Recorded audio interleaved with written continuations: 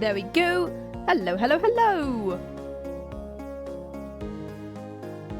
There we go. Just make sure my mic was working for a second. Hi, Maxon. How you doing? Yeah, today's drink of the day is some water and some coffee. We will find out how fast it takes me to run out of things. Thank you for the head pats. I'm going to move the head pats slightly over because that might work. Where is it? Ha! Head pats. Here we go. Yeah, I'm going to shove you slightly over. Posture check. Oh! Thank you for the posture check. And the head pats. Hopefully, I've managed to fix the stylus issue that I had with Professor Layton versus Phoenix Wright. So hopefully, we should be getting on to, finally getting on to a Phoenix Wright and Maya segment soon. And hopefully we should be able to do the either first trial or something like that. I'm aware that this is a little bit later than I usually stream, but I had some stuff to do today, and I had some stuff yesterday. So hopefully we should be back on Saturday at the normal time around 2 or 3 p.m. Maybe later next week, but we'll find out. I've also been weirdly obsessed with the new NASA mission that's been going on, and everyone's been making Fantastic Four jokes. And I've also been weirdly obsessed with the new Space Sheriff Gavan show that's coming out soon. So I'm excited to see what Luminous is going to be doing. But anyway, enough of the yapping. Let me see whether I can pull up the Are you gonna like me today game? Right, let's find out. Let's hope that it likes me. Come on. You can do this. Okay. Oh.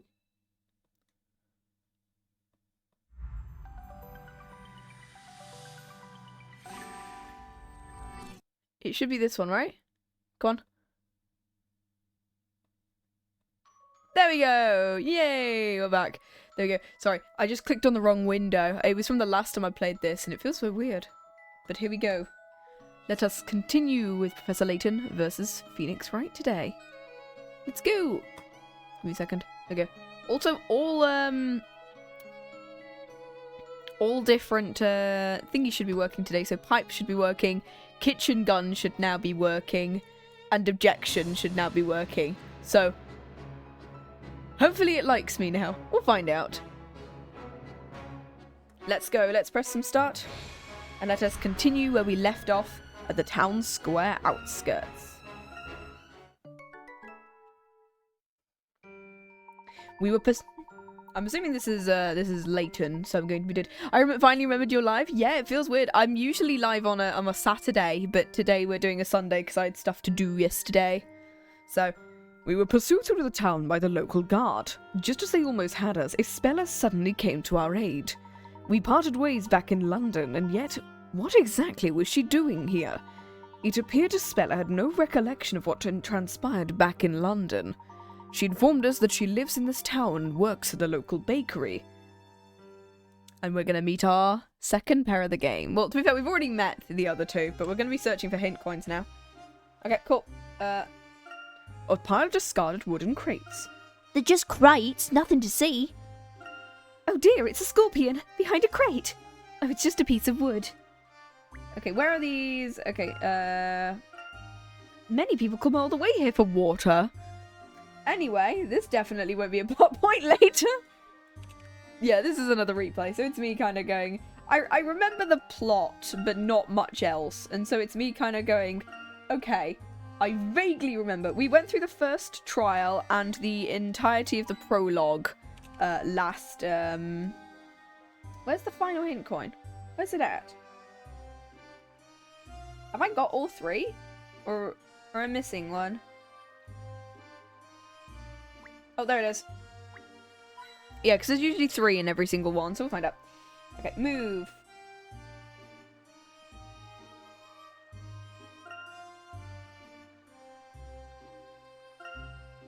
Town square outskirts. Let's go this way. Go to the bakery. The big-ass bell tower, I wonder. A single bell hangs in the belfry. Perhaps it's sounded on special occasions. Why are there so many guards surrounding them? No.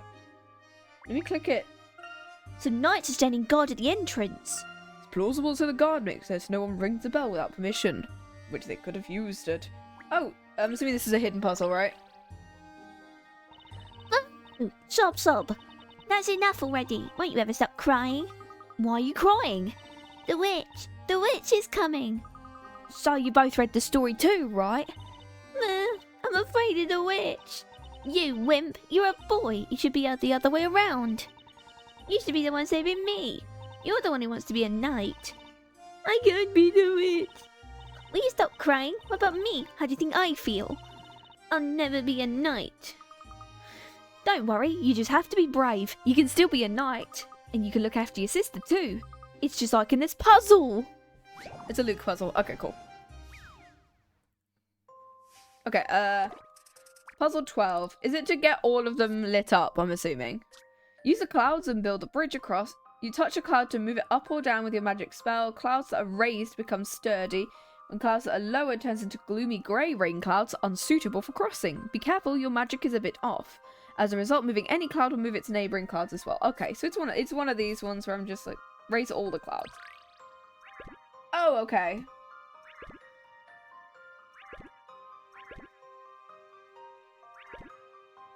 Wait, actually, we can do that, and then boom. This is my answer. Yeah, you just needed to get the 3 at the end. As you'd expect from a gentleman in training. Thanks. You did it. The princess is most happy to see you. Wow, you really made it to the princess. At last the crying stops. You must remember to be brave, even when you feel afraid. Sometimes I feel scared if I'm alone. I believe if you're with someone you care about, you can overcome any fear. Got it. Now I'll take care of Petal. I really don't mind one way or the other. But I do wish you'd stop your crying. Huh. Okay, so that's... where's our hidden... Oh, something's... There it is. Is it just on the chimney? Okay, cool. Right. It's not at the top of the... Where's the other hint coins at? Look at the bench. Oh, there's another one.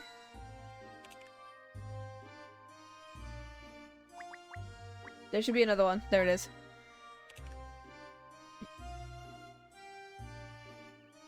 Besides, like, these... Oh, shit. Children talking. Just checking there's no more. Okay, I think that's it.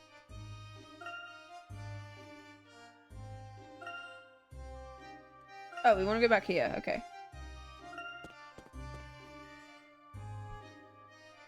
Okay. We're here. This is the bakery. I can smell the bread baking.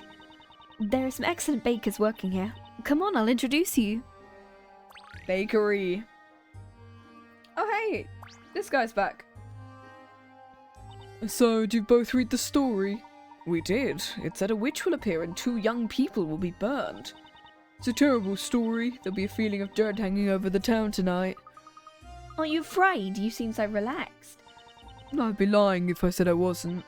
What's written is written, there's nothing we can do. The story can't be changed once it's been written, so there's no use moaning about it now. Don't you feel as if there's even a possibility the story may not come true? It sounds a bit deluded. You should be careful. The story was of 2 young people, and I think that matches you 2 perfectly. Are you afraid? I thought that, like... I thought that, like, Layton would be in his 40s at least. That's what I thought, at least. Afraid? Nah. And anyway, we're a group of 3 at the moment.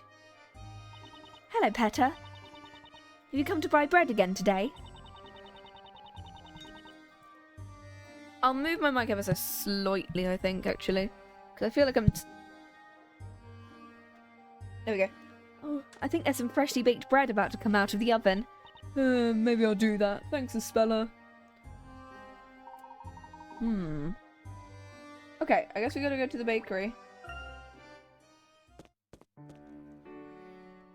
And guess who's here? Better, it's the smell of freshly baked bread. Indeed, Luke. It's certainly whetting my appetite. But the staff here are really talented. Welcome! Our bakery uses only the finest ingredients. Upper crust goods for not much dough. I love the fact that they use the fucking, like, cornered theme for this. Talented and highly enthusiastic. Thanks, Layton.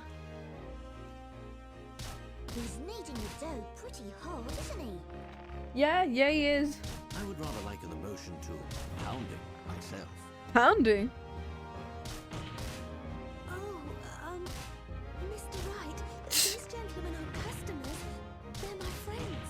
Okay, when we get the chance to do the settings, it feels like I want to turn the voices up ever so slightly, as opposed to the music. Really? Hey, Espella, welcome home. Oh my god, Maya. Maya and something that's not there. Hello, Maya. Where's Aunt Patty? Oh, The boss? She's gone to the market. okay. She should be back at any time now. But now here's a puzzle. Sorry about Nick here. He didn't realize you weren't customers. Okay. Not at all. There's nothing wrong with such sincere dedication to one's job. Mr. Wright, Maya, meet my friends, Mr. Layton and Luke. Okay. Apologies, I'm just eating something at the moment. I'm using this one chance I get to eat. A pleasure. My name is Herschel Layton. Oh, bloody hiccups again. And I'm Luke Triton. Nice to meet you. I'm the stereotypical Cockney child. I'm Maya Fey. I'm Maya Fey, and I don't sound right. I sound really drunk. And this is Nick, my assistant baker. Phoenix Wright, pleased to meet you. How come I'm the assistant? Oh my god.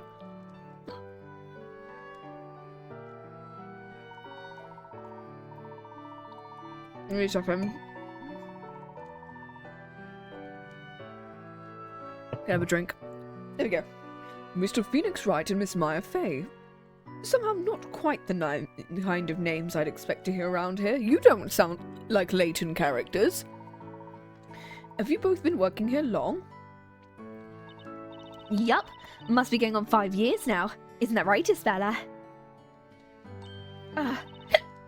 Fucking up, hiccups, god damn it. I'm gonna drink as much water. I'm gonna drink a lot more water. Ah! I just spilt water on my legs, no! There we go. Yeah, once I get to the settings, I'll adjust the voices ever slightly. Bless you for your hiccups. Welcome back. Immediately after me just straight up hiccuping all the time. I suppose it must be.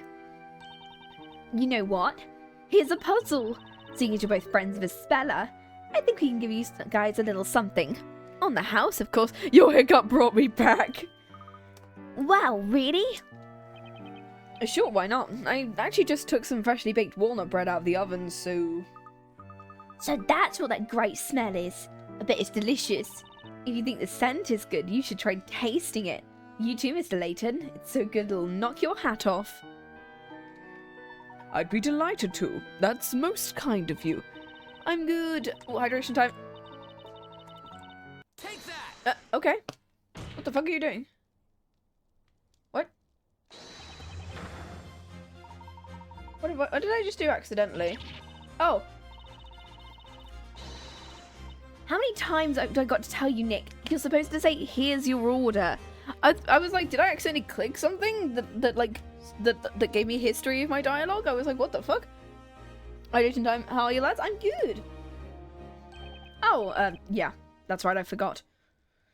I don't know why, but I just get the urge to point and shout like that sometimes.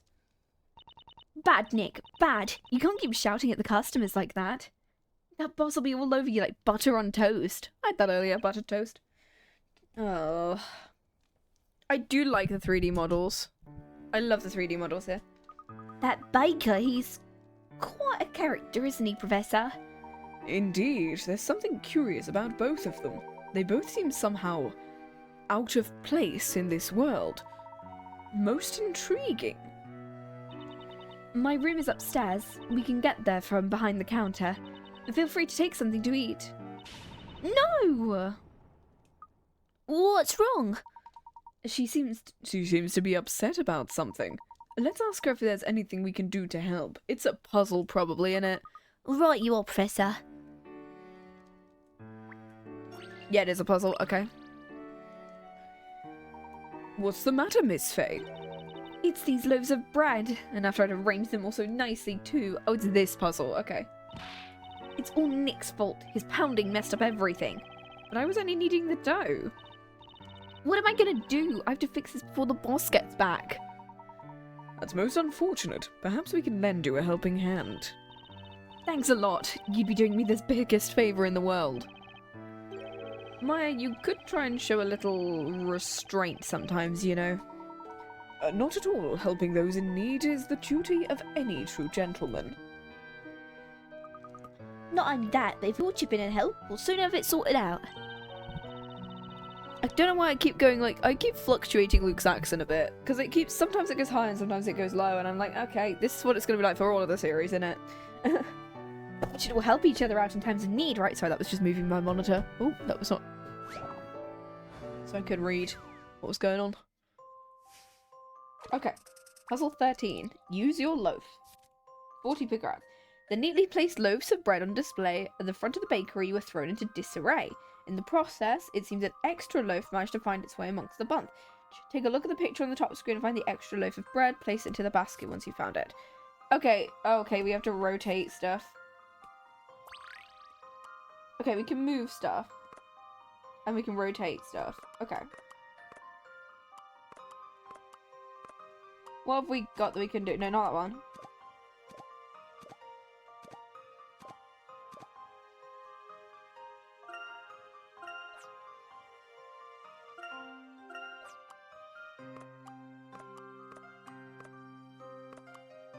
We'll move you all over here and see whether I can find out what I'm doing here. So there's one with just an orange piece that are all going the same direction. No. Okay, are they going this direction? No. It should be this one that's at the top on its own. So, we know that one's in there.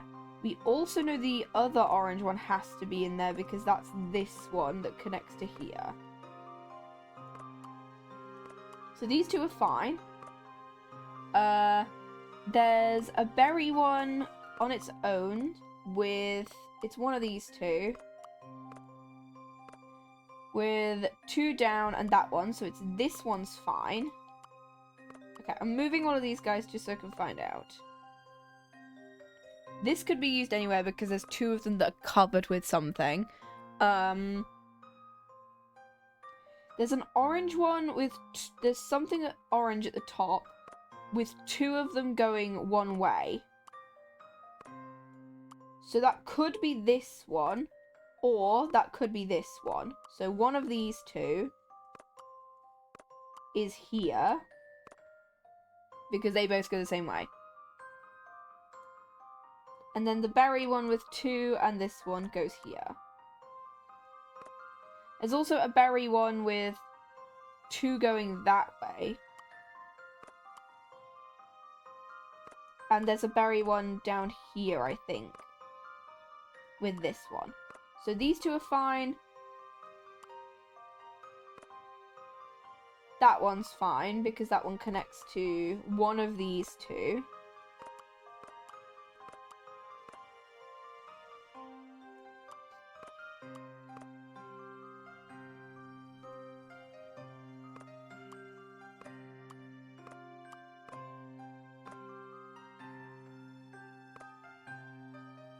That one can't be up here, but this one could be down here.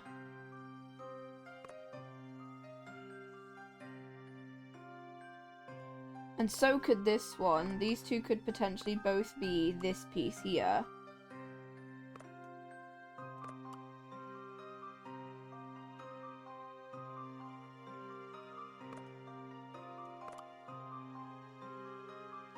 Actually, is this piece... If I rotate it, no.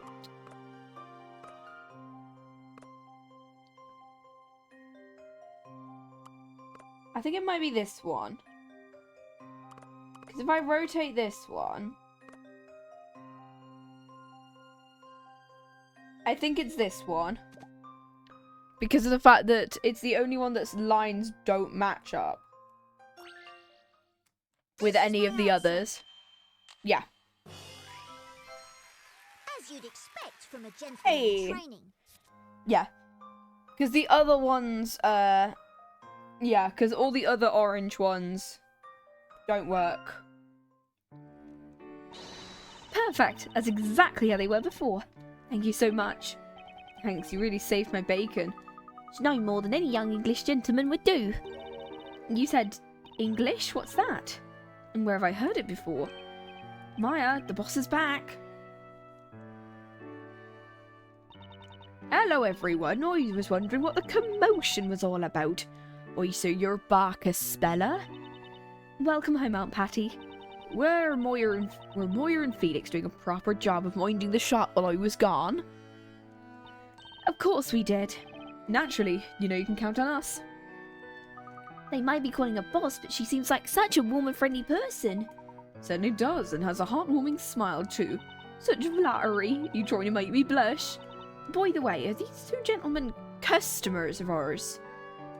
These two are friends of mine. They kindly helped me out once in the past. I was so happy to see them again, I invited them here. Pleased to meet you, madam. My name's Herschel Layton. And I'm Luke Triton, the professor's apprentice. You don't sound like Layton characters. No, you don't sound like Ace Attorney characters I was about to go. I want to drink a coffee. Is that so? Seems Espella's indebted to you both. Certainly a pleasure to meet you both.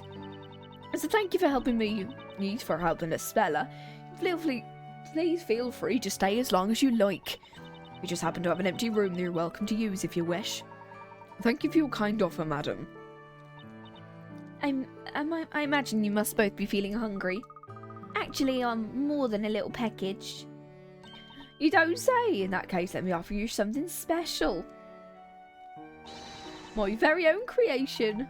Wonderful. And that face baked on the surface. It's a masterpiece.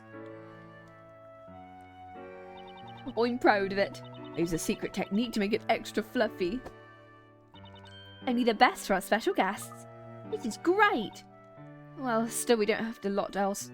Still we don't really have a whole lot else to offer. Only bread.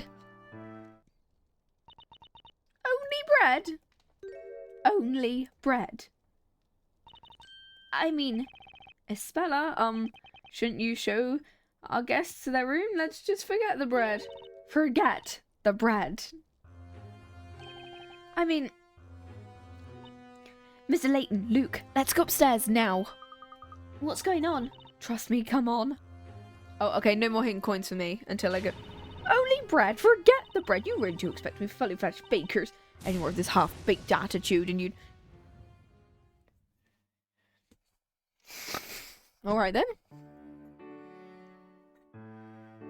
Well, they're dead now. I didn't expect that. I'm sorry, she's usually so kind and gentle. But when it comes to bread... I suppose it shows how dedicated she is to her craft. I guess it must be fun to live in such a lively place, though.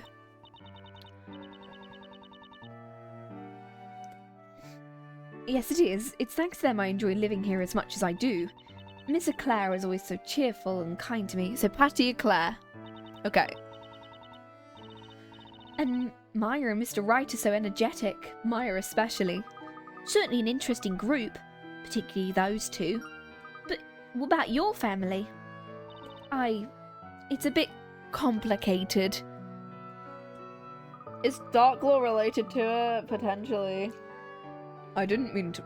no, that was Luke. I didn't mean to pry. Oh, hey, Eve. Cat. Eve? What's the matter, Eve? Are you hungry? Cat. Sorry, it's my cat. It must be supper time. Only a witch owns a black cat. I see. Please go ahead, don't mind us. We'll be searching for hint coins in your room while you do that.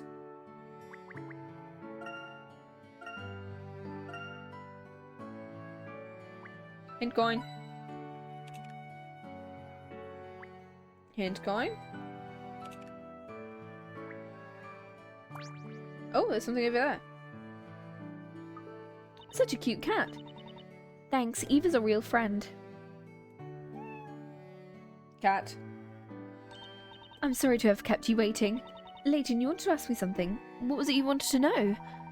There are a few things. Perhaps I'd better ask them one at a time. May take a little while if you can spare the time. Takes 4 more hours. Anything I can do to help. Thank you, Espella. First off, what I want to ask Espella about is, after we separated in London, could you tell us again what happened? Between the time we were separated in London, you were returning to Labyrinthia. You said you can't clearly recall what happened to you, is that right? I can't. When I came to, I was here in Labyrinthia. I can remember everything up until I boarded the cargo ship. But after that, I can't seem to remember anything how I got back here. It seems the townsfolk didn't even notice I'd been away.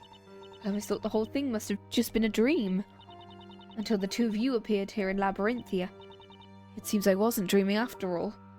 It already did happen. You came to my office, and the witch came for you. Does that mean the witch brought Espella back to Labyrinthia? I suppose so, but why was I in London in the first place? Why did I meet you two gentlemen? Why was the witch after me? I can't seem to remember why. You and Carmine were running away from the witches. Carmine?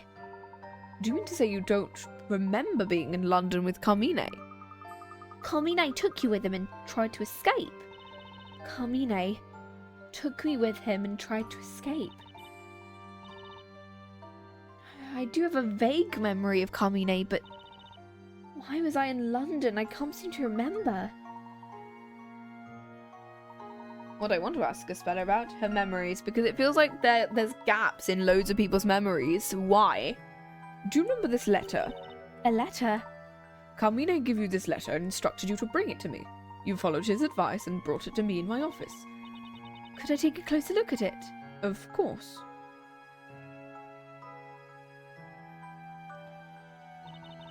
Is it because there's gaps in loads of people's memories? So something's happened clearly in this town that's making people forget things that they really should know. Do you remember anything? Because if Phoenix and Maya think they've been in the bakery for 5 years, someone's messing with people's memories here. But if we're going by Layton logic, real magic doesn't exist. So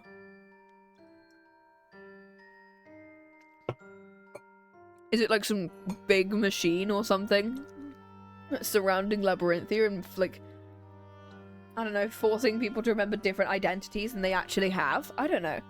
I'm trying to think, because it feels like a show that I watched. Like, it's something, it feels kind of Doctor Who-esque almost.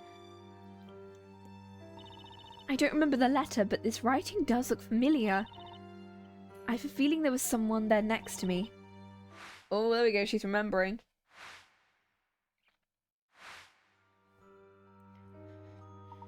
Espella, are you all right? I think I remember. I remember Carmine. Really? You're right, I do know him. I definitely know Carmine. Carmine was here in this town. In fact, he was in this very shop. In this shop, Espella? According to the townsfolk, they've never heard of him. And what they say contradicts what I remember. That's why I'm finding it difficult to trust my own memories. Yeah, there are like a couple of shows that have that premise of like different identities through different memories. In fact, I've been rewatching like the Super Mario Nation series of like Thunderbirds and Captain Scarlet, and there's a character in it called Conrad Turner, who is one of the villains, but that's because the villains have been messing with his memories and making him into a villain. Or the mechanic in the Thunderbirds, who's a villain, and somebody messes with his like mind and his memories and makes him a villain. It does feel like that is kind of like a plot point, right?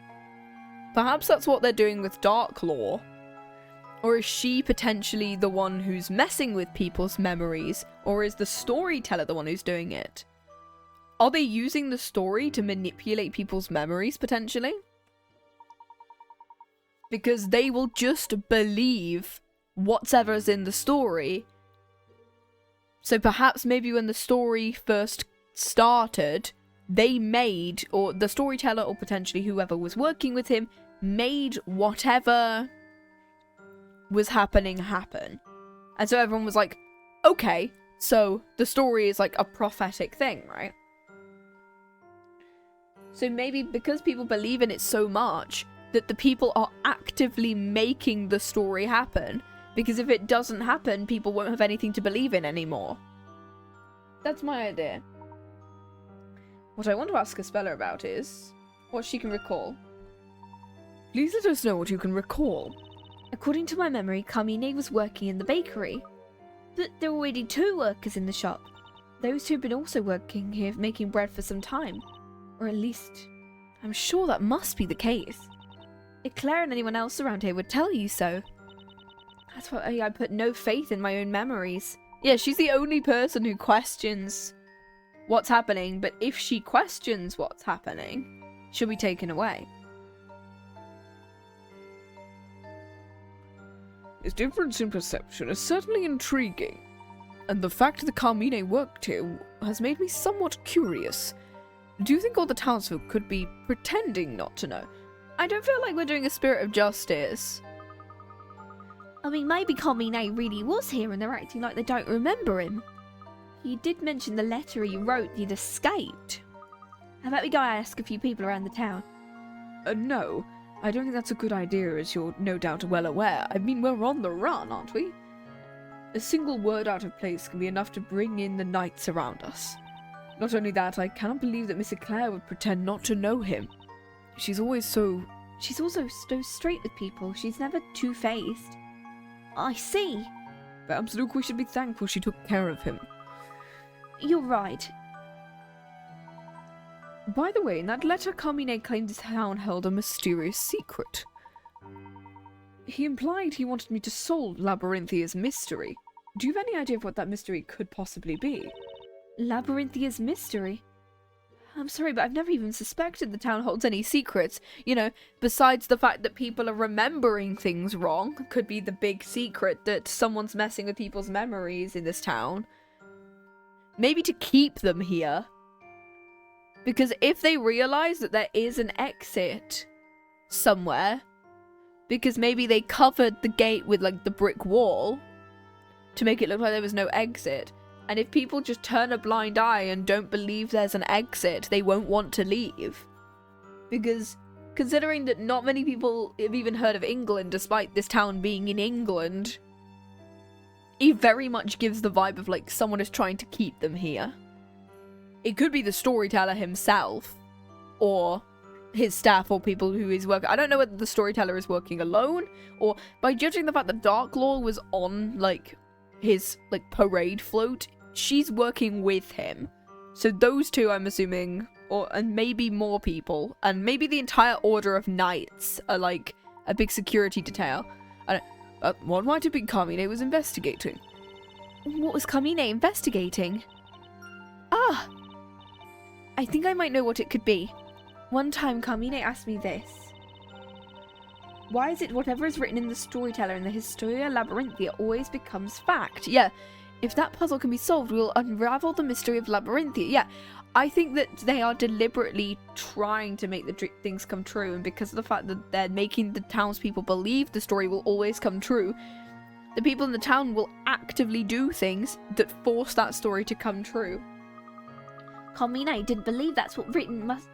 Carmine didn't believe that what's written must always come true either. Well, I'm not sure, but what? It's only natural what's written in the book must come true, and it's hard to believe that both you and Carmine would doubt it. Speaking for myself, I can't believe it so easily. Nevertheless, for the people of Labyrinthia, it seems to be a matter of common sense, which is why those knights treated us with such suspicion. That's true, but... Are you saying that in your London there's no story? There are certainly none that come true as the Historia Labyrinthia does. In the world as we know it, such a notion is inconceivable. As I suspected. Carmine's from the same London as you two. No, he's from Slough, actually. And no, actually, judging by his accent, he's from Italia.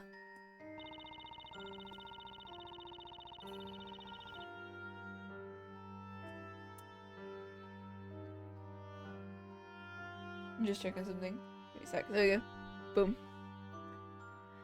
I suppose it makes perfect sense you'd all think that way. Incidentally, what action did Carmine take after he came to suspect the story? Well, Carmine often visited the Grand Archive. The Great Archive? Sure, great, not grand. Sorry, I've been messing up my words again. That's where all the volumes of the story are kept. You mean to say all previous volumes too? Every volume of the story, all of them. In other words, he wanted to confirm the authenticity of the story. Oh! Is it because she has the I'm assuming the witches were after her because she took the Historica Labyrinthia. And, like, without it, people will think if the storyteller can't write in the storybook, then we're doomed, as that army would say. In other words, he wanted to confirm the authenticity. Surely he wouldn't be in trouble with the witches for looking at some books. As I recalled in the letter he sent to me, I realized the town held a mysterious secret, and decided to get to the bottom of it. But before I could, they found me.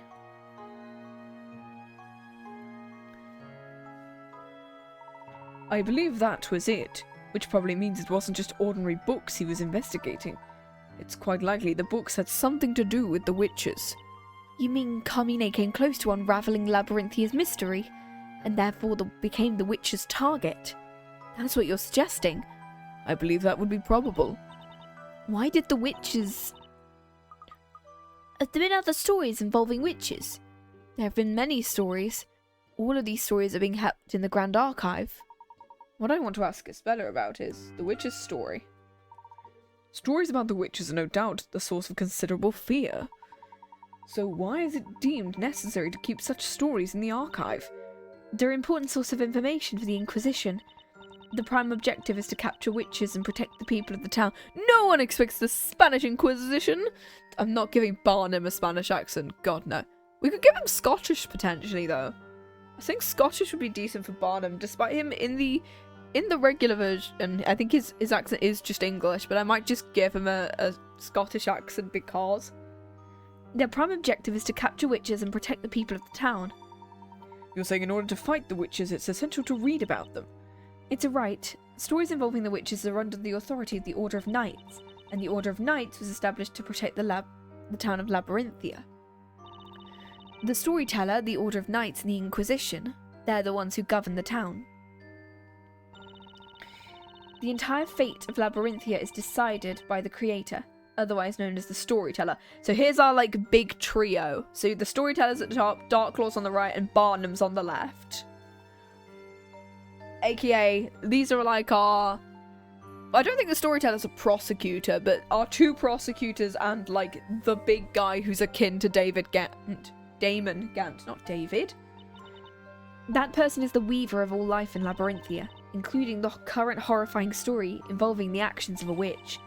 It then falls to the Order of Knights to protect the townsfolk from such events. The towns not only protect the people, but also act as the storyteller's guard. And finally, the Inquisition is responsible for trying the witches in the witches' court. That's the manner in which this town is managed and the order is maintained. Undoubtedly, it was the Order of Knights keeping peace during the parade. Yes, the storyteller holds those parades from time to time. He gives the townsfolk the story that would determine their fate from that time onwards. The story this time involved a witch, which explains why the knights were on such high alert. I wonder what spells will be used this time. If only we could check in that book. Just a moment, what was it you said? Do you mean to say there's a book about magic? Yes, in the Great Archive. It describes all the spells that provide the witches with their wicked power. It's a special book used by the Knights of the Inquisition to aid them in their investigations. That's it. There must have been what Carmine was so interested in. He was investigating the witch's power. It's possible he came across a secret he shouldn't have known. And that's why the witches attacked him. Indeed, Luke. That may well be the reason. The story so respected by the people, and the witches who they fear. There could be a certain secret connecting these two in some way. Ooh. Thank you, Espella. Ah, lovely waltz there. It seems we now know where to begin with our investigation. So you'll be visiting the Great Archive? Indeed. The book about magic that resides there may well provide a valuable clue towards unraveling the mystery of Labyrinthia. We better get going with our investigation straight away. Absolutely, we must solve this puzzle for Carmine's sake, as well as our own. Mr. Layton. Please, take me along with you. I'm not sure that's wise. I may put you in more than a little trouble. It's likely Carmine's investigations are what led to him being pursued by the witches. And if that's the case, the path we tread might be fraught with danger. I really would like to help you. Talking with you both like this, I've come to believe there must be a secret in this town. I want to help you find the truth. Well, Espella, I suppose that settles it. From here on in, let's do our very best to solve this mystery together. Together. I'm the Professor's apprentice, so if there's anything you need to know, just ask. Thank you, Luke. I'll be sure to do that. Well then, without any further ado, let's follow in Carmine's footsteps and visit the Great Archive. I'm quite certain that's where the clues are waiting to be found. Let's go. Alright. Not you, Eve. I'm afraid you have to stay here until I get back. Turns out Eve's a witch.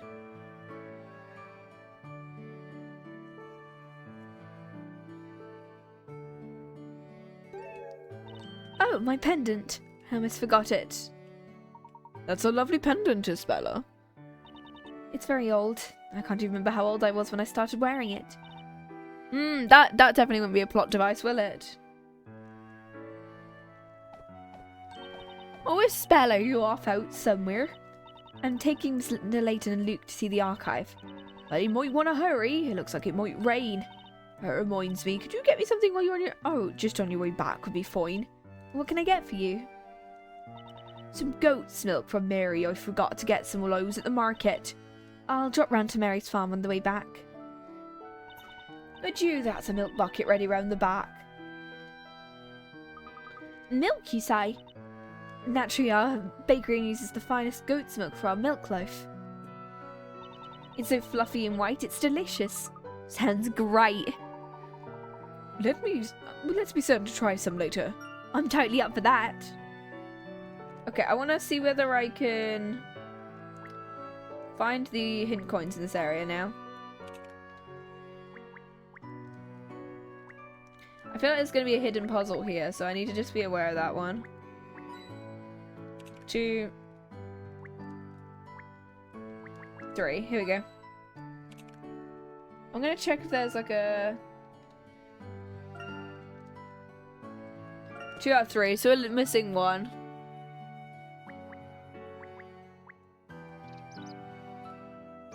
Okay, the bird just chirps if you tap it. That's very cute, actually. Oh, there it is.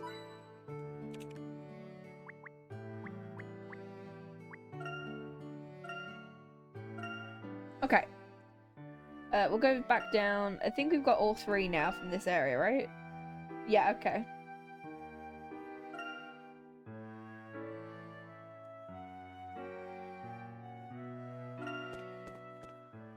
Okay, there we go. I actually just want to see whether Phoenix and Maya have anything to say. No, okay. Okay, cool. Alright, let's go. To the archive.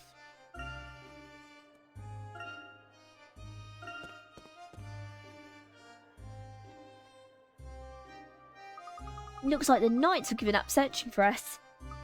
Thank God. Seems you're right, Luke. From the look of things, we should be safe to explore a little more. Okay, great archive. Let's go. Actually, do we have a... Okay, we've got all of the... We've got three hidden coins in the entrance. The large building has the shape of an open book. So this is the archive. Okay, that's what the giant building was in the Historica Labyrinthia that we saw. This is the Great Archive. Of course it's purple. Looks very cathedral-esque. It does, kind of. It's just missing a couple of, like, the spires and the steeples. Wow, looks impressive even from a distance, but now we're up close, it's huge. Looking up there makes my neck ache. Must have taken considerable time and manpower to erect a building of this size. It did. The building has become something of a symbol for the town. Look at that roof. It's all broken. Looks like it's considered damage. Fire damage. Was there a major fire? That was... Who's this? Been listening for a while and you two really are strange. Oh, Petra, it's you. A roof been like that for some time, it's certainly nothing new. Really? If it's all right with you, could you tell us something about it? You two never cease to amaze me with your incredible lack of knowledge. I guess I couldn't tell you. The damage from the legendary fire. The legendary fire? Yeah. Long ago there was a huge fire that engulfed almost the entire town. Damage occurred at that time. You can see other traces of the fire around, here and there. The entire town was engulfed? All the townsfolk knew about it. You're probably the only ones who don't. Here's a puzzle. Thank you for filling us here. Certainly cleared up a few things. No problem. I had nothing better to do. Wasn't such a bad way to kill time. I'll see you around. To think even a building of this size could be affected by fire. The fire that spread through the town must have really been legendary. You're certainly right about that, Luke. Is something the matter? No, nothing at all. Shall we make our way inside? Okay, we gotta just search around for the... Oh, she's back. We've got a couple of characters to talk to as well. Just search for hidden coins first.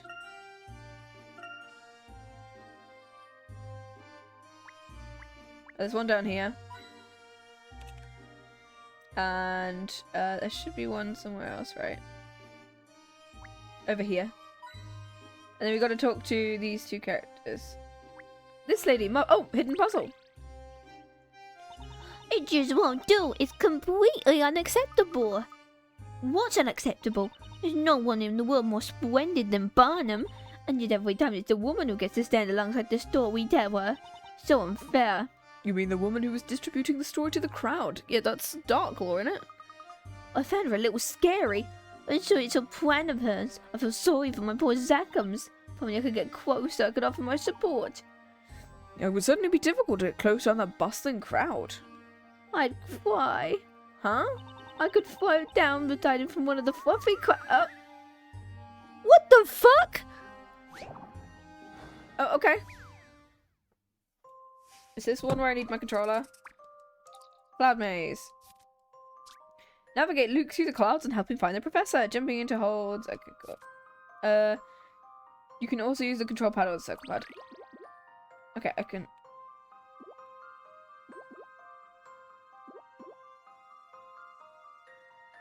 Oh, I accidentally... Did I...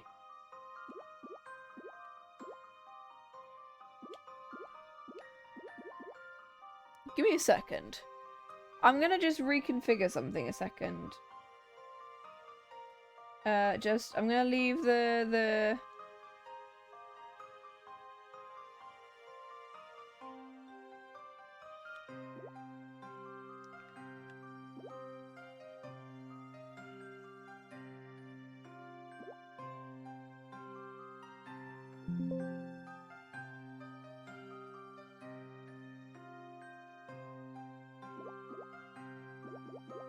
Okay, that should work now, hopefully. Okay, there we go, yeah. Okay. What does S mean? So that's at the bottom. That one's at the top. So we can go in this one, I think.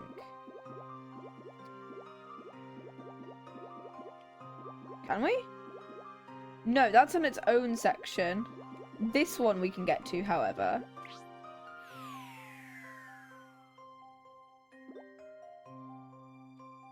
Okay, which means that all of the maze segments are the same.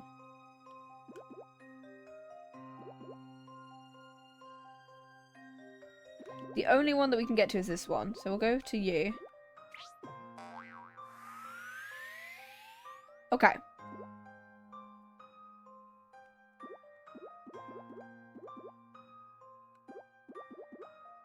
Okay, so it's not that one. It's gonna be a different one that we can go to. Is there like another hole we can get to? Let's try this one, because I think that might get us something. Because then the maze is gonna be different. Okay. What else have we... We can go to that one.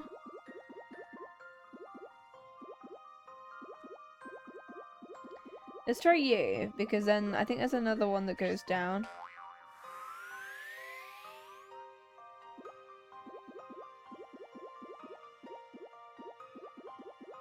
Okay, no, we wanna go to the other one.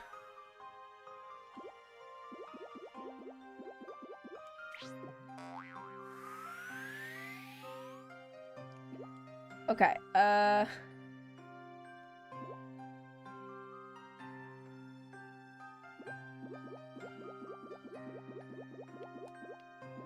actually, is there another section of the maze we can go to that's not that one?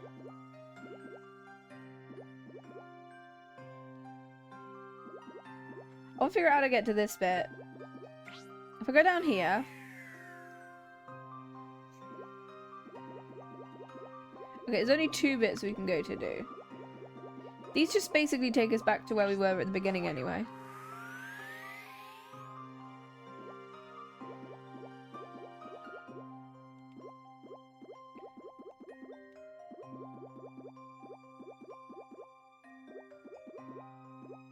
Okay, so it should be that one actually. We should go to the other one that we can go to.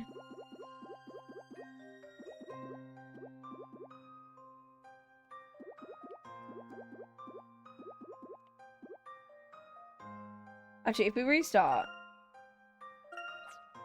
Okay. I think we go to the other one first. The one at the top.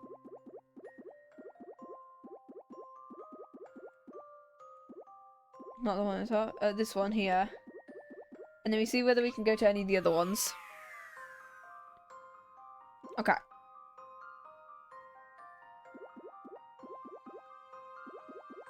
So not there. We could go to there. Or, is there another one we can go to that might... Okay, here we go. This one should get us to...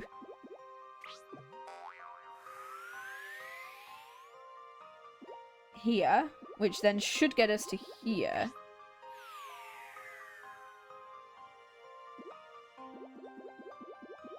That should then get us to here. Which then gets us to there, and then it means that we should be able to go back down to the bit where there's a...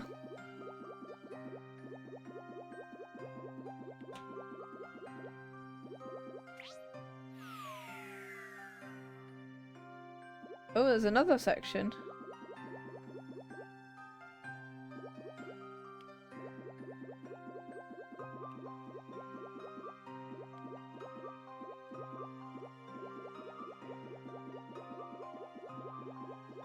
Hey, Layton.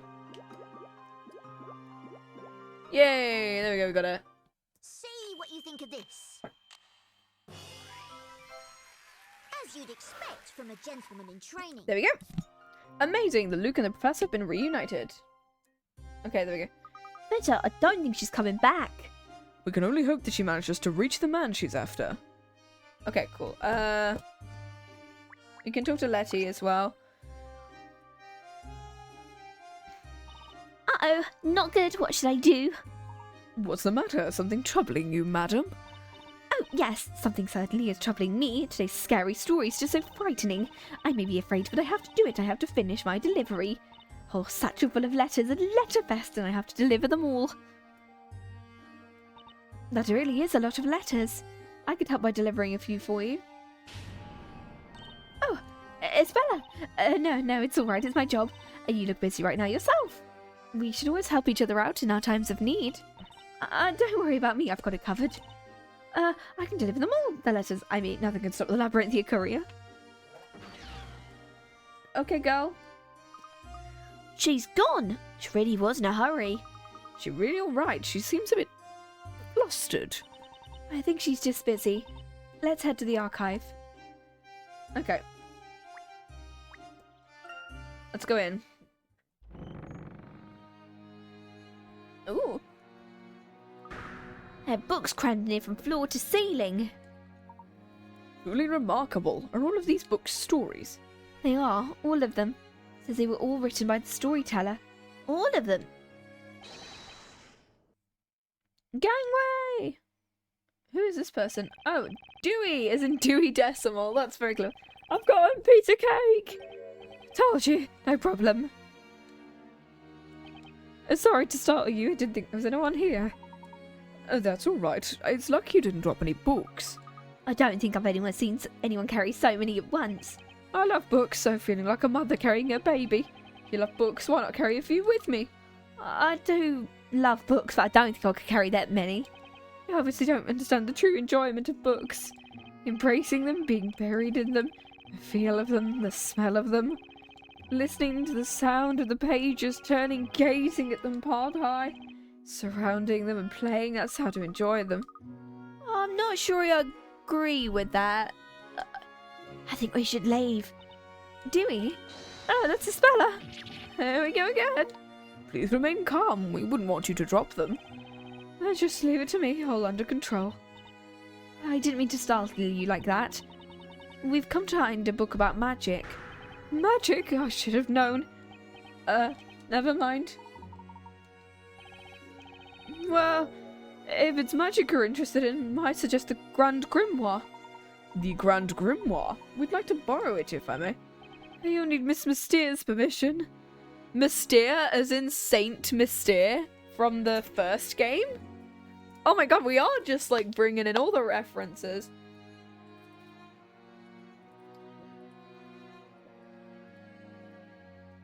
Okay. Boom. You sure you want to borrow it? Absolutely. We're very interested in magic. Friends of Espella's interested in magic.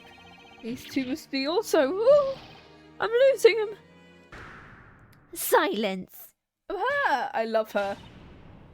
Oh, Riddell. I've seen her design before. I love her design. Look at her. She'd be such a fun character to cosplay, plus she has glasses. So she'd be one character I could actually do. Silence in the library. Oh, hey. Oh my god, I can control it using my thingy stick as well, yes. Puzzle. The Great Archive was founded for those in the noble pursuit of knowledge. I must ask you to be a little bit quieter, please. Dewey is a budding librarian. I'd have thought you would have known better. I'm sorry, Miss Mystere. People say they want to borrow the Grand Grimoire. Did you say the Grand Grimoire? You're Espella Cantabella. You of all people must know the significance of the Grand Grimoire. It's an important piece of literature which can only be viewed by learned persons of significant status. It's not like I can just give my permission to whoever asks for it, you know. I understand that, but this man... I'm sorry, but rules cannot be changed. The request is all mine. That book could prove indispensable for my investigations into magic. And you are... Excuse me, may I learn your name? I'm Herschel Layton. I'm investigating the town. You could say I'm a traveller, so to speak. A traveller? I'm afraid I've never come across such a profession. I suppose we can return to that one later. My name is Riddell Mystere. Riddell Mystere, Riddle Mystery.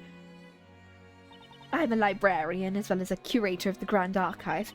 I am therefore responsible for all pieces of work, including the Grand Grimoire. I'm afraid no matter what your profession or who you are, it's beyond my authority to lend you the Grand Grimoire. It's simply against the rules. Can't you make an exception? Luke, please leave this to me. I can understand you're unable to show this book to just about anyone. However, as you yourself said just a moment ago, the Grand Archive was founded of those in the noble pursuit of knowledge. I'm currently very much in the pursuit of knowledge regarding magic. Perhaps you would consider letting me at least peruse the Grand Grimoire. Only learned persons of significant status, and in particular Inquisitors, are permitted to refer to the Grand Grimoire. Inquisitors? Those who administer justice, Knights of Wisdom as they're known, prosecutors. Only someone with equal status to that of an Inquisitor with the same level of wisdom would qualify. If I could demonstrate the required level of wisdom, would I qualify? Well, you certainly are a persistent one. Let's see what you make of a Trial! Objection! This trial has been used in the past to test the ability of aspiring Inquisitors. If you're able to clear it, I will acknowledge your wisdom matches that of an Inquisitor. If you can achieve this as a curator of the Great Archive, I will lend you the book. By all means, do begin. Well, you certainly have some confidence. Let's see if you can live up to it. Oh, this is the puzzle I vaguely remember, because this is the one where some of the clocks move forward, some of the clocks move back. That's all I remember. Do you think you can pass this trial in which so many hopefuls have stumbled? I love her. See what you can do with this. She does look more like an Ace Attorney character than a Layton one. Yes, this is what I think it is. Okay. Lost in time, 20 picaras. Makes your way to strange clocks and to the goal. You can only move it with each step the clock hands will rotate 90. Okay, so this is just 90. I remember one being that some of them rotate 90, some of them rotate 180. Or some rotate 90, some rotate 270, which basically means some of them go to the left, some of them go to the right. Okay. You can also use this control pad. Okay, I will be doing that.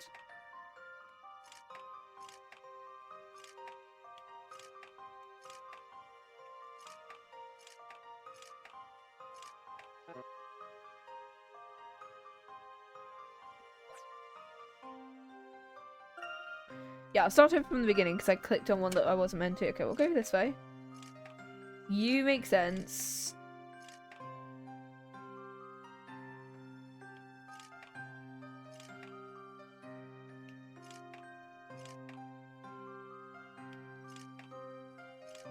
Let's go here.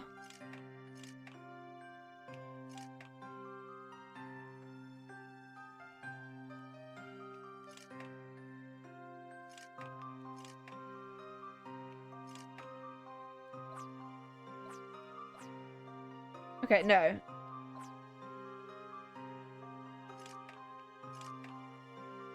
There we go. Okay, cool. Let's see if I've proven myself. Boom. Ah, the joy of solving puzzles. You've proven time truly doesn't stop for anyone. Okay. How could this be? It's hardly seemed a challenge. Who are you and how did you do that so effortlessly? Puzzles are my, only thing. More importantly than who I am, he's actually an archaeologist, which is such a weird thing to think about. There's one thing of which I'm certain. Every puzzle has an answer. So do I qualify? Not so fast. Do you really believe my permission can be obtained as easily as that? That was no more than a preliminary trial. To separate the wheat from the chaff. Now for the real trial. Even a man of your caliber should find this challenging. This will have your eyes rolling and your head spinning. Okay. Miss Mysteria, I've never seen you get this excited. Silence. Be quiet, Dewey. I assume it's safe to predict this will not be quite so simple. This will put an end to that overconfidence of yours. Prepare to lose your mind. With another clock puzzle.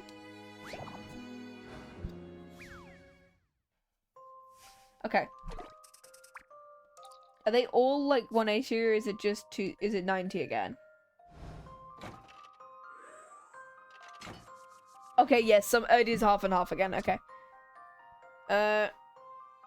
3 times the speed. Okay, so purple is 270, so purple moves to the left. And white moves to the right. Okay. You no longer have the luxury of undoing a move. One teeny tiny miscalculation is game over. Well, fuck me then, I guess. No, sorry, they...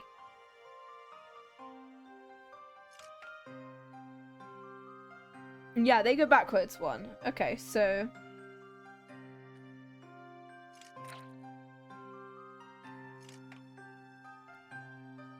That doesn't matter. Oh, I've gone wrong. Okay, 1, 2, 3, 4.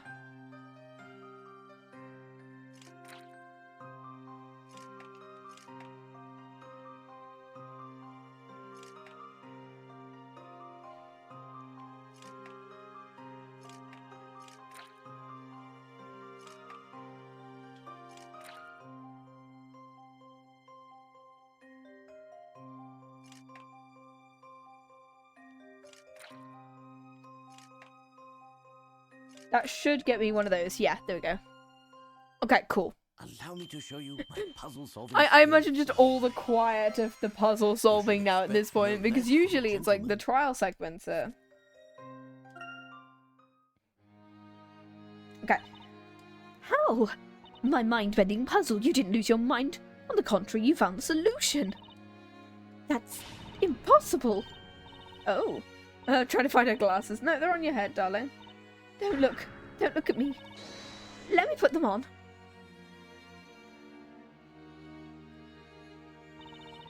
I apologize, I lost my composure. See my trial cleared like that, it seems I underestimated you. It was a fascinating puzzle, no more than I'd expect from the curator of the Grand Archive. I find your confidence rather disconcerting. I hope someday to have the pleasure of showing you a puzzle will make those little round eyes of yours spin in their head. And nevertheless, a promise is a promise. I grant you permission. The special viewing room containing the Grand Grimoire is located on the first floor. I'm sure you're already aware the book is of an unparalleled importance. By no means can it be treated with anything but the utmost care. Thank you, Miss Mystere. Thank you for granting me permission. Shall we proceed to the special viewing room? I'll have to accompany you since the room is locked. You did it, Professor. You cleared both trials in one fell swoop. That was amazing, Mr. Layton. It's well known Miss Mystere's an avid collector of puzzles. Oh, is she like the Granny Riddleton in this one? Okay. I've heard the puzzles she presents are always very difficult to solve. So there are collectors of puzzles in this place, too. What do you mean? Nothing important. No use in waiting around. Let's take a look at the Grand Grimoire. Right you are. Actually, I wanna just check though for any hidden puzzles or any new... Okay, I'm not probably gonna click on these bits, but who's this? Okay, any hidden coins?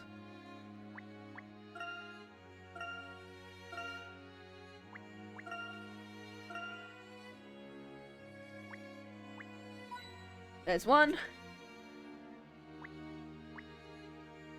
There's two. And where's the third one? Is Dewey got a puzzle for us? Yes, he does. Okay. That was really amazing. I'm recovering. That reminds me, I've got a puzzle of my own that feels right at home. Okay, let's see it. Is it gonna be another riddle? Oh, fuck me. It's a bloody... We now bring you to a little to the left instead. Books on the shelf are all out of order when correctly the book spines for an illustration.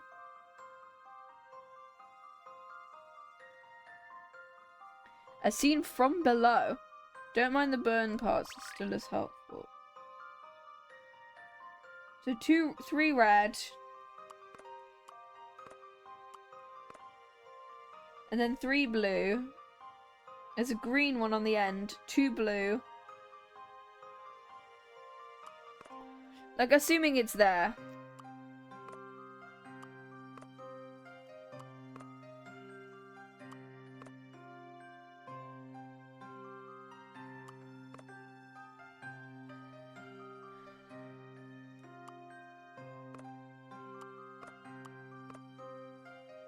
I think it's no, other way around.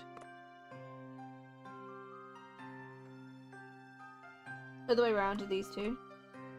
Yeah. Should be that one. Let's see if I've proven myself. Yeah. Ah, the joy of solving puzzles. There we go. Ah, the joy of solving puzzles. Just what I'd expect from someone who'd sailed through Miss Mysteer's trial. Must polish my own puzzle-solving skills. Okay, I think we've got all three and the...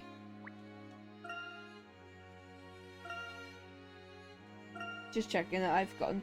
Oh, no, that's not what I meant to do.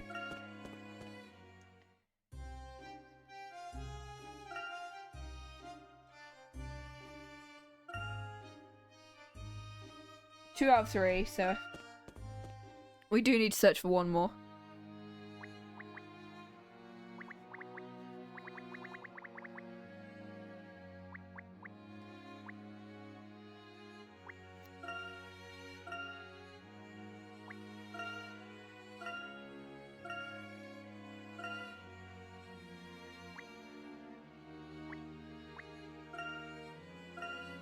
Nope,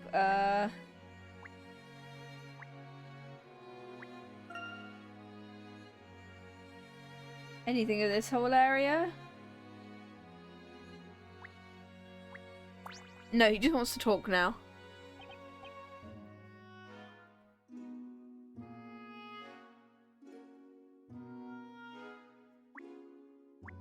I don't think it's on this side, because I can't...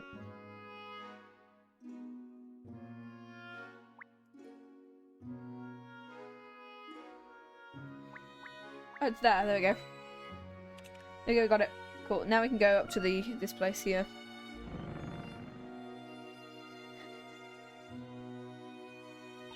This is the special viewing room.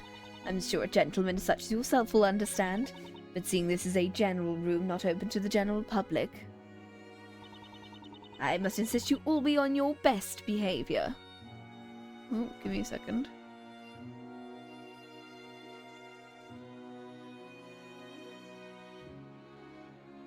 Boop.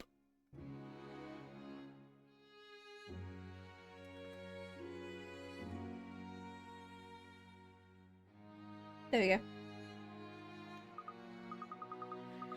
This room feels so grand and elegant. It's my first time in here too. I must admit I feel a little nervous. Certainly does give some indication of the importance of the book being kept here. The book in the centre must be the Grand Grimoire. Okay, we're looking for more... There's one. 2.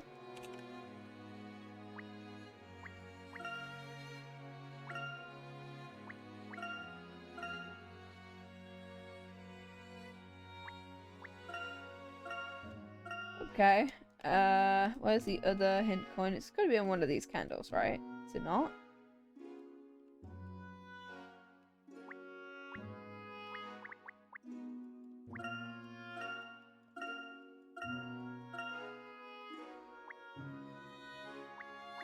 Let's talk to what she wants to say. This tome is the Grand Grimoire. Please treat it with care. Okay, is there another hint coin that we can... Oh, there it is. Boom.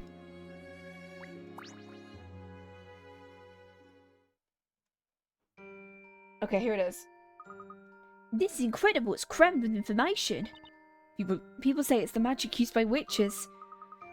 Is that so? The magic we saw in London must be here somewhere too. That may be true. A tome as thick as this must surely contain the information. Finding it's a bit daunting though. What's this? Professor, the page is different from the others. What is this? Page isn't about magic. Something makes me feel uneasy. This page appears to be addressed to someone. You mean like a message? Let's read it. I think you should do that. I can't read. From a time long ago, the ancient flame has been locked in an infinite vault of books, waiting for the awakening. When the sun and moon, watching over the sage, swap places to show their true form, the door to the past will open. Once a person of perspicacity has fulfilled the challenge, the door will be open. I don't think it's really addressed to anyone in particular. It's just kind of like a generic, cryptic riddle. Until then, I will wait for the time of the awakening.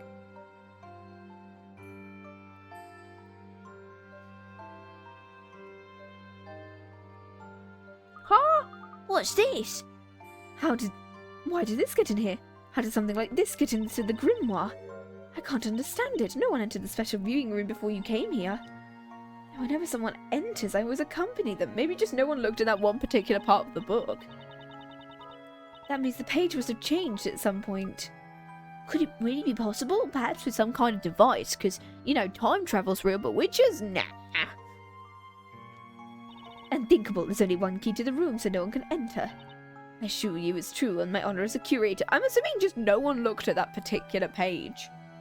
Like, they knew what they were looking for, went to the index and went, oh, fire! That should be in the F section on page 20 whatever. So they go to page 20 something. If that's on, like, 136, I doubt the person looking for fire is going to find that. Or, I don't know, for turning into a bird or something. Stretching. How can anyone have done this? I believe we both know who might be capable. You mean witches, don't you? No, we're staring at you, Espella. I think you did it. Witches? We don't know yet who changed that page, but the more important matter is what's written here. The infinite vault of books mentioned here presumably refers to the Grand Archive, which implies there's a secret of some sort hidden within the library. What's about this part? A person of perspicacity? I believe that could be referring to Carmine. He came here regularly to investigate. It's certainly somewhat likely, which means our next objective. So if it's referring to Carmine, then clearly it just happened earlier. Is to find the answer he was looking for. It's a bit of a spooky message. Oh. But if we can open this door to the past, well, should he be one step closer to solving the mystery? Just a moment, I'm the curator. I won't be allowing you to investigate anything without my permission. But now you have my permission. So you mean we can't investigate then? No, I'm simply insisting you allow me to accompany you. There should be no doors in the library that I don't know about, and even if there is something hidden somewhere suggested by the message, it's my duty as curator to know what that is. I completely understand, Miss Mystia. We can only benefit from your presence. Now then, let's make our way back to the entrance. Let's think about where this door could be from there. Okay, cool. Professor, supposing there's a door, the message is such a puzzle in itself. Don't you think it'd be difficult to find? You may be right, and the library is huge. Finding anything will surely take a good deal of our time. Is the thing on the thing right that we've got in front of us? I saw them here. Because the thing on the bottom, is that the sun and the moon potentially? Because it looks like it's gold and blue, so... I think you're both missing something. I believe I may well know what's meant by the words in the message. Something with the sun and the moon and's got to be on it. Really? If you remember the wording.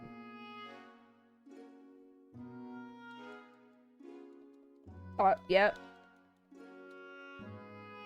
All of this.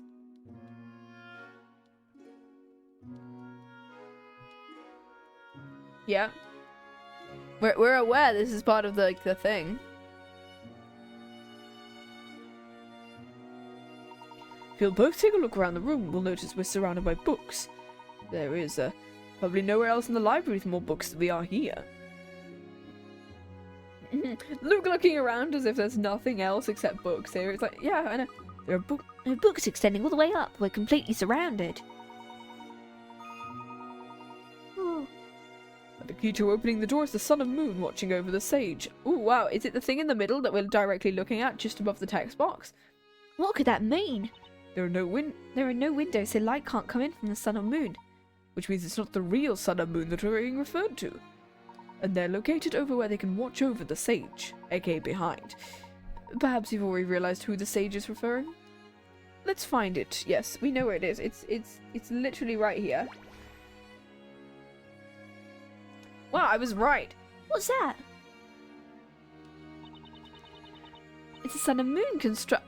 Oh, wow, I'm really stupid, aren't I? So this sage must be...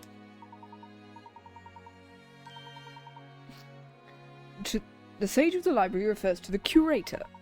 The sun and moon construction is located right by her seat. That's what the sun and moon watching over the sage was referring to. When the sun and moon swap places, the true form will be shown. And the door to the past will open. All we need to do is work out what it means. What does it mean by their true form? Well, it would suggest we're currently seeing their untrue form. Have a look, there seems to be some sort of mechanism. Look closely, it seems to be a puzzle. Okay, let's see the puzzle. Is it like one I can use my controller with, or is it one that I have to slide? Fuck, it's a sliding puzzle. Okay, slidey puzzle. 2 tiles on each.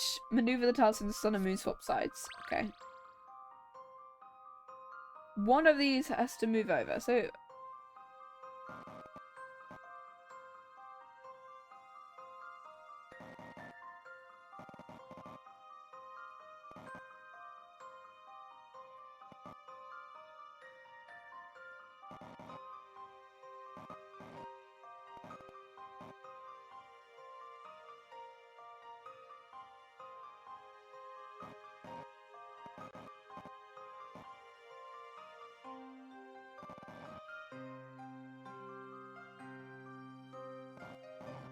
Then we do that.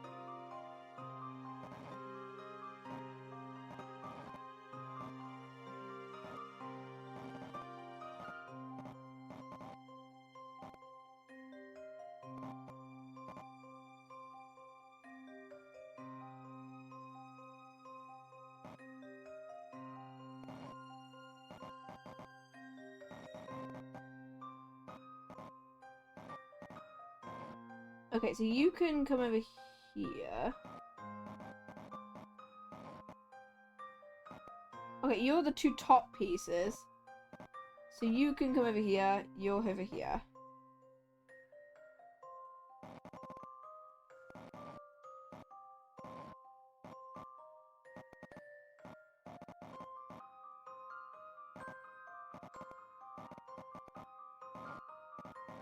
That's the moon. Done. Okay, so we just need to do the sun bit, because this bit's the top section.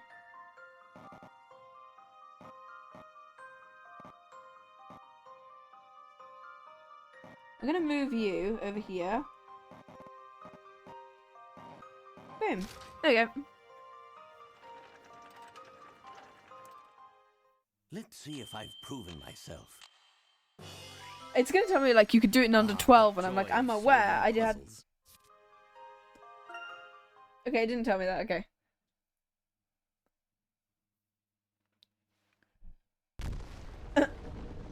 Okay, sure. Secret tunnel.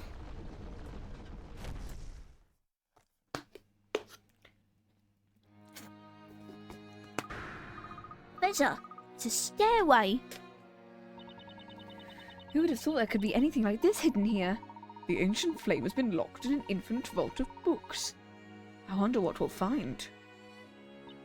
An entrance to the basement below the Great Archive? Am I right in thinking you know nothing of the stairway's existence? And I, as the curator, knew nothing of it. Then surely no one else could. Hard to believe a secret such as this could have been hidden here all that time. I mean, to be fair, the storyteller probably knew. And or the whatever.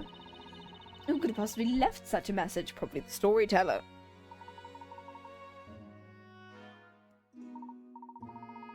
It would be wise not to let anyone see what has been revealed. I agree. I'll go back as soon as I've asked the other visitors to leave the building. But just ignore the giant thing of stairs, everyone. Well, are you both ready? You betcha. Let's go. Turns out she just like laid a rug over the top of it and just went, just don't step on the rug. It's dirty. It's already dirty and I'm trying to clean it. Okay then, Luke. Okay, let's go.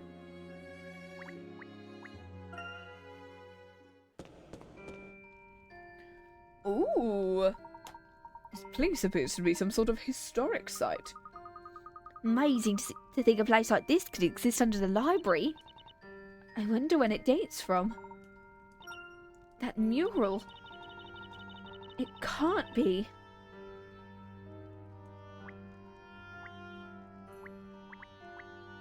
Where are these hint coins at?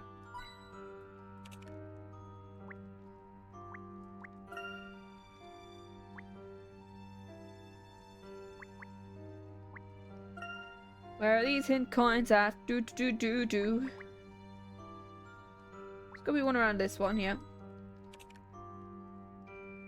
There it is, there's all three. Okay, cool.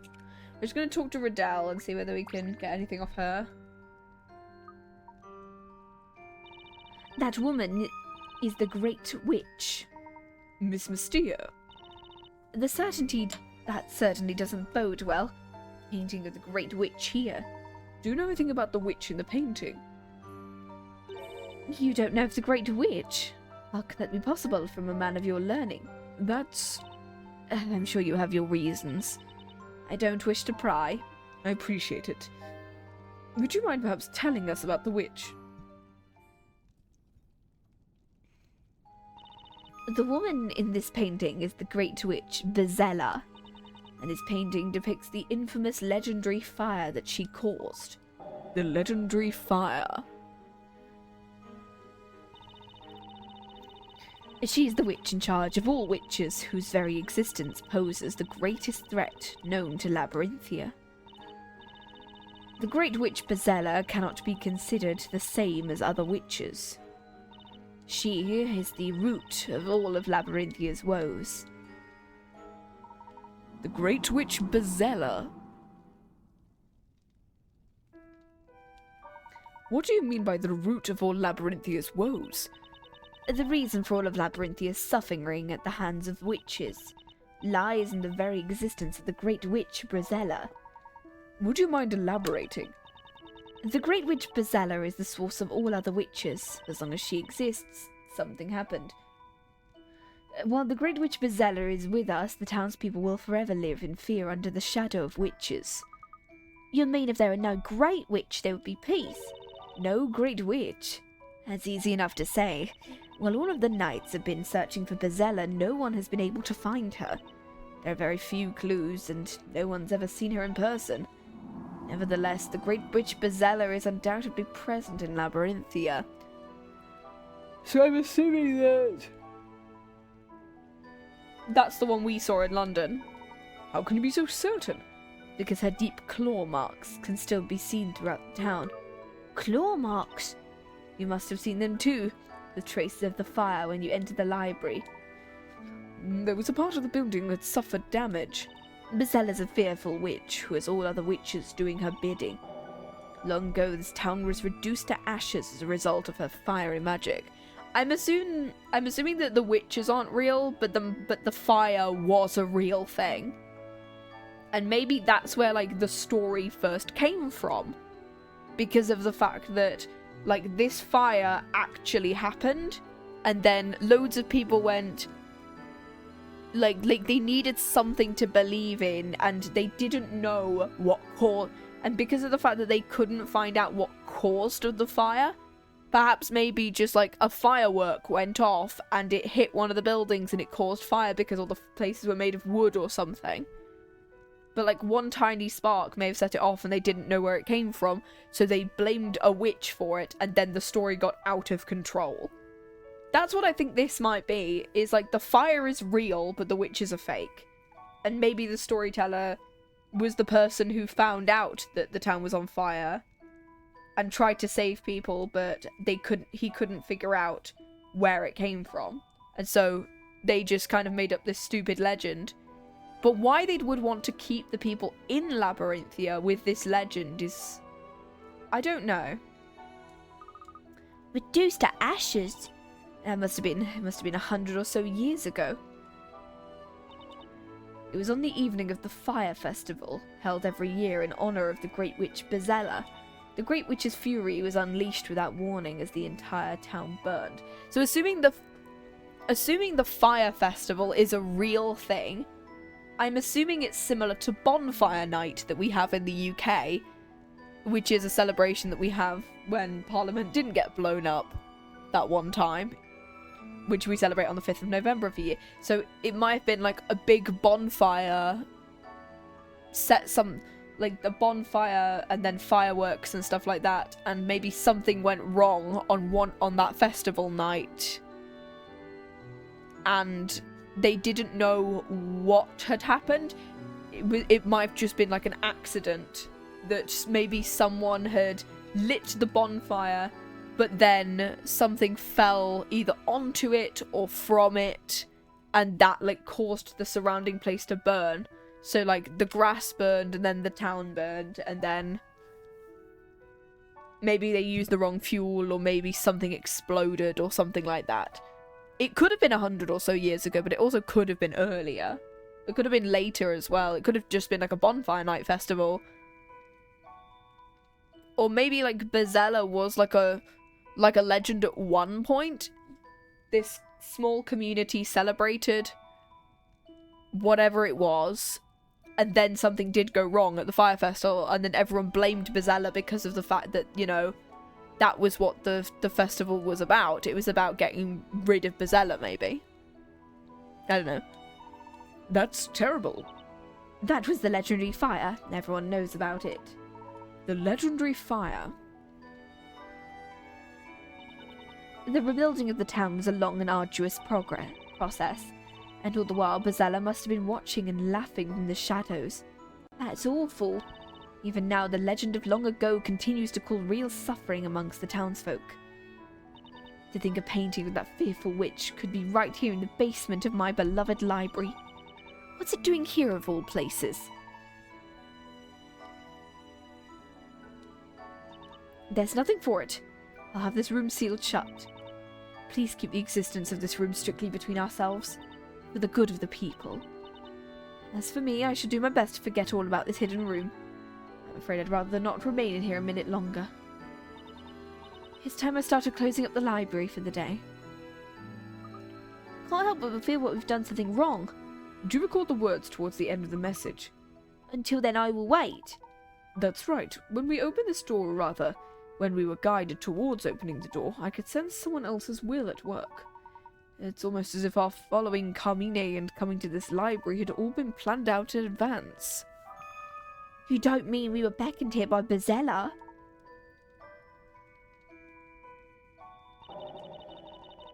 Bezella? Oh, cutscene. She just walks into the fire. Is something the matter? Does she remember it? Are you feeling all right, Espella? Yes, I'm fine, really. Maybe it didn't happen 100 years ago. If she remembers it, then it might have happened, say, I don't know how old she is, because if she's like 18, it might have happened like 15 years ago. And so she was just old enough to remember it. Espella? Yes? What is it? It's just that, well, you've been so quiet. Because if she gets flashbacks to the legendary fire, and we're assuming that she's like 18, it must have happened like somewhere between 10-15 years ago and not 100. So maybe it literally was like a bonfire festival that went wrong, and that because they couldn't figure out where it happened, they blamed who it was on, and then it got out of control somehow. Oh, it's nothing. It's just that this room, it's a little chilly, don't you think? The atmosphere is a bit sinister. Not to mention that scary picture. Maybe it's about time we made a move from here? Yes, indeed. Yeah.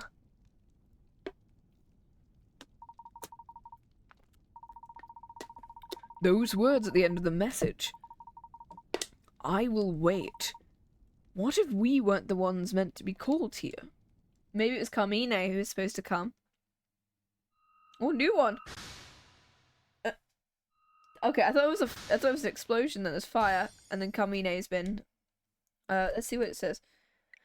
Carmine had been visiting the Great Archive to investigate one of Labyrinthia's secrets. That secret being the ancient remains found hidden in a room beneath the library. And then underground mural hidden beneath the Great Archive were ancient remains. Okay.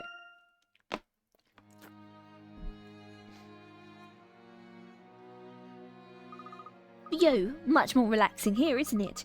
Felt so intense and claustrophobic. It certainly did. Today's been full of surprises. Not only did I meet up with you two again, but I also found the mural in the library. It seems this town really does hold a mysterious secret, doesn't it? What should we do now? I'd certainly like to learn more about this magic. We've been in here for quite some time. It must be getting late. It's probably best if we wind up our investigation for day and take a rest. You must both be feeling tired. I suppose you're right. I'd be happy to do a little more investigating with you two.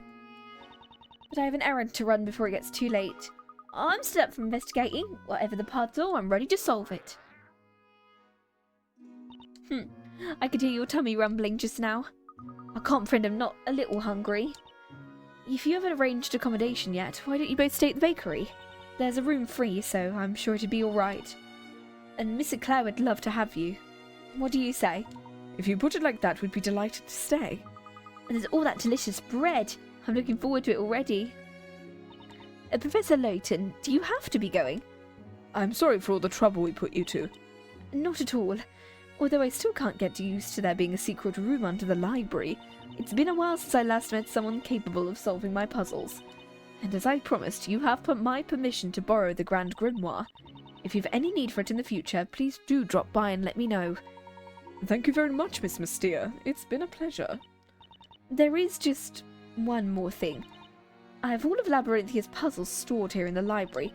As you continue with your investigations here, there will likely be puzzles you cannot solve or which you do not find. Some puzzles will come to me. Anytime you wish to solve such puzzles, just visit me and I'll show them to you. Puzzles we cannot solve or don't find. Very well. I look forward to seeing you again. I'll be waiting. Please take care on your way home. It's already become dark. And if I remember rightly, the storyteller's latest story did mention the evening. You take care too, until we meet again, Miss Mystea. Grand Grimoire added to items.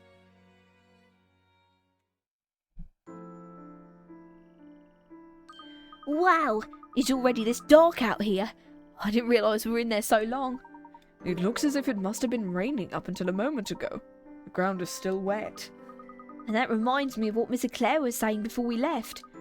She said you might want to hurry, it might rain any time. Let's get a move on. You two, Hey, where is she? That's strange. She's not here. Did she go? I'm assuming she went off to get milk then. Wonder where she could have gone. Perhaps she's still in the Great Archive. Oh, hey, Dewey. It slowly does it. Oh, can you let me through? I have to lock up. Have you seen Espella? If you're looking for Espella, she left while you were still talking to Miss Mystea. I wonder why. She said something about having to buy milk. Oh, I do remember Miss Claire asking her to get some milk for the bakery. It was raining. It was raining until about the time you went down to that library basement. When Espella left now, it did look as if the rain was about to stop. She left a message. She said to go back without her. She didn't have to go alone in the dark. She might be blowing up next. I'm sure she'll be fine. It's only milk. She can get it at the market. It's not far, so she'll be back soon. If anything, I'd be more worried about you two being the ones in danger. You know, it did say there were 2 companions. If your work is finished, I suppose you both go home. I don't want to get caught up in anything. Why don't we head back to the bakery and wait for Espella there? I suppose so. I guess it'll be alright. Right? I guess we move.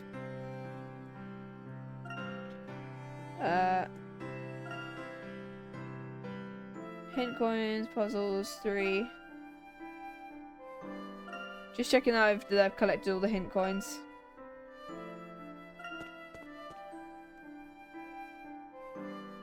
Professor, I smell freshly baked bread. I wonder if that could be Miss Claire's work. Let's go inside. Yes, we could. Although we could also take a walk around the town at night.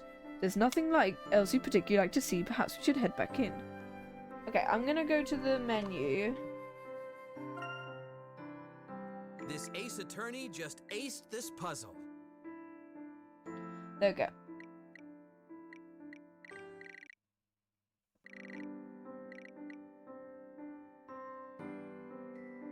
Yeah, I think that works, right? I'm gonna do that. That works. Puzzle index. I think we've done all of the ones that we've come across so far. Hicks. Hints. We didn't do any hints for these. Paths of Light, Barton's Burger, Security Showdown. Puzzle solved 18 of 18. Okay, that's good. 6, 7, 8, 9, 10, 11. Oh, we missed 14. We missed puzzle 14, so we need to go up to the Grand Archive at some point and...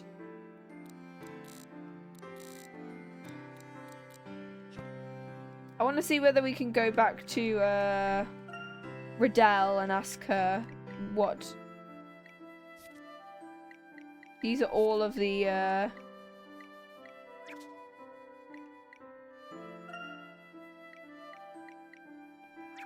Grand Grimoire. Actually, can we look inside it? No, we can't. Okay. I'm gonna see whether we can move to the archive and see whether we can go up there.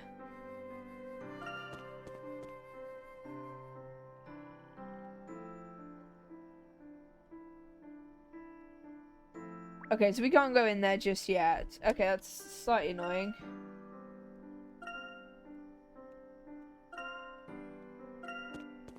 We missed whatever puzzle 14 is, so we'll go and do that one later. I don't know whether he's got anything particularly to say. Evening, gents. Isn't Espella with you? Do you know Espella? Do I know her? There isn't a person in the town who doesn't know her. I've known some ignorant people, but if you knew about her, I doubt you'd be spending so much time with her. What's that supposed to mean? She's lovely. I don't enjoy talking about her that way either, but... So basically, either her mother was a witch or something like that. She's either like the daughter of a witch or the daughter of someone quite big. Welcome back. I've prepared the evening meal already. Hang on, where's Espella? I'm afraid we were separated when she went to get that milk. Has she not come back? Oh dear, maybe I was asking too much. My apologies, I should have stopped her, had I had the chance. There's nothing you need to worry about, Mr. Layton. That girl knows her way around. I'm sure she'll be back soon. Let's go and eat while waiting for her.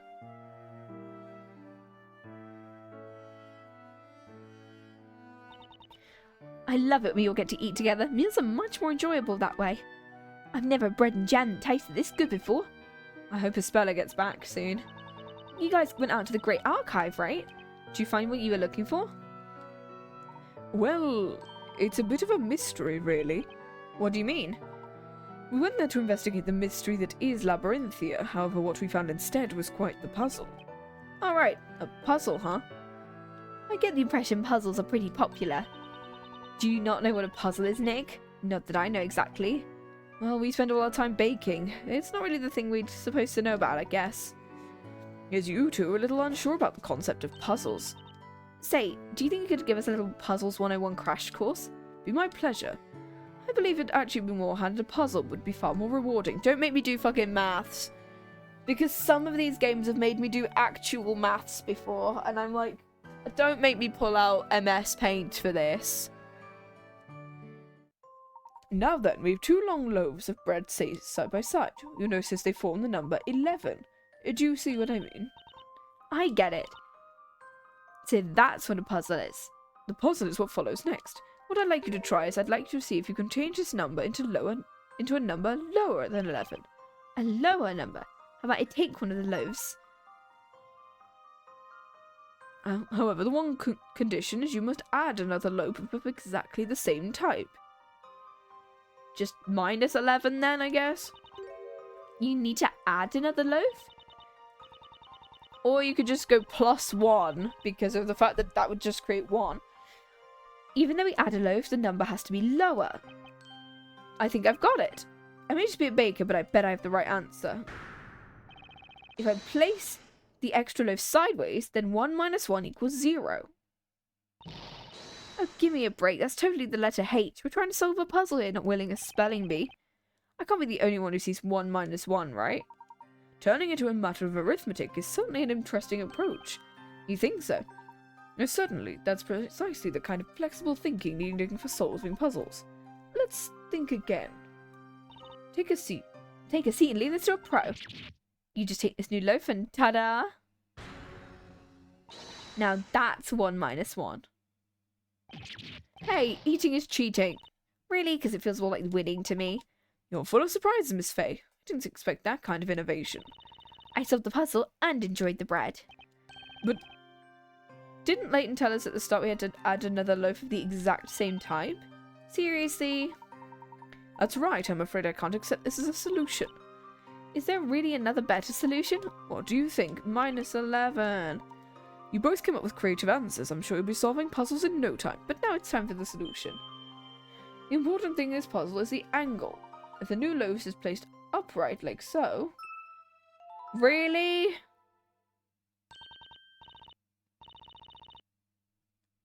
Really? That's fucking stupid. I get it, it's the number 1.1. That's right, it's a lot lower than 11. When solving puzzles, there is never just one correct method. It's essential to think flexibly and try many means to solve it. Sometimes critical thinking is the key to success. Wait, just give me a second. I'm not gonna mute. I'm just gonna like quickly grab another drink.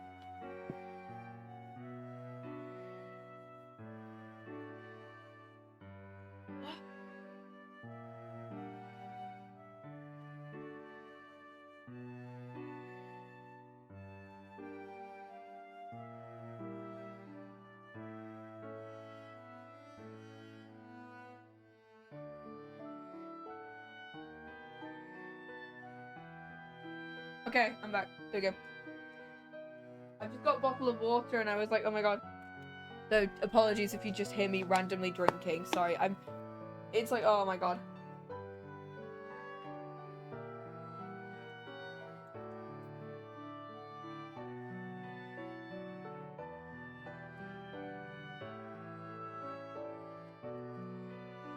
Thank you for the lurk. Oh, there we go. I'm stretching, baby. Alright, here we go. I got some more water. I see what you mean. These puzzles really are something else. If I see another puzzle like this, I'd rather eat my way to the solution. You know, I don't think I'm cut out for brain-busting bread puzzles. I think I'll stick with good old regular bread, thanks. That's because we're ace bakers. I guess we're better suited to using our hands than our heads. That's the name of the stream!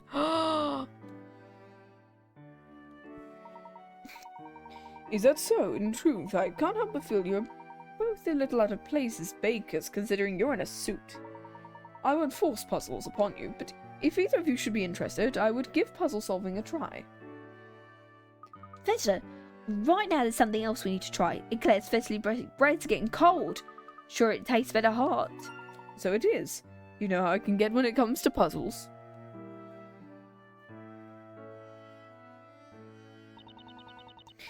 Well, young man, I say, it's a pleasure to have someone show such appreciation for my baking. When it comes to your bread, Miss Eclair, there's no limit to how much I can eat. I love that picture of Phoenix there. Holy shit. Luke, you shouldn't have said that. Aren't you a darling? If that's the case, I suppose I'll have to bring out my special reserve. I'll go and fetch it. I think it's time I started preparing tomorrow's bread. Me too. Must be that time already. What was that about? I do seem struck by a certain sense of impending doom. Which? Oh my god, it's the big Sorry to have kept you waiting. It's the big loaf. Have it. I won't take kindly to any leftovers. It's loaf. Where'd those two go? Okay, we have to tackle this particular task alone. I stuff as much of it into my hat that you can.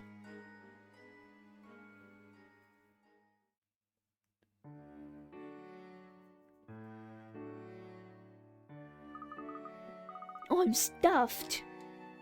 I believe this must be the most bread I've ever eaten in my life. Wait a second. I've just realised we finished eating, but Espella still isn't back yet. Shit. She went to the market, didn't she? Perhaps we ought to go and... Oh my, customers at this late hour? I'm sorry, but we're closed. Oh. Night. That's him! That man over there! He's the one, is he? Just a minute, what do you think you're doing, barging in here like this? Stand aside, this is a matter of urgency. What are you gonna do? You there, porcupine head, you're coming with us. Oh my god, isn't that what Rafa calls him as well? But porcupine head? You don't mean me, do you? Who else fits that description? I have a big hat. Certainly you would appear to be alone on that particular front. I wish I had a top hat too right about now. Enough of your idle chit-chat, time to get going. What do you mean? Should be quite obvious you're coming to the court. Ooh, the court? Mr. Wright, what did you do? Yeah, Nick, what did you do? I didn't do anything. Do you think you'd accuse me of making bread that's too good to eat? That man's not the one who's on trial. Why is Mr. Wright being made to go to the court then? That's simple, because the girl has requested him. Girl? What girl? The girl facing trial for this evening's crime. That heinous witch Espella Cantabella. It's the most witchy name possible. To be continued.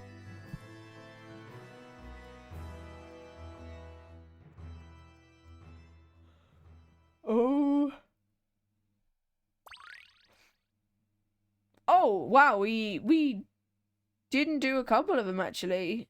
Puzzle Center Riddell, Eccentric Tailor, Rotating Room, Dollhouse Drama, Short Round Ride. Okay, so there's a couple we didn't do. Okay, so once we've done the court segment, we can go and redo that one.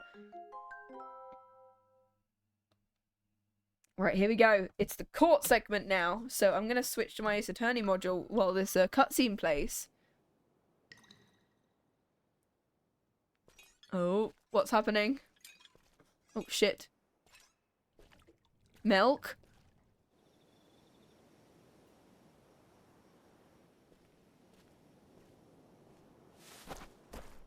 We don't want no fuss and we don't want to hurt you, alright?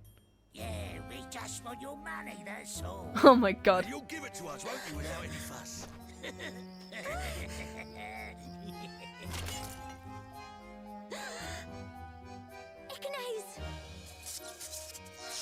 Ooh, okay.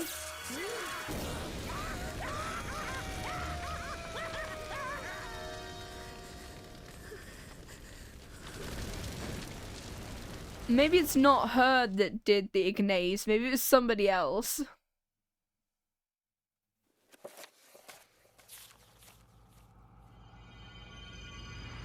Chapter 2, The Fire Witch.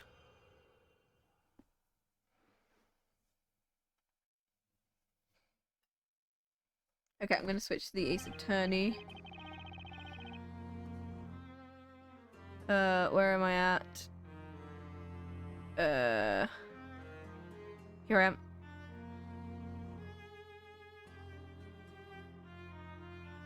There we go. There we go, we're gonna make myself a bit smaller. That works. Yep.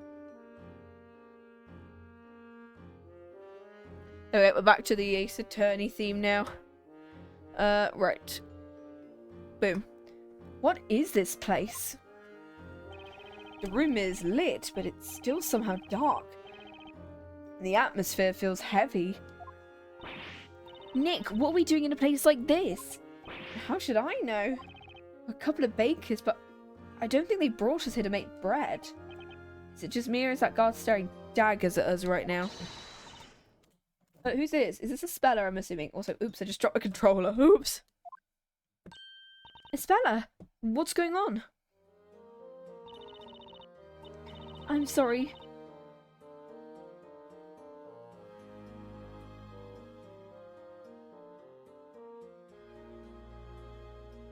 Give me a second.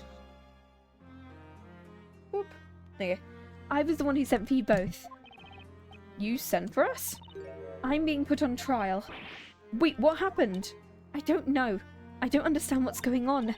I didn't do anything wrong. I couldn't murder anyone. Murder? I beg you, Mr. Wright. I need your help just one more time. You need my help? Oh my god, I'm sneezing. Oh lord, that was a big sneeze. Need my help? What could I possibly do? I'm just a baker. The only thing I know about law is how not to get on the wrong side of it. Oop.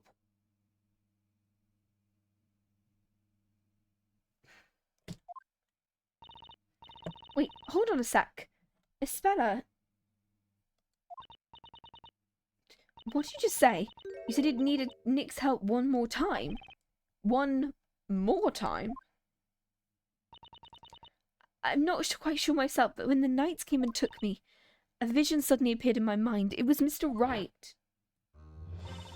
He was fighting me, defending me. The brave blue figure was clear as day. I was fighting for you?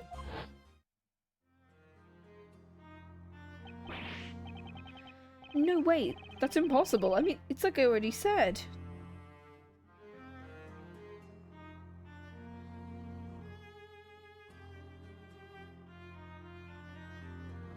Give me a second. Yeah.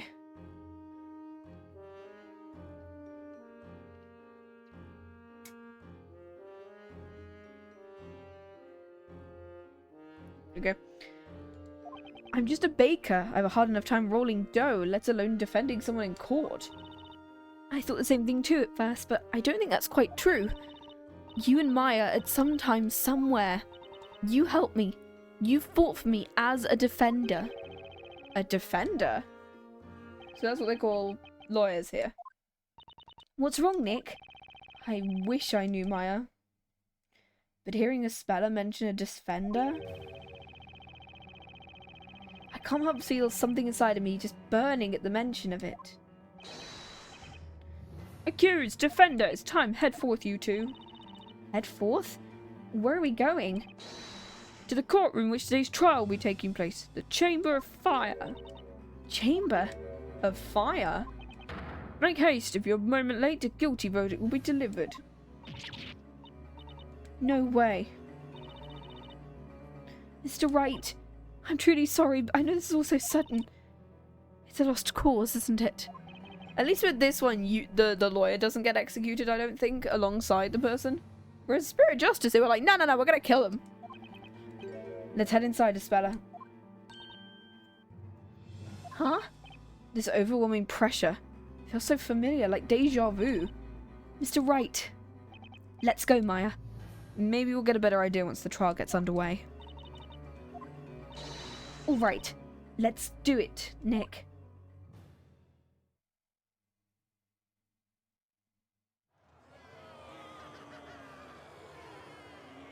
What is this heat? It's like an oven in here. I will now pronounce the verdict. This court finds the accused guilty of being a witch. Oh. No, I'm not a witch! Please, I beg you to reconsider! Holy shit! Witches are to be cast straight into the hellfire! What? No! Holy shit! This is the witch's court. Yeah, that's one way to... Oh, okay. How you feeling, Nick, after that one? What the fuck do you mean how I'm feeling, Maya? We just saw a woman get burned to death right in front of us and you're asking me if I'm okay? Jesus Christ! Isbella's going to die! Ah! I'd forgotten what this felt like up until now. The butterflies in my stomach and tension so thick you could slice it with a knife. These are feelings I'm definitely familiar with. We're here to fight for Espella and get her out of this place. That's right. The court Oh. is now in session. for the trial of Espella Cantabella. I love her name, though. Defender. To be fair, I vaguely used that surname for a D&D character once, except I changed a couple of letters. Because of the fact I wanted to create a dwarven warlock. Guess who's back? Hey, Nagito, how you doing? We are playing Professor Layton versus Phoenix Wright, and we are in our second trial of the game. So there is no investigation. One of our main characters, called Espella, is on trial, and we're about to hopefully not watch her die. We'll find out. Yes, Your Honor? Also, voice acting. Terrifying. What happens? Basically, both the Layton duo, so Layton and Luke, Professor Layton and Luke, and also Phoenix Wright and Maya have ended up in a town called Labyrinthia, which is like... Okay, yeah, I want to turn the music up a bit. I'm going to turn the music back up.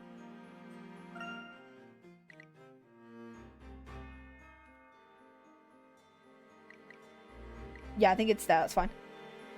We're gonna do the saves. Yeah, we're gonna skip. Yeah, so basically our two duos have ended up in a town called Labyrinthia, where puzzles rule all.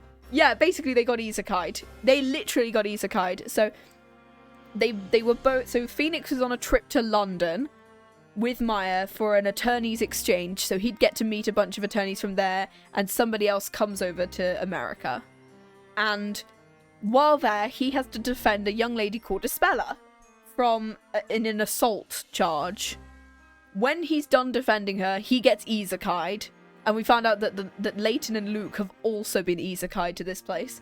Espella is now on trial again, but this time for murder, and so we've got to defend her. But for some reason, Phoenix and Maya both have gaps in their memory, where they don't remember a lot from before they came into Labyrinthia, which means someone has been messing with people's memories. Whereas Layton and Luke remember themselves coming in. If that, I guess, comes up. Yes, Your Honor? Yours is a face I've not seen in any past trials. But no matter. Start by stating your name, Defender. Yes, Your Honor. It's not all voice acted. Some of it is, like, not voice acted, which I've been doing. What have we got in the court record, actually? The case outline. Accused Espella Cantabella. Oh, yeah, by the way, this is the witch... There are no well, there are... For next case, there is an investigation phase. But for this case, there was no investigation phase. So, basically, there is story between the trials. So we went with Layton and Luke, to the Grand Archive to find out more about witchcraft. Because in this town, for some reason, people are getting accused of witchcraft. The use of witchcraft to burn 2 male victims alive. Just Espella, okay. My name is Phoenix Wright, Ace Baker. Yeah, for some reason they isekai'd him into a baker in this world. But he vaguely remembers being a prosecutor. Not prosecutor. He vaguely remembers being a lawyer. A baker? I asked him to come, my lord. I want him to represent me. Aww. This court dictates that the accused is free to assign a defender of their choosing, my lord. I forgot. Do they get, like, killed off like they do in, Spirit of Justice, with the idea of them getting the same punishment, or not? I don't remember. Very well. At any rate, the result of this trial shall not change.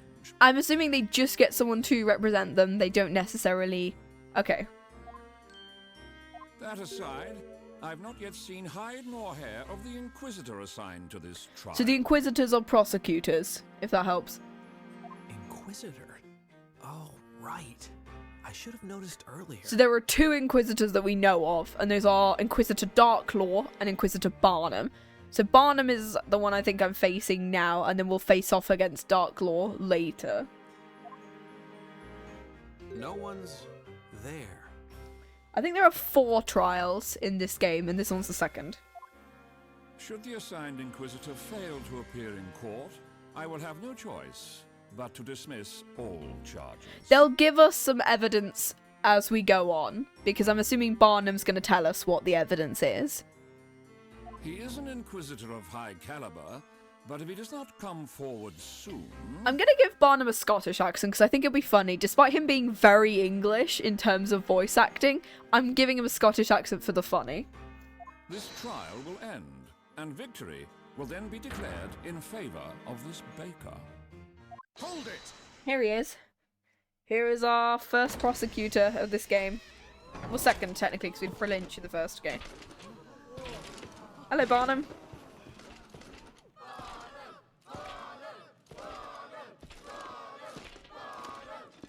He's a night boy.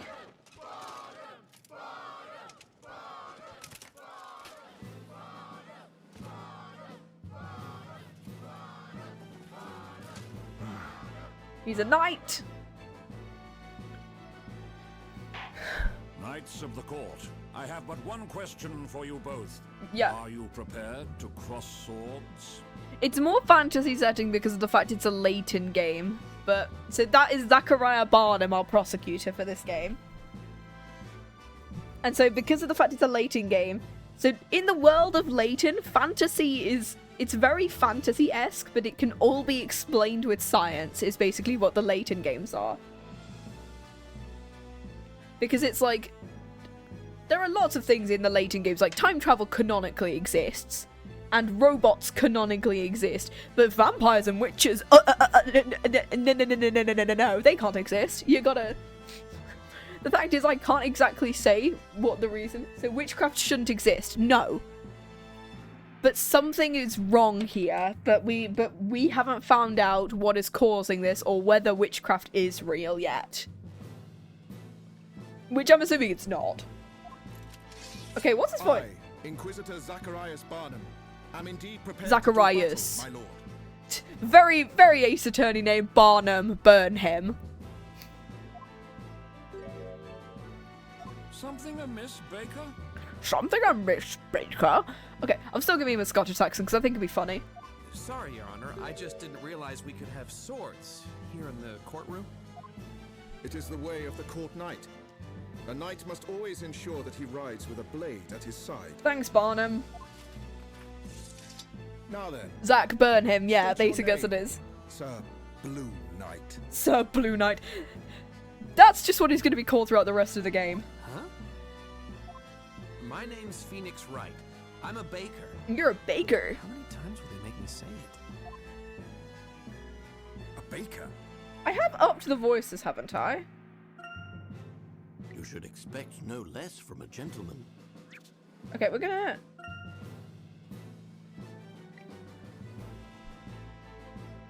Yeah, execution time, yay! Nick, quit with the long face. You look miserable. Well, I mean, we just watched a girl die, Maya. What do you think? No need to waste your breath. This trial will be over before you can utter a single objection. Okay.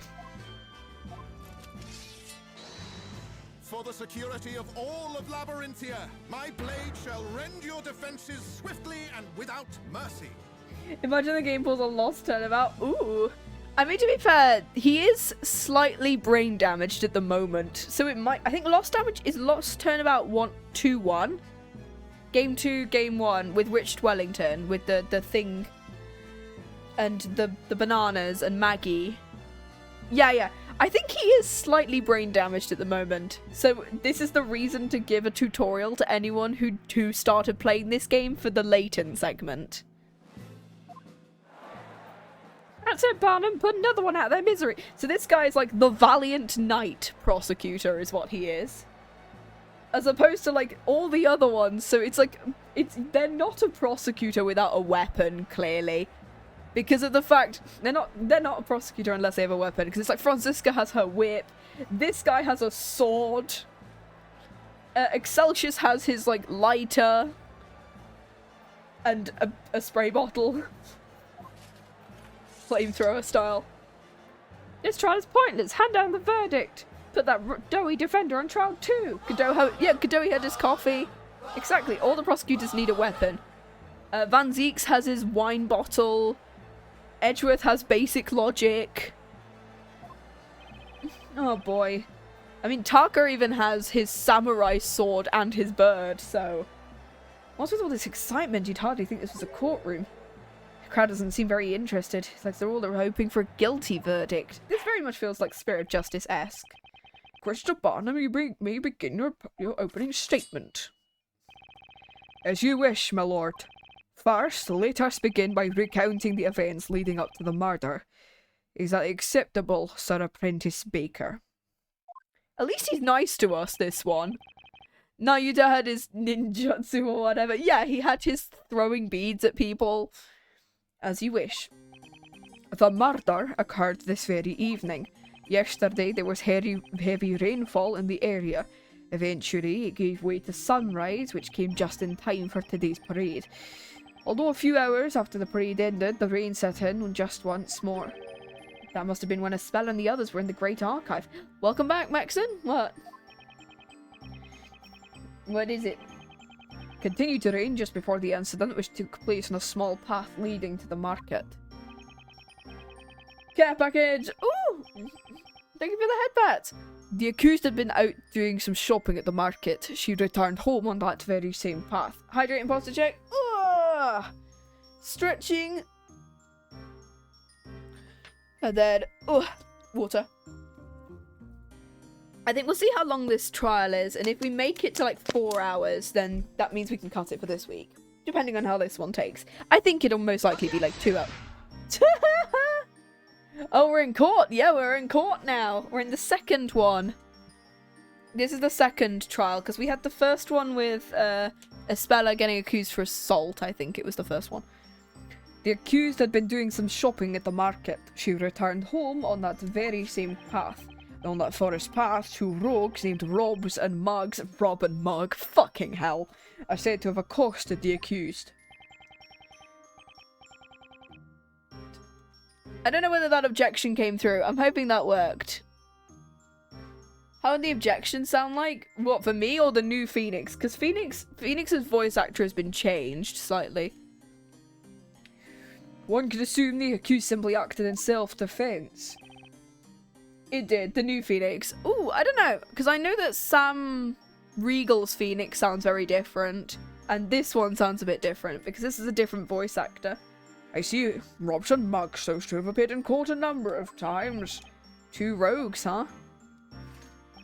So far, it may appear the accused was more the victim. The situation soon changed. That's right, the accused, Espella Cantabella, knowingly and mercilessly murdered her 2 assailants. Cantabella? That girl, isn't she? I always knew she looked suspicious. Phoenix is no longer voiced by C. I don't think so, because I know that the new Regal, I know that 4, 5, and 6, he's voiced by Sam Riegel. Is she in Cage? Yes. So just before we had this trial, we watched a woman burn to death. And that will happen to Espella if we don't save her. Have fun with that. That's that weird excitement again. Yeah, she's gonna die if we don't save her. I now believe we fully grasp what happened. Yeah, be cool. It's getting late, let us begin the trial. Inquisitor Barnham, you may now begin. Oh, and this also includes the, Chronicles thing, doesn't it? With the, they're pulling a Danganronpa on us again, yeah. We're pulling a 1-3 execution style on us. Yeah, we're doing like the Chronicles method of thingying is what we're doing as well, because of the fact that we have multiple witnesses on the witness stand, which is what the Chronicles does, and we're hoping to play that at some point. As you wish, my lord, the Inquisition will now hear eyewitness testimony regarding the night of the murder. Eyewitness, huh? Looks like this trial's finally getting underway. I can't back down now. I have to fight. I'm just a simple bread-making baker, having a simple bread-making life. So this is the point at which I said he just got bonked. How does the Chronicles work? Is it like regular Ace Attorney? Yes. It's like regular Ace Attorney, but with a different protagonist. So we play as a character called Ryunosuke Naruhodo, who is Phoenix's ancestor, and his journey to London to become an attorney. And so we get to meet his, like, and then we have, like, our side characters, Kazuma and Sasato, who are our assistants. Who are basically our assistants and mentors for now. And then we got quite a lot of, like, side characters in that one. Anyway. The situation's more twisted than a pretzel, and I'm smack in the middle of it. But I have to do this to save Espella. Let's see if I can untwist this testimony and put this thing to bed.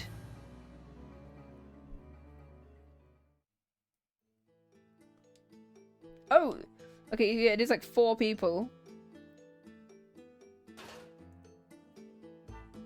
Ooh, I love the music! Allow me to welcome you all. Would you each state your name and occupation? See, that's your hold it from Phoenix. Wait a minute, what's going on? As I already explained, Sir Apprentice Beaker, this is the eyewitnesses. I understand it, but there are 4. Indeed, many people inside the courtroom could pose a health and safety issue. That's not quite what I mean. Is she gonna be the Myron game? She was put on trial twice. Ah. Weirdly enough, kinda, yeah.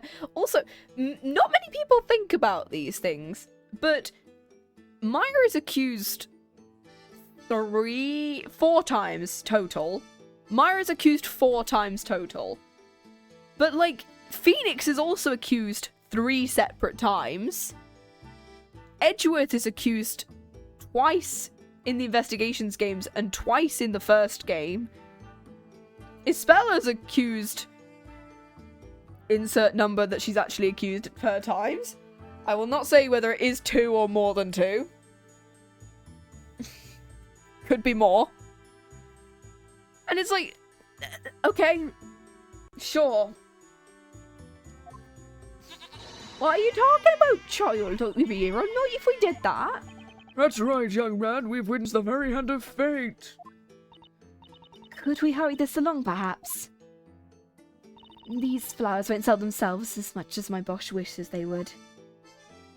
The path tonight is an arduous one, but I remain steadfast in my resolve as I travel down this long road. I shall not falter, I will be victorious. Who cares? Just question them at once. We already know the girl in the cage did it. Finish it already, Bubba. Barnham, Barnham, Barnham, Barnham. Okay. Witnesses, state your names and occupations. I am known as Wordsmith. But what is a name? How does one describe an occupation? Like the bubbling of a babbling brook, I flow gracefully around the rocks and debris, nary a worry in my mind. So I guess that means he's jobless. We only have 2 pieces of evidence for now, yeah. We will get more. My name is Mary and this darling kid is Snowy. Snowy often travels to the edge of town to sell delicious fresh milk. Milk like that doesn't happen overnight. I work my ass to the bone, squeezing each drop out. Literally. That sounds pretty frightening. I'm Kira. I'm a flower seller. If you'd be so kind, feel free to purchase one of my beautiful flowers at any time during the trial. There's no way I'll sell them all by morning. The life of a flower girl's so hard. Talk about a hard sell. My name is Nidal. I'm to join our town's order of knights. I study day and night, though I'm still but a mere squire. Joining the Knights of the Inquisition's my life's ambition, and I will do whatever necessary to join. So he's jobless too. Honourable witnesses, I ask you show this court your best when delivering your testimonies. Now tell us what exactly you saw. My suspicions on her, she's trying so hard to sound like she's a flower seller. Yeah, it's like she might be a flower seller, but she might also be a witch. We're trying to figure out who a witch is, basically.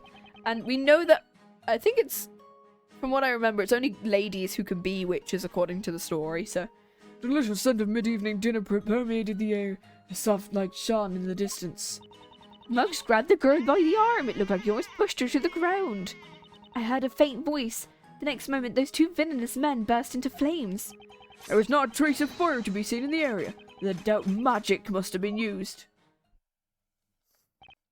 Magic? Sir Apprentice Baker, you might begin your interrogation. I have but one piece of advice.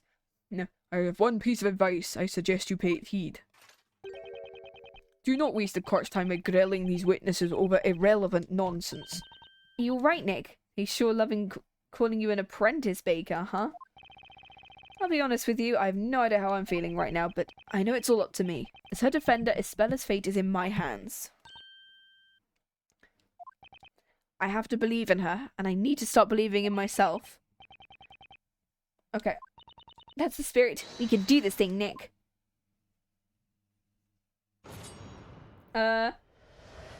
There was no fire in the area, that's why we thought magic happened. I'm assuming it means that there was no fire, like, besides the magic.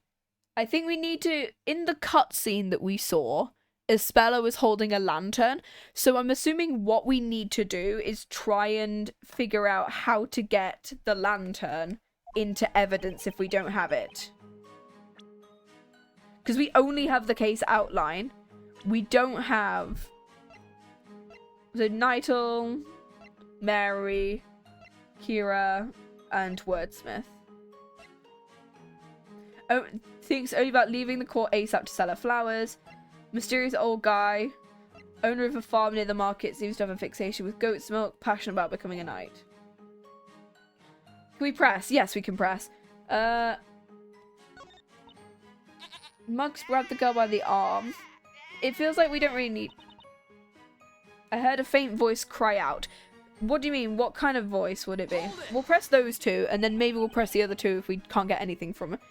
Whose cry did you hear? It was the accused. It was Espella's, no doubt about it. Do you know Miss Cantabella? Everyone knows her. Her name's pretty familiar. I wonder why that is. After hearing her cry, I turned around and that's when I saw it. The two of them being swallowed by the flames. I've never in my life witnessed another sight so dreadful.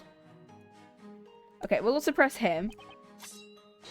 Because it's going to give us magic. Isn't it a bit premature to assume it was magic? What absurd statement. Say what? Think about it, the names were engulfed in flames, the blink of an eye, Not a single trace of any other fire source to be found, not a trace. Okay, so we need to figure out whether we can find the lantern. There's only one true explanation as to what caused the inferno. Let me guess, magic.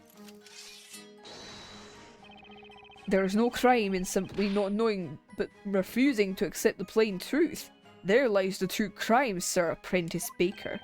That's quite the crime indeed. It doesn't matter, I need to find a contradiction. Espella can't be a witch.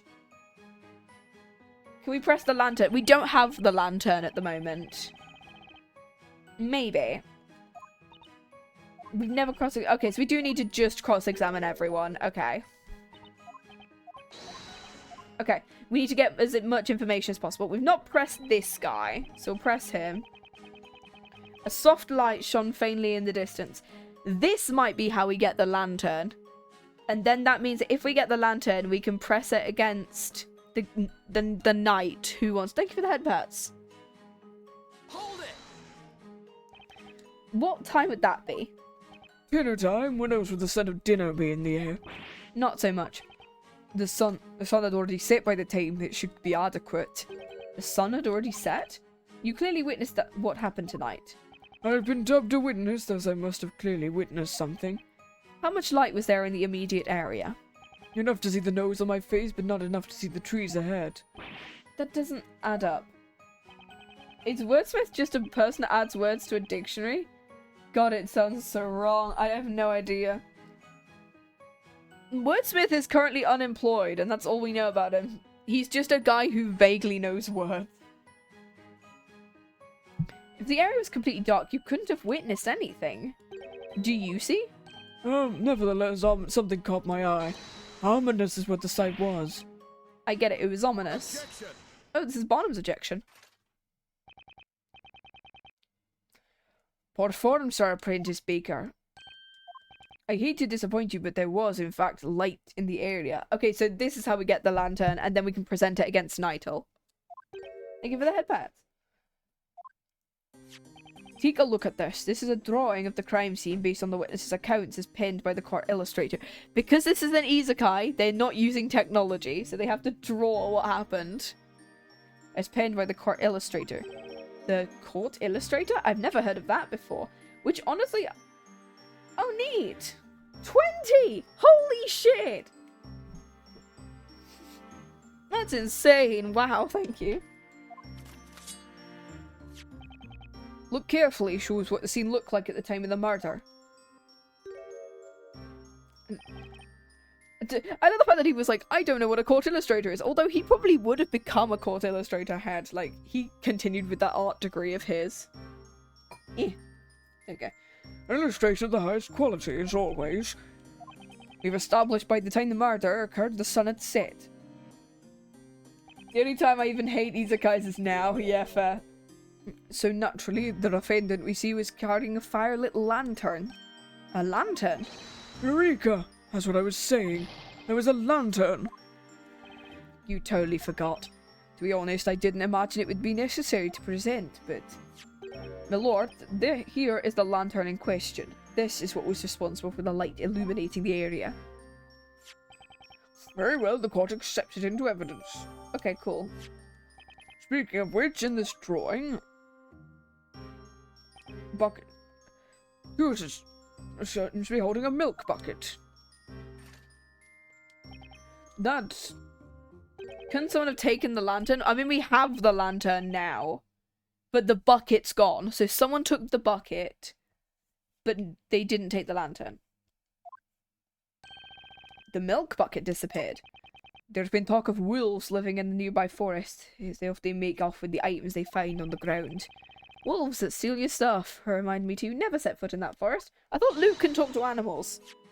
This is great. We've got new evidence now. I guess you're right. Nick, you don't really look like some normal run-of-the-mill baker. I'd say you're more like a somewhat articulate run-of-the-mill baker. The bucket, you need a container for the flower pots? Oh my god, did Kira take it for the flowers? Which would then prove she went there and she took the bucket, which means she would have been at the scene. I think you have a knack for being a defender. There's a clear contradiction and I'm going to find it. It's not... What's she... She's got a... No, she's got... It was this one. It should be... And then we present the lantern against him. Objection! Yeah, there we go. So that's his objection. What's the matter, defender?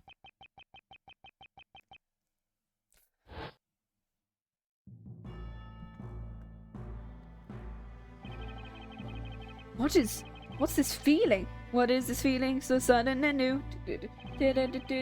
I feel like I just felt the urge to shout out right from the bottom of my lungs. I feel like Elle doing with Kira's the culprit while pointing my finger. Phoenix, I forgot what I was about to say, sorry. Lost turnabout flashbacks, yeah. I mean, to be fair, Kira is the only young woman in that lineup who looks like to be about Espella's age. I remember everything. He's just like, objection! Yes? I forgot what I was about to say, shit. The Legal League of Attorneys Exchange, Espella's trial, and that strange book. That's why they were after. Objection! I'm glad that that's being used now. There's also pipes, which I don't know what to do with, but that's just going to be there now. This feeling, I feel like I can take on the world. Witness. Oh, he's got a wooden shield. Phoenix, nah. What's with the sudden pointing? Are you assumed to be a member of the Honourable Knights of the Inquisition, or you accept your challenge, have at you? You say no fire was present at the scene of the crime, meaning the defendant must have used magic. Unfortunately for you, that's not the case. What do you mean, Sir Apprentice Baker? What I mean is the defendant was in fact carrying a lantern containing fire. Someone play the objection sound every time Phoenix says objection. Oh my god. These two rogues were actually burned by the flame that was inside the lantern. That is the only logical explanation.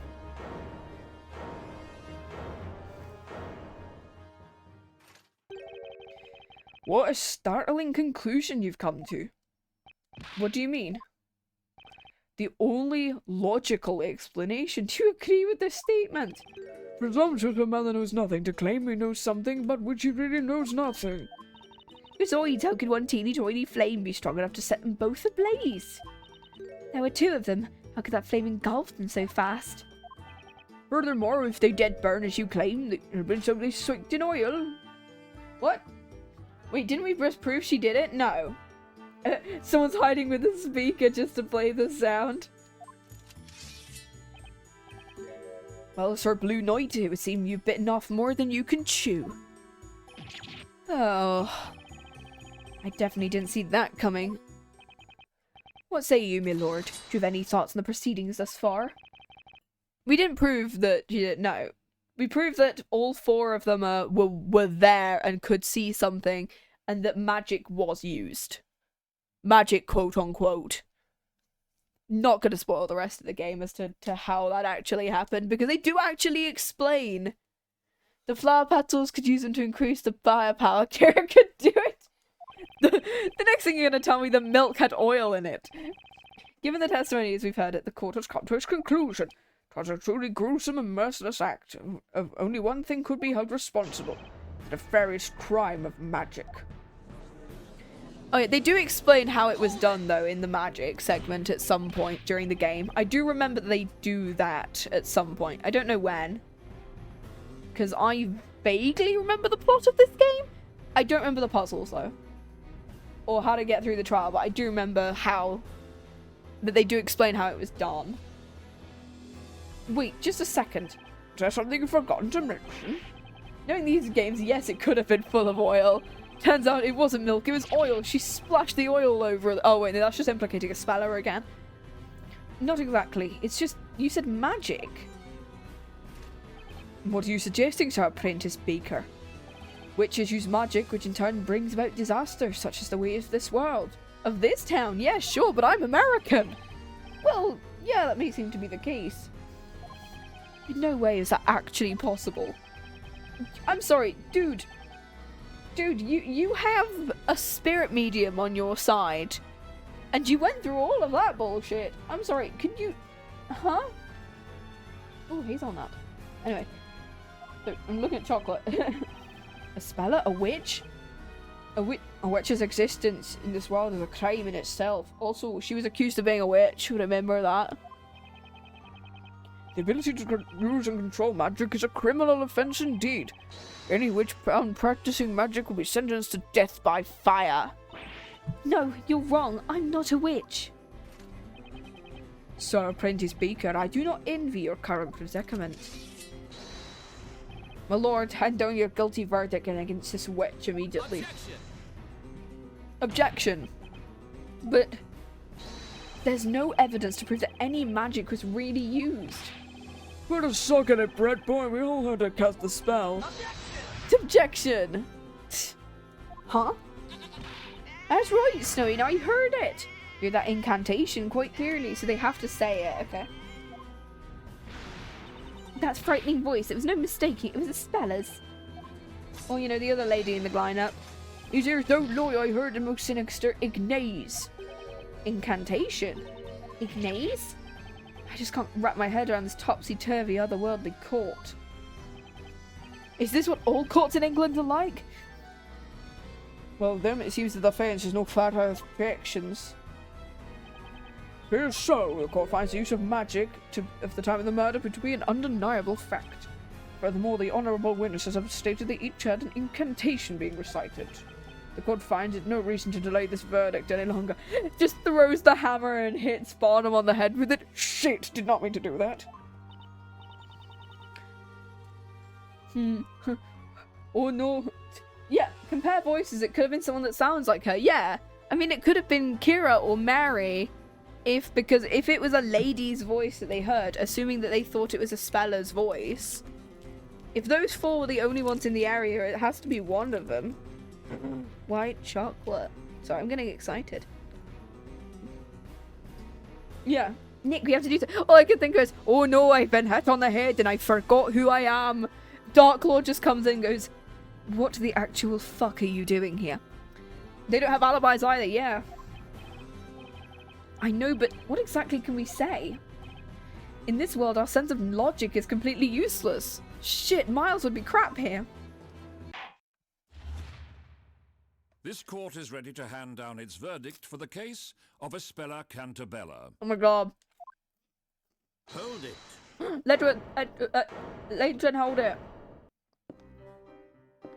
Oh, his theme. Oh, Your Luke. Honor, I request that the court hold its verdict a moment longer. Yes, dude. What is the meaning of this intrusion? Yes, Layton.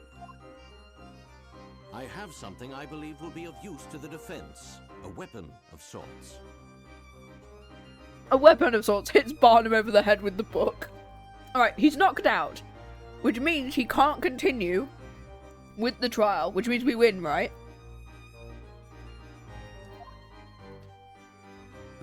That's... The Grand Grimoire. All of this world's magic is contained within its pages. Okay. Without it, this trial cannot reach a satisfactory conclusion. the Grand Grimoire. Yeah, that's got the magic stuff in it.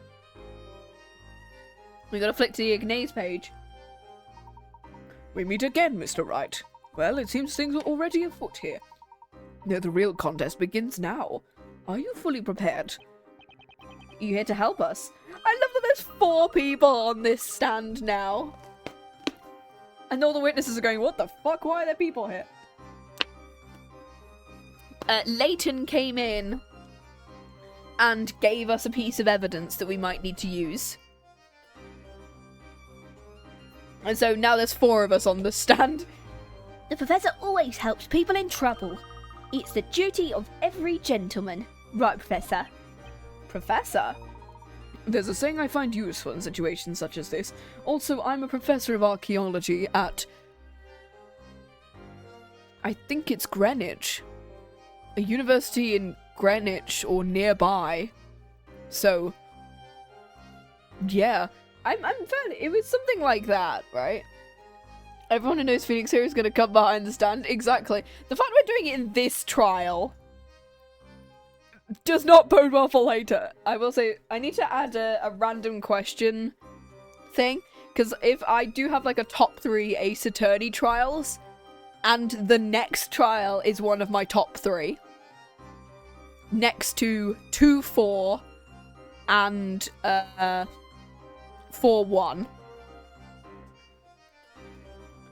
That's all I'm going to say. So the next trial after this one is one of my top 4. Which is very exciting. There's such a saying I find quite useful in situations. There is a time for words and a time for action. 4-1 is the first Apollo Justice case. Turnabout Trump. The one where somebody gets killed in a game of poker. And we discover, like, numerous people that we knew beforehand. And turns out that case is the most important one in the entire game, yeah? And technically, because it connects to, like, some of the other cases. Because we really did not know anything about what happened. Like, because the defendant is just not telling us anything. There's a time for words and a time for action. Right. You've been working as a baker in this town up until now, haven't you? I must say I'm a little mystified. I've expected you to be more familiar with this world and its system of magic. How can I put this? I guess that's not quite the full story. Is that so? I kind of had an epiphany. I remembered all sorts of things, like how I'm not actually a baker. And, well, how magic can't really exist. What evidence was it that Layton gave us? The Grand Grimoire. So that's the book that we looked at just before this trial. So we've not got it yet. But the Grand Grimoire connect... The Grand Grimoire... I don't know whether it's in here or not. It's this one. It has all of the magic stuff in it. So we'll be able to look at all of the magic stuff.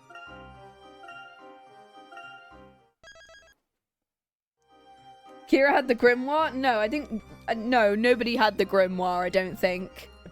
So, we'll get explained as to what the grimoire is. It basically contains what the witches do, rather than the witches don't need the grimoire. I'm just gonna accuse her? Good. I know who did it, so I'm just kind of going... this is really funny. Then it would seem I was correct about you, Mr. Wright. You are not, in fact, a citizen of this town. Right, at least it seems that way. For now, we have no option but accept this world and its rules as a reality. Without first understanding these rules, I'm afraid you will not be able to save Miss Cantabella. Putting an L on her, yeah. But things like magic only exist in fairy tales and make-believe, except I can, like, channel spirits. That doesn't count, right? What? I'm afraid it would seem magic does in fact exist in this world. Such a truth cannot be denied. I thought you were English. Like, does magic just not exist in England? No, it's just this particular place. And that one town that I also went to. That turns out it was just a really bad gas leak and we were all hallucinating magic. Although, I would be funny if that was what it was as well. Wink, wink, nudge, nudge. I'm kidding now. That's why the Grand Grimoire is a weapon well suited for the witch trial. At the moment, you're tantamount to a knight without a sword. I have one!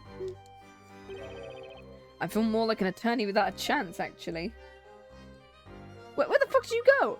Right then, I'll explain how it works. Where did Layton go? Okay, there we go. Have a look at the screen, you'll see the Grand Grimoire button.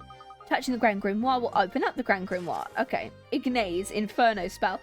Summons a circle of flame within a 1 meter radius of the caster. Requires an incantation and a scepter to cast. I feel like this is just D&D. It technically isn't magic, it's more like possession. I mean, yeah, but you're able to present spells. Okay. So that's going to come up later as well with, like, what spells that we have in our list. Trigger. What, D&D? I want to play a sorcerer next. That's in my last. The one I'm making at the moment is I'm playing an Air Genasi sorcerer called Aurora. So I'm hoping to play that at some point, which I'm very excited. I've gone ahead and bookmarked the spell Ignace. Okay. Shut up. Okay, cool. Ignace, that's the magic spell of all the witnesses they heard, right? I decided to play as an arcane trickster rogue. Ooh! I'm playing as I think it's a storm sorcerer because I want them to be like really like ice and wind and lightning and stuff. You should take a look at that spell because the whole point is that the group meet by all getting sucked into a magic artifact together. Like these people who have no idea who each other are, they're all just like searching at a shop together.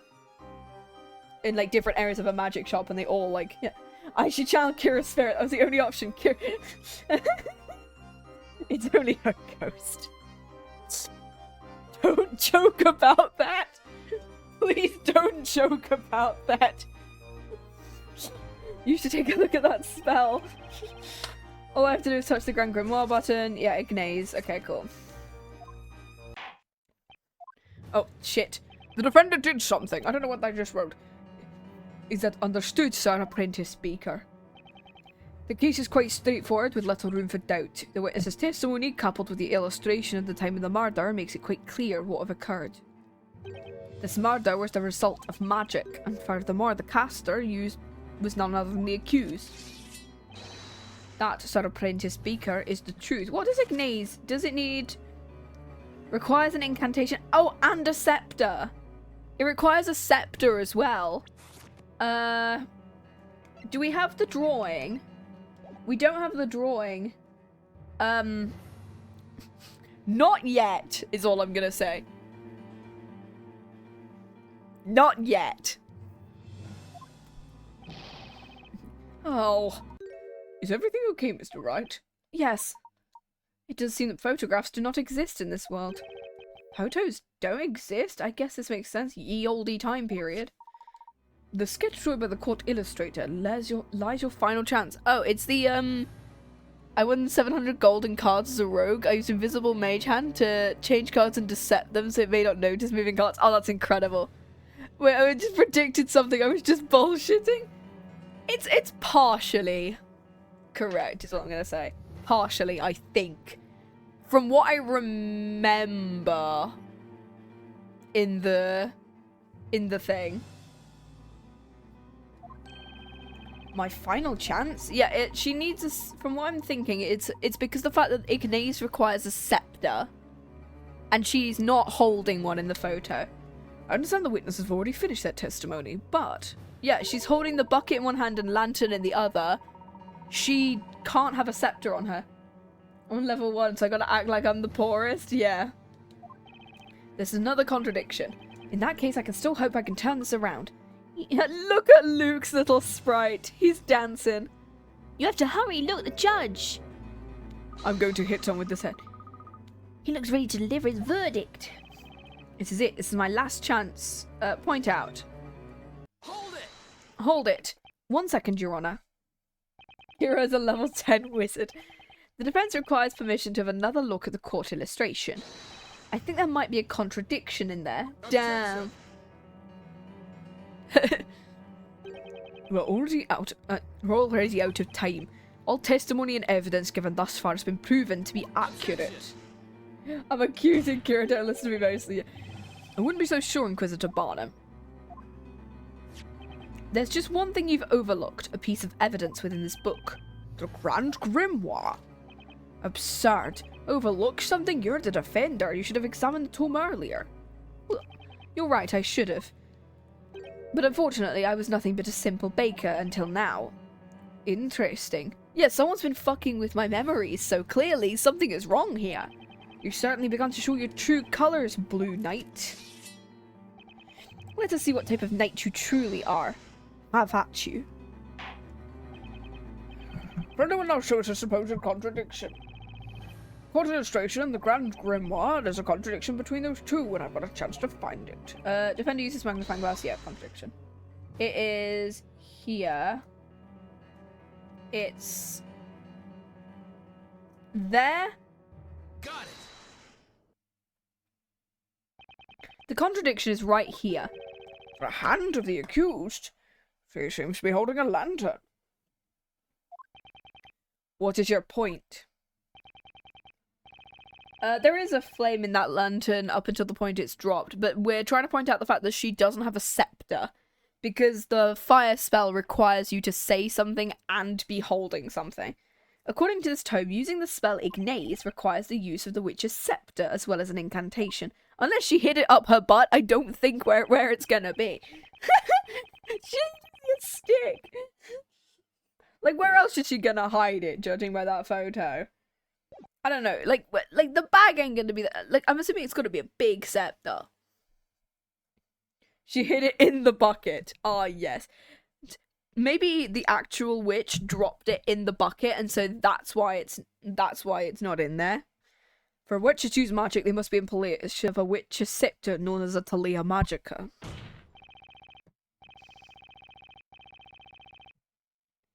Give me a second.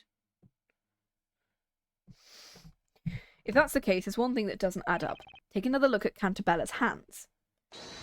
Tell me, do you see the witch's scepter in either of them? Like, minor levels of inconsistency, yeah.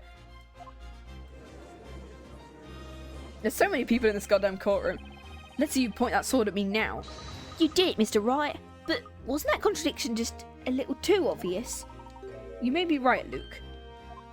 It would certainly appear the good Inquisitor is taking this particular oversight rather too well. Honestly, he's doing a great job, Barnham is. I like him. That is correct, Sir Apprentice Beacon, but you should not underestimate me. This is perhaps your very time seeing this item, is it not? Right here is the scepter you mentioned. One of the witnesses found it tossed in the shrubbery on the side of the path. There's a red one, but there's also a silver one. What's the silver gem? Yes, it was I. My feet found themselves ensnared and sent me flying through the air. Somehow, I'm not surprised to hear you fell, Gramps. The scepter does seem to carry a more sinister air. Indeed, my lord. However, the scepter will only work while in the hands of a witch, with the incantation being said aloud. That's too bad. I want to try lighting some stuff on fire. Please don't look at me when you say that. There are 2 magic gems set in the scepter. Magic gems? Looks like a red one and a white one. These gems each contain a particular magic spell. Shrubbery is like a bush. Like a bush or a hedge is what shrubbery is. Like small, like kind of small plant. Like, yeah, small thick plant. Shrubbery, bush, hedge, that kind of stuff. Yeah. By simply looking at these magic gems, one can easily determine which magic spell can be used. Quick, look at this page. This is gonna be the white one, right? Okay. Is that the red magic gem? The red gem you see here is the spell Ignise, and if you look carefully, you should notice the scepter also has one more spell that can be used. One more? That must be the white gem. Right, I found it. Here's the spell for the white one. Demir, Vanishing, causes anything the caster touches to vanish from sight. Simply chant Amir to make it reappear. Oh, I remember this. Who in this courtroom is connected to plants again, Kira? Demir, okay. Causes anything the caster touches to vanish from sight. So they would have made the scepter disappear. Okay. So you managed to work it out in that trusty head of yours. Huh, it can't be. The reason the witch's scepter couldn't be seen is because the magic spell Demir had made it disappear. What's he doing with that? He's doing a... Okay. He really is doing a Baroque von Zeeks thing. It's not Baroque, it's Baroque apparently. And I was like, I've been missaying his name the entire time. That's right, in other words. The accused conjured a cowardly spell to camouflage her use of magic. No. Order. Inquisitor Barnham has submitted the scepter into evidence. Hold on. Is there a problem? I understand this is a witch's scepter. Whether or not the scepter is in... objection. Whether or not the scepter was in Miss Cantabella's possession has not yet been proven. What are you talking about, Sir Apprentice Beaker? Isn't it obvious? I'm talking about fingerprints. Speaker boy, play the sound. Supposing Cantabella did in fact handle the witch's scepter, her fingerprints should still be on it. Oh, and because of the fact that there's no fingerprints here. What?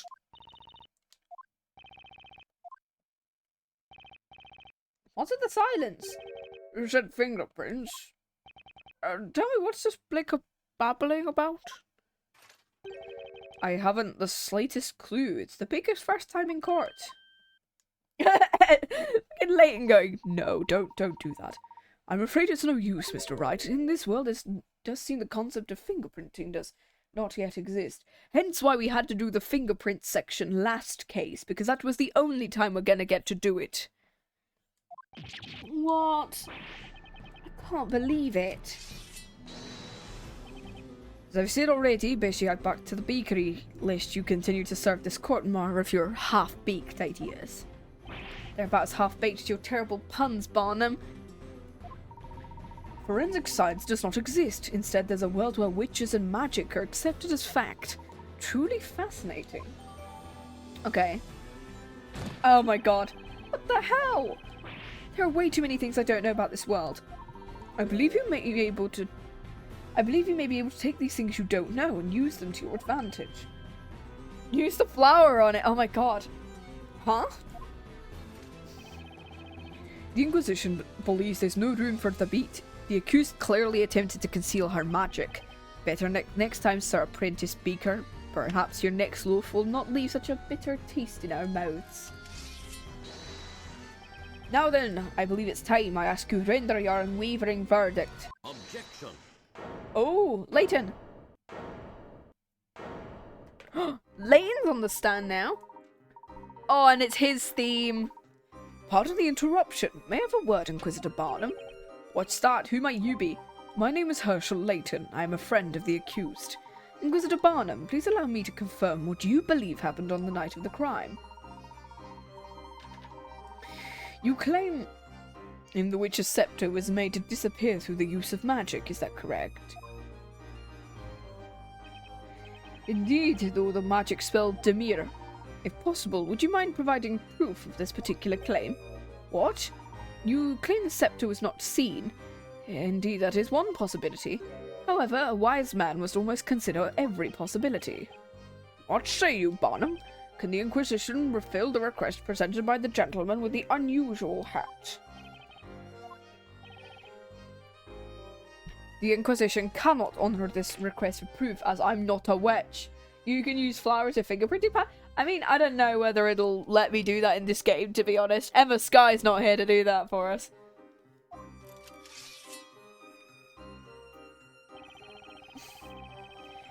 You're asserting the accused is not a witch. The burden of proof lies at the feet of the defender. It's the Inquisition's job to prove that the crime was committed. As I thought, it would appear this accepted method of thinking in this world differs greatly from our own. They all appear to be fucking stupid. A regrettable beaker and you, Sir Dark Hat. Oh, the witnesses are all holding it. Inquisitor Barnham, should you require, I stand ready to lend my testimony. Would anyone care to purchase my pre-testimony flowers?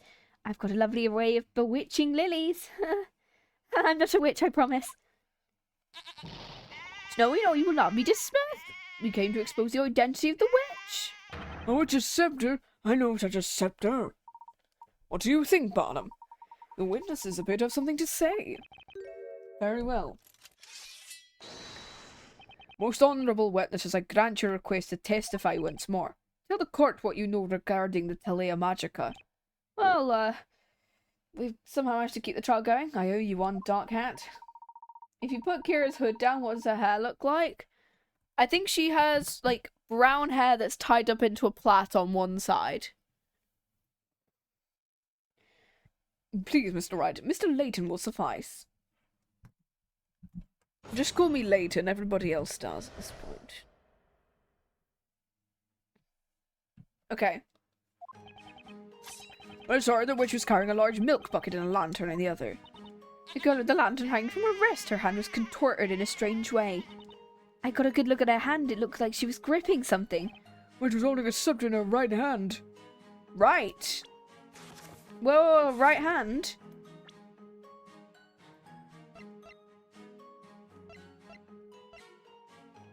Where's the drawing?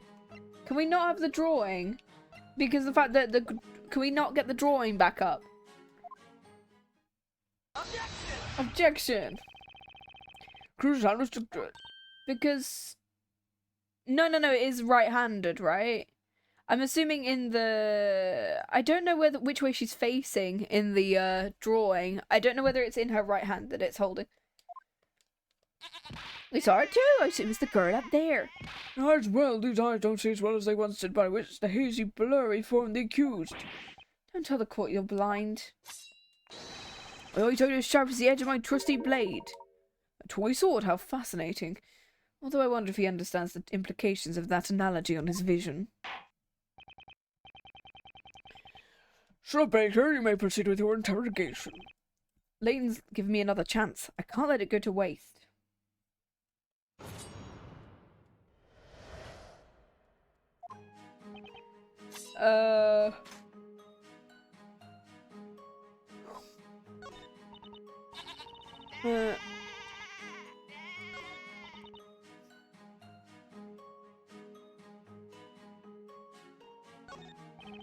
It's this one, I think. I'm gonna do a stupid thing. I'm gonna save here.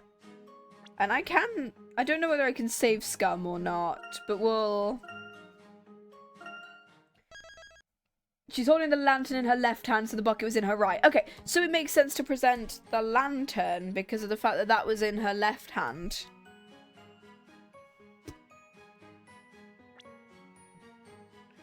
We'll go with this one. She didn't drop it once, but if she dropped the lantern as well, if she dropped the lantern, then surely she would have dropped the scepter, because if she had the scepter in her hand, it would have just bumped against the scepter. Objection! Okay. There's a high probability Cantabella was not holding the scepter. But if for the sake of argument she had been holding it, she would have undoubtedly dropped it at the time of the incident. What do you mean? What I mean is, Inquisitor Barnham, is that the lantern proves the defendant was not holding the scepter. What foolishness are you spouting? The lantern's handle was around the accused's wrist. Yeah, but if it was around her wrist, she wouldn't have dropped it. Objection! Yes. You're right. Well, meaning she could have held the scepter? I'm afraid that's not the problem here, Barnham. The problem is with the broken glass and the mud plastered all over it. What? The rain had just ended as the murder was taking place. That would make the path fairly muddy. When the thief grabbed Miss Cantabella by the arm, the lantern must have fallen into the mud. The lantern fell into the mud? Of course, it makes sense. Well, what do you say, Inquisitor Barnham? If she was holding the scepter at the time, that would mean that when she dropped the lantern, the scepter would have fallen along with it. What's going on? Inquisitor Barnham seems speechless. Ben's managed to turn it around, even though he's some baker. No way! Barnham! Barnham! Okay. What is this? Oh! Oh, she's not happy. Oh, you might be right. One moment. Everyone please listen. Didn't we all just stand here and explain to the court what we clearly saw? Girl. Honestly, this jury needs to shut the fuck up. It's a lantern, so what? What's it special? Explain it to me so I can understand. So you can... It's pretty obvious just by looking at it. Mr. Wright, what is it? There is something about this witness. Miss Kira, was it? Tell me, how good is your eyesight? Huh?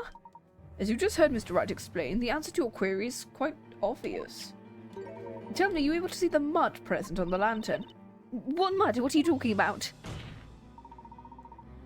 She could have made it look like the defendant? Maybe, because if she was just in a shadow... Your Honor, did you hear that? Yes indeed, what does it mean? Miss Kira's poor eyesight is the reason she cannot see the mud present on the lantern. In other words, the validity of Miss Kira's testimony is questionable at best.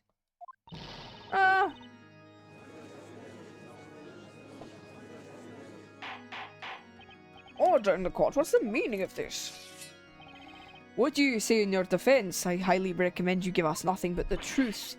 I'm sorry, Barnham. It's true, I need to wear glasses all the time, in fact. Oh my god, me. You need to wear glasses? Actually, I did notice something odd about you today. I thought I looked familiar. God's a mist clouded my mind. In its place, clarity. Fair maiden, a pair of spectacles as valuable as a shield to a knight. Make haste and procure another pair. Now, Miss Kira, tell me, at the time of the incident, were you wearing your glasses? No. No, I wasn't. I lost my glasses a couple of days ago. You lost them? The glasses were missing during the time of the incident. My BS was correct. Hold on now a minute. Mr. Wright, may I recommend you keep using note of this fact? It could prove useful later. Got it. Okay, she lost for a few days. Okay, so if we find them, she's the witch. Why to believe there's nothing left to prove? At the time of the murder, the accused did not have a witch's scepter. Oh, this is Mary. Just a moment, Snowy, I have much more to say. As more than my trusty sword of justice, I'll cut through this witch's treacherous lies. I may have lost my glasses, but I haven't lost my will to testify. Don't eat it. Turns out it's deadly nightshade. No, dies.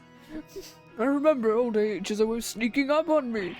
Yeah, I understand you're completely ridiculous. Would seem we've not yet arrived at a clear-cut verdict. Witnesses, you may once again begin to testify. Tell us about the scepter and how it was used in the detestable display of witchcraft. The flower's a mimic. Okay. The girl was not holding the scepter in the same hand as the lantern, which means it must have been in her other hand. The accused is holding a milk bucket in the court illustration. Who's to say she wasn't also holding the scepter in that hand? Give me a sec. Okay. Milk bucket's lighter than it looks. Even Snowy could carry it. She could have easily held the scepter. I did not see this milk bucket. Everything feels like an illusion. You're literally playing Nugget Dare in D&D? Oh my god, yes. Scepter was in her other hand. Sir Baker. Yes, Your Honor. Strangest thing, the longer this trial go on, the more you seem to resemble a legitimate defender. Huh? So there are actual defenders, but they're just not good at this. You may begin your interrogation.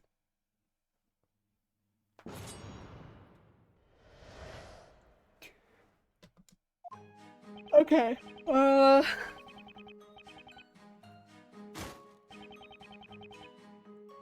Must be near the hand. Okay, which...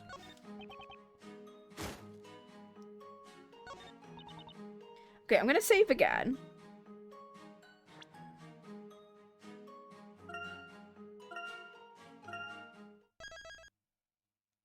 Add time, oh no.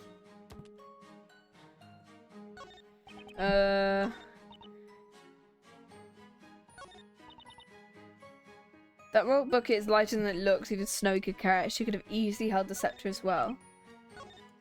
I think we'll press on Kira and we'll press on Mary. Hold it!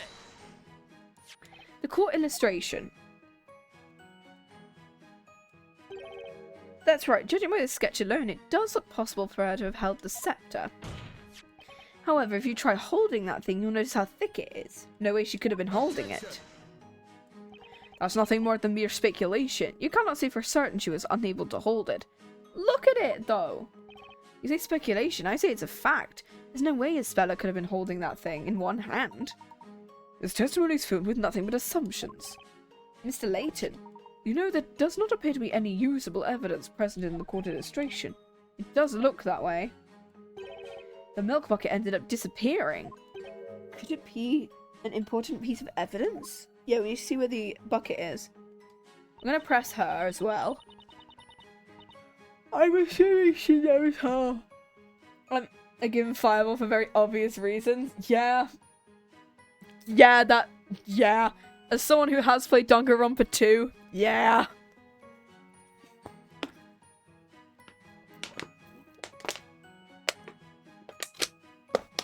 There we go. And also, I'm hopefully going to be playing Danganronpa 2x2 at some point this year, so we will hopefully get to see either a bit more of Nakito, or whatever chapter he decides to, I don't know, live or die in. We'll press her as well, I think. Hold it! Just 1 second. What is it now, Snowy? No, you don't have all night. I just have one question regarding your testimony. How exactly did you know the bucket was Cantabella and was light enough for Snowy to carry? Oh, well, the girl always uses the same bucket whenever she comes to buy milk from us. I would have seen the bucket countless times before, but she wouldn't know how much it weighed if she's only seen it. You've seen it countless times. That doesn't answer my question. You specifically said it's lighter than it looks. Miss Mary, at some point tonight you must have held that bucket yourself. Now, please enlighten us to how exactly when you got your hands on the bucket. It's true, by that time the robs and mugs had already been burnt to ash. And then, I noticed the milk in the bucket the girl had been holding in her hand. The milk? Then when those two had been at blaze, Snowy and I made a dash for the bucket. As the girl stood there looking confused, we took the milk from her to make sure it was okay. Huh? Unbelievable. Wetness, you? It was so wasteful. Think of all that disgusting ash falling into such precious milk. I felt I had to protect it, so I took the bucket back to the farm. Do you mean to tell the court you took home evidence from a crime scene? That explains why we were able to locate the milk bucket at the scene. You're scaring poor Snowy. Here, I brought it with me anyway. I didn't even tamper with it.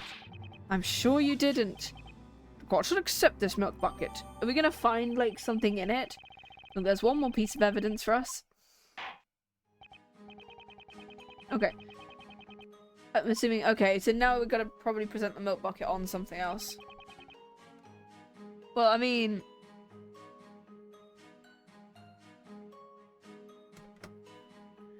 let's see what...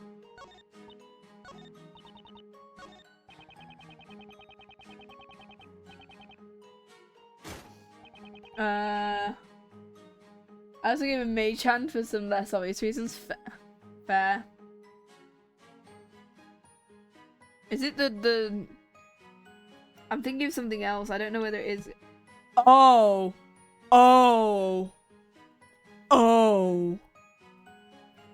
I know why you gave him mage hand. Oh, God. If it is the thing... If it is the reason why I think it is...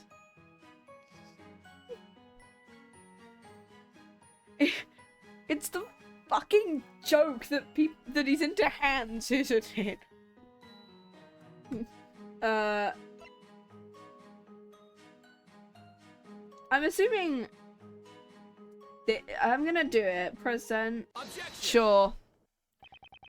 Yeah, okay, yeah, it is the reason. Okay. All your testimonies have come to the same conclusion. The scepter was not in her right hand, therefore it must have been the left hand which was holding the bucket. However, that's not it. Not by a long shot. What do you mean? Contrary to one of the witnesses' statement, the milk bucket was in fact at the crime scene.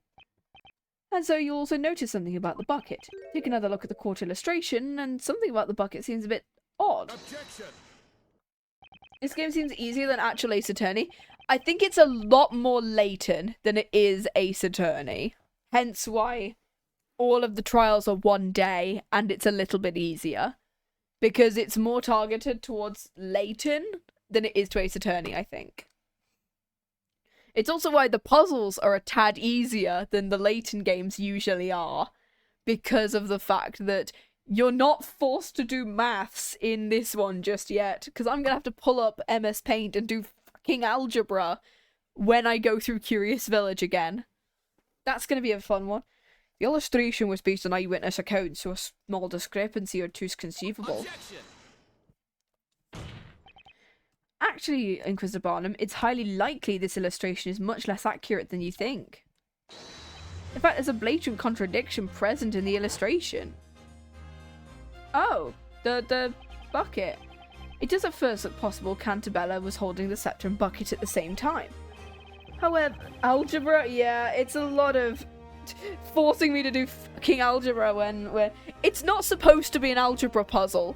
You can do it a lot easier, but I, as the stupid person that I am, decide to go, I have a degree, I can do maths, and then go, no, I can't. If you look at the real milk bucket, the possibility goes up in smoke. Take a look at the real deal. Notice the handle. That cannot be. But it is. The particular milk bucket has two pieces of wood on either side of the handle. If you were to try and hold both the scepter and this bucket, it'd be a challenge, to put it simply. There's no way anyone could hold both the bucket and scepter at once. What? That must mean clearly you have the wrong bucket. We never lie when it comes to milk. That's the very bucket I took. Oh. It looks as if the witnesses are surprised about this as Barnham. The defendant couldn't have been able to hold the bucket and scepter at once. Also, we've already established that she was not holding a scepter in her right hand. Therefore, the defendant, Mrs. Espella Cantabella, was not holding a witch's scepter at any point during the incident. Order, I say order. Yeah, Kira has been quite quiet compared to the rest of the three. What is the meaning of this? In all my days as judge of this court, I've never heard of such an argument. They're but a paltry set of words, and yet they ring with such remarkable strength. Your Honour, what you just heard was logic and basic. Logic, you see? Fuck, I don't have any of that.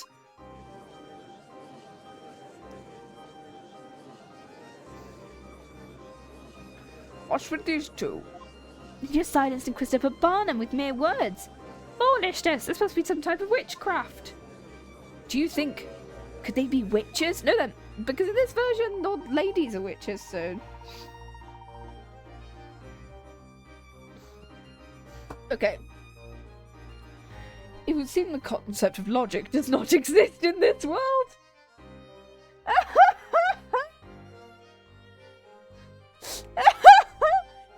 Get him, Layton.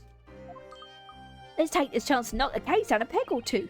I'm worried if we keep this up, we'll all be joining Espella in a one-way trip to the flames. Objection. They're all dumbasses. Oh, I'm gonna throw something. Oh, no, it's just my fist.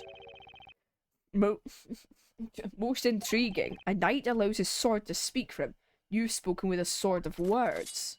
Isn't that your fucking point? I too shall wield such a blade. Throws his sword into the back wall. What do you mean? There appears to be a hole in this logic of yours. A hole? According to the earlier testimony, it was believed the accused had the lantern hanging from her wrist. However, she has supposedly dropped it, hence it being covered in mud.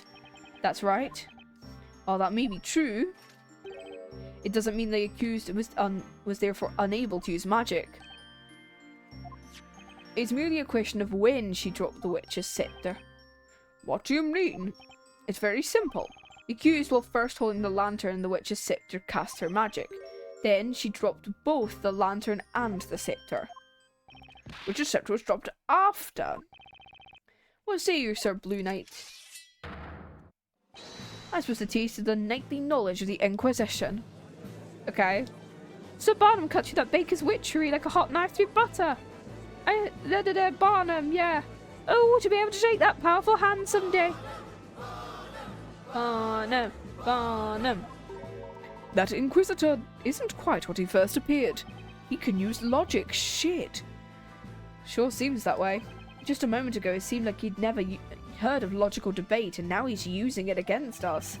This guy's no joke.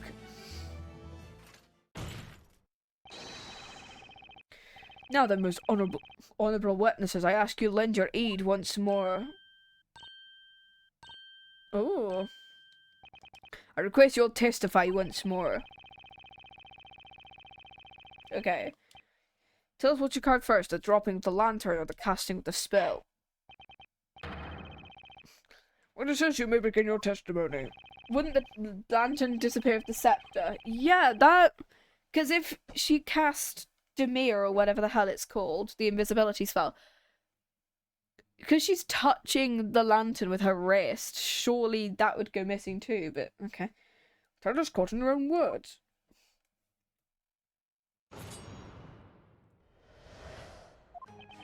The lantern fell to the ground with a cantonation of Ignace. Sploosh. Why is sploosh the lantern noise there? Surely it'd be crash with the glass. I'm sure Snowy's right. I made sure to keep my eyes peeled on that milk bucket. How can you show the lantern fell just because it has a little mud on it? These eyes don't lie. I saw the lantern in the accused's hand. I love this emoji. Thank you. It's a stupid one that I made like a little while ago, and I was like, yes, I need to put it on here. Thank you for the headbats. I need to make more like animated ones at some point. Their testimonies are all over the place now. Stupid things are the best. Yes. The 4 testimonies are more interesting. The witnesses all saw the same thing, and yet people's memories can be evidently quite fickle. They can never be a truly reliable source. That's why I'm the best. Hell yeah. At least this prosecutor's gaining some brain cells. Exactly. Well then, with enough poking and prodding, but we can use their testimonies to crumble. Of course, we need to exploit their fickle memories to turn this thing around. We've got this, Nick. We'll press them so hard they won't even remember what they had for breakfast. I can't even remember what I had for breakfast, to be honest. Now, Sir Baker, you may begin the interrogation. Okay. Oh no, they're evolving. Okay, of course, I'm gonna press this one specifically because I don't get what sploosh is. Hold it! The lantern fell after the incantation. Are you positive? And you'll be leaving now? Have fun, Mexan. I'm entirely positive of the positive. I heard a voice that sploosh. That sploosh was the sound of the lantern. Indeed. But if you look at the lantern, you'll notice the glass is shattered. Oh, I love those emotes. Could we present the milk bucket maybe because it seems like they're describing it? Yeah, it feels like either we're going to have to present the lantern or we're going to have to present the milk bucket. It's one of the two. If you look at the lantern, you'll notice the glass is shattered. You specifically said you heard a sploosh. Shouldn't you have heard the sound of the glass shattering? Sound of glass? No, I'm afraid I failed to catch your drift. Oh! There's our new mechanic, which is somebody has realized something. I was present in an area a bit further away from the crime scene. I have no recollection. No recollection? Precisely so, I'll have you know. I can easily hear a dog barking across town. Don't underestimate my hearing. I wasn't relaxed, Grandpa. There's nothing of interest in the testimony. Will the witness with the goat please proceed with hers? You mean us? You startled us.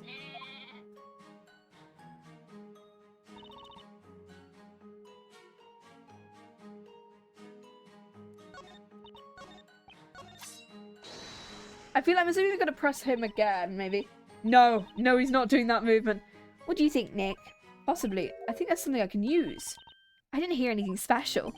There's definitely something out of place about that one witness's testimony. This piece of music gives me Chronicles, because they use the harpsichord a lot in the Chronicles. Especially this piece, yeah. If there was something I haven't noticed from any of the other witnesses so far.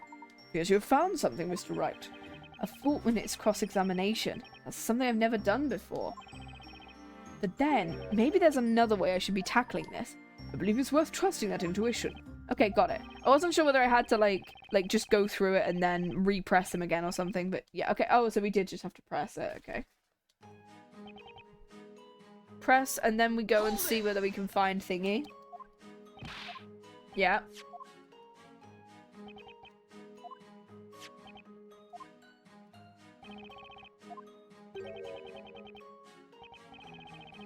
This one.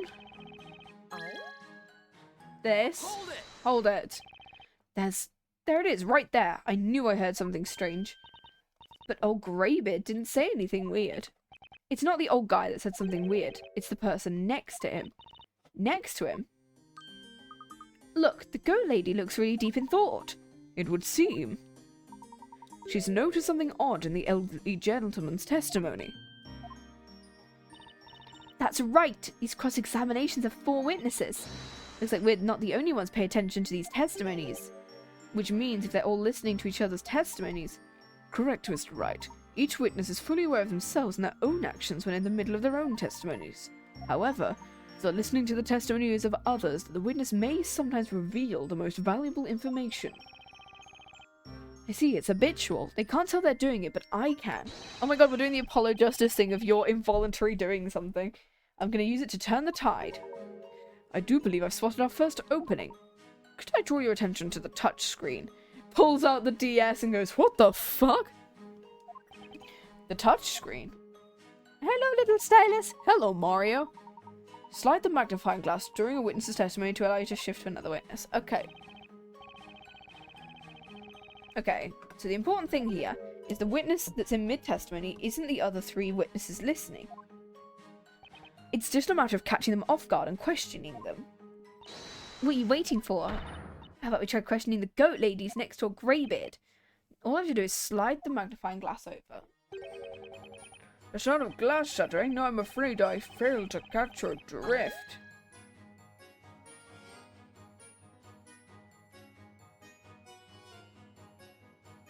Hang on! Hang on! Ah! Me almost dropping my 3DS there. I went, oh! Yikes! Excuse me, Miss Mary. I just dropped my stylus. Am I gonna have to use my finger on this bloody thing? Oh shit, what have I done? Update, I may have dropped my stylus. Oh no. I guess I'm using my fingers now. Oh well. Juminos! But Snowy, no, you've nothing else to say. I knew it caught her completely by surprise. Oh, no, I got it. I just put it on the wrong side. Mr. Wordsmith just gave his testimony. He told us all about the sound he heard when the lantern fell to the ground. Mr. Wordsmith didn't seem too sure, but I wonder if you might happen to have something to say about this. Well, that's, I'm gonna save here quickly, just so if... Oh, no, I don't want to do that.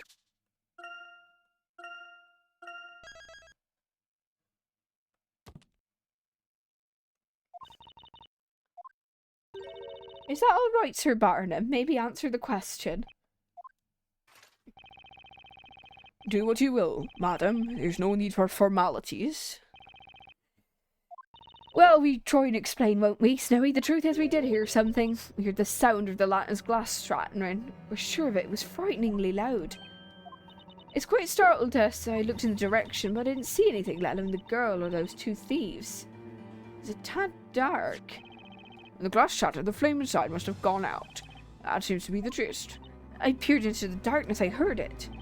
You heard it? What did you hear? You know, that I heard. The incantation for the spell Ignaze.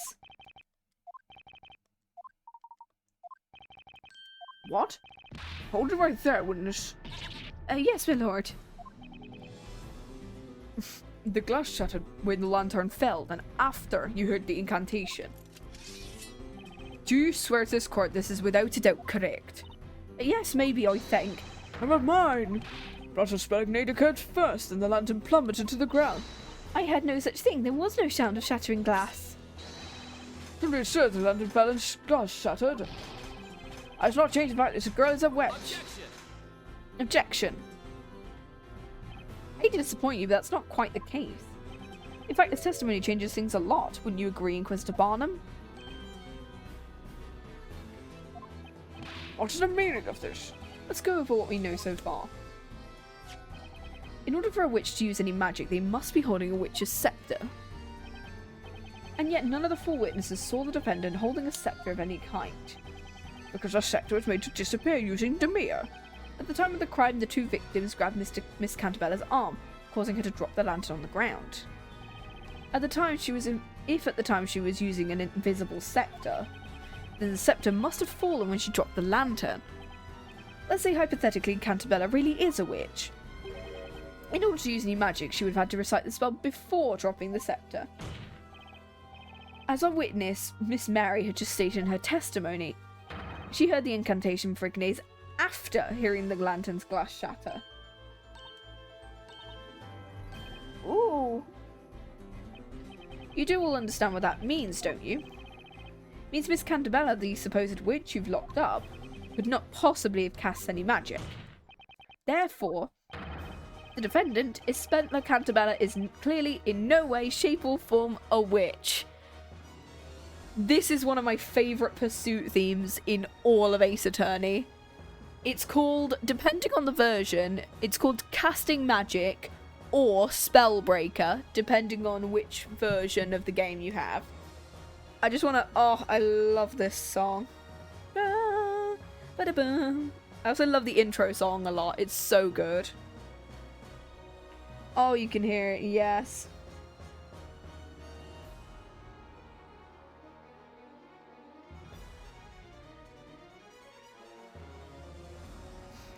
Oh my god, yes.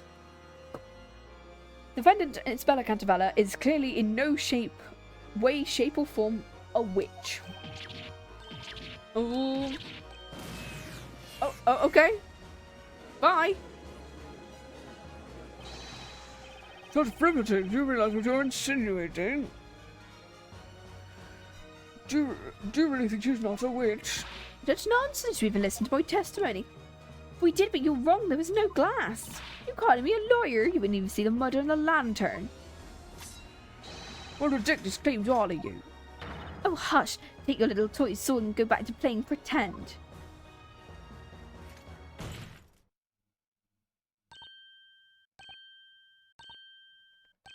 Oh? Witnesses, this is a court of law. Bro got the build of a Club Penguin avatar. Oh my god, yeah, he does. This is a court of law, not a playground. Must I remind you of the importance of these proceedings?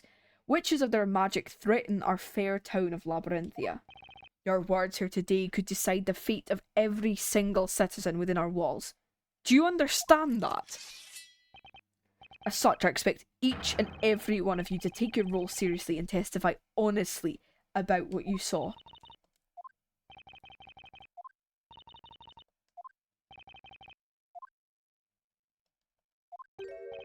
In all my days, I've never seen such behaviour.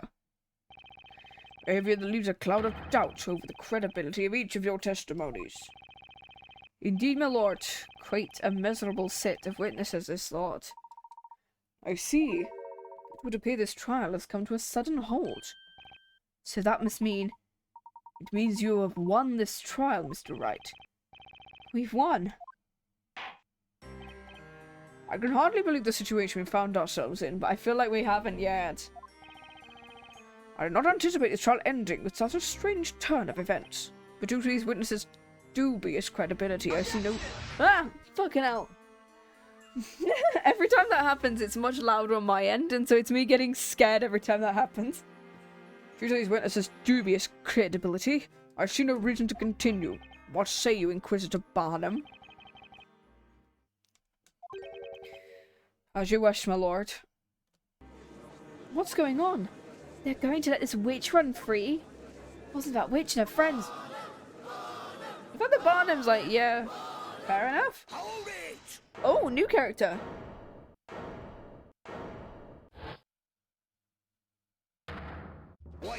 Wait a second. This trial ain't even close to being over. Oh, I can tell this is Chelmie's voice actor because it's the same accent. Not before I take the stand to testify.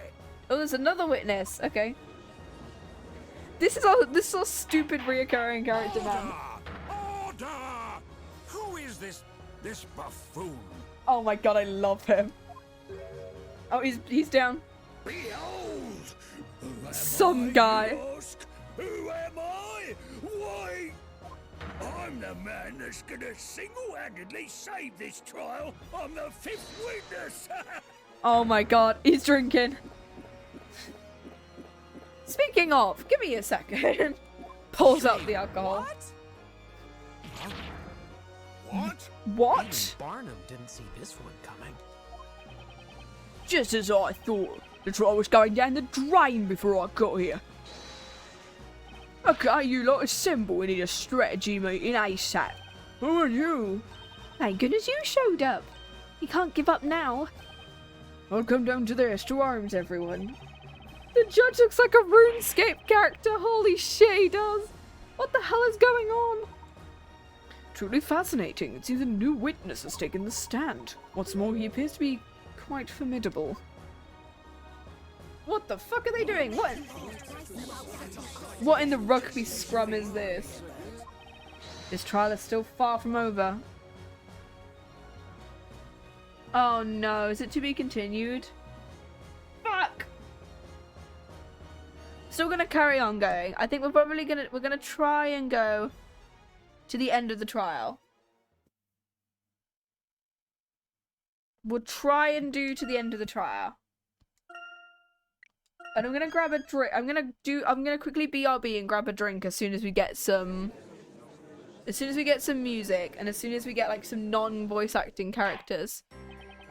Okay, I'm gonna quickly BRB while I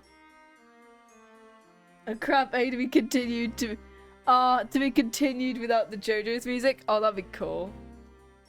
Give me a sec. I'm gonna quickly BRB and I'm gonna grab a drink and I'm gonna quickly nip to the bathroom and then we're gonna finish this trial. Even if it takes me like a while. Even if it takes me like another hour, we'll do it. Right, I'll see you in like a minute or two.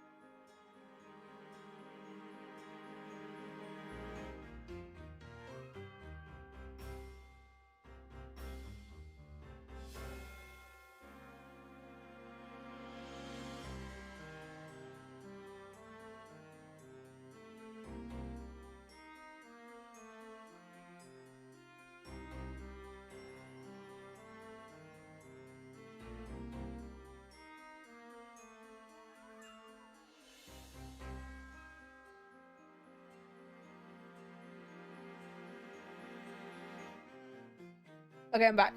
I'm aware there's ads playing, so I'm just gonna quickly... There we go. I managed to get some lager with me, so I was like, since it's like, what, 8:30, almost 9 o'clock, I was like, I might as well have one. We'll figure out.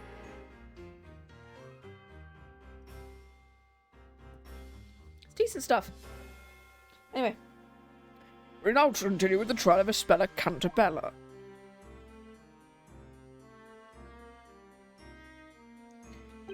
Oh boy.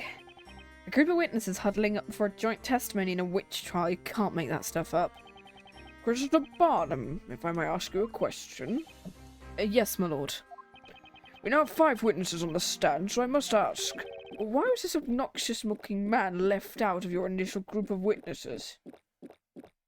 He's clearly having a bad time considering how much he's drinking, my god.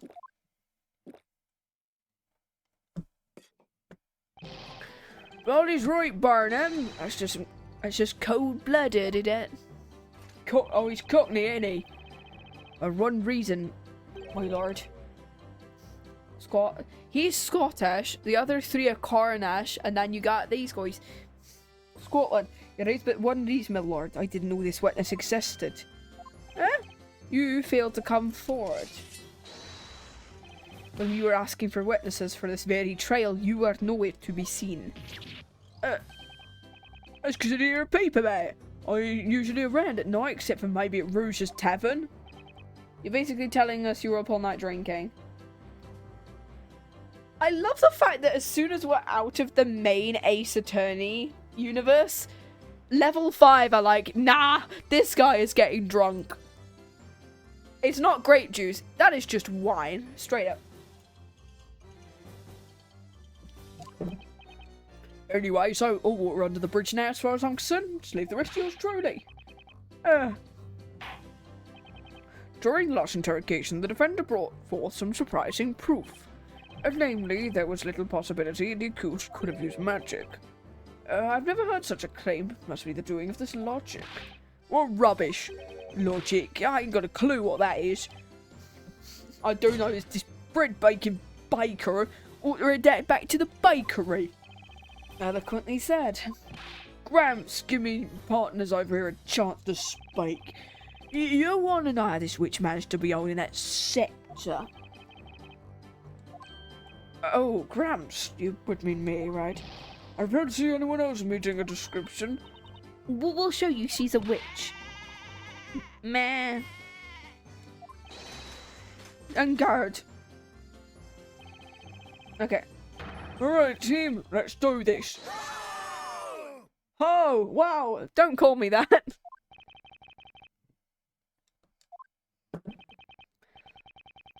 Let's just proceed with the testimony. Why do I feel like I've totally lost control of the situation?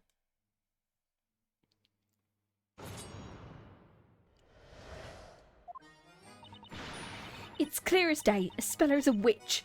We're not backing down. Stop eating the flowers. When she dropped the lantern, the scepter was not yet in her hands. The scepter must have been hidden by magic and carried on her back. The rogues grabbed her by the hand and held the lantern, so she must have had another way of holding the scepter. So you say some girl put the bucket down the ground and picked up the witch's magic stick. She had the witch's scepter behind her back. No, because that wouldn't work. That's the case, and it must have been possible. 5 of them. This is bad. Thanks to this guy, now all the witnesses seem extra determined to pin this thing on Espella. He's having a... That does not look... It looks more like a wine bottle than a beer bottle, honestly. But judging by the stuff that he's drinking, it looks more like lager or beer. Each harbour shared anger towards witches and magic, such as the cause of their strong desire to see a guilty verdict passed as quickly as possible. However, such confidence is undoubtedly bound to cloud their better judgment and thinking. I think you're right. I don't think these guys mean any real harm, but they're all riled up. They don't even realise how distorted their idea of what happened tonight has become. Yeah, that looks more like a wine bottle. At least that's how it seems. This isn't good, Professor. The witnesses aren't thinking straight. They're completely blind to the truth. Sir Baker, Sir Wright. Yes. You do not appear to be simple Baker, that much is clear. You are no ordinary defender either. Never before has a defender managed to clash and do battle with me here as an equal. I like the fact that he's really chill about it because he's like, I'm getting to do my job properly, so it's good to finally get to do my job. I'm getting paid the more I stick to it this trial. Sir Blue Knight, this trial has not yet been decided. If there is any doubt in your interrogation, I will not hesitate to strike your case down where it stands. I understand. Defender, please begin your interrogation. Do you think he was a proper prosecutor before this, or did he, like, sign up to be a prosecutor through this instead? I don't know. Yeah, as far as a witch, we're not backing down. What could be something that we... She dropped the lantern, the scepter is not yet in her hands. Because this one backs up this one. Carried on her back.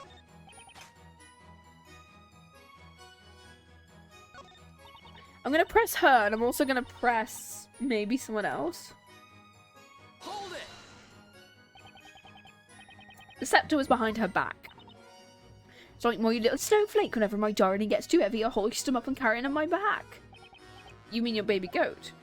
Oh yes, isn't it cute, your little goat in the courtroom? I know it's been asked, but you didn't see the witch's scepter, did you? Well, no, it must have been made invisible by magic and put on her back. Snowy's still such a tiny little thing. If I put him on my back, you can hardly see him. I hardly see the point of that comment.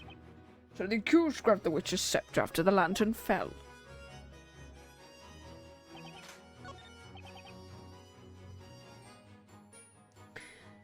The girl put the bucket down the ground and picked the... But why... Do we have the scepter in our thing? I'm assuming it just wants the magic gems from that.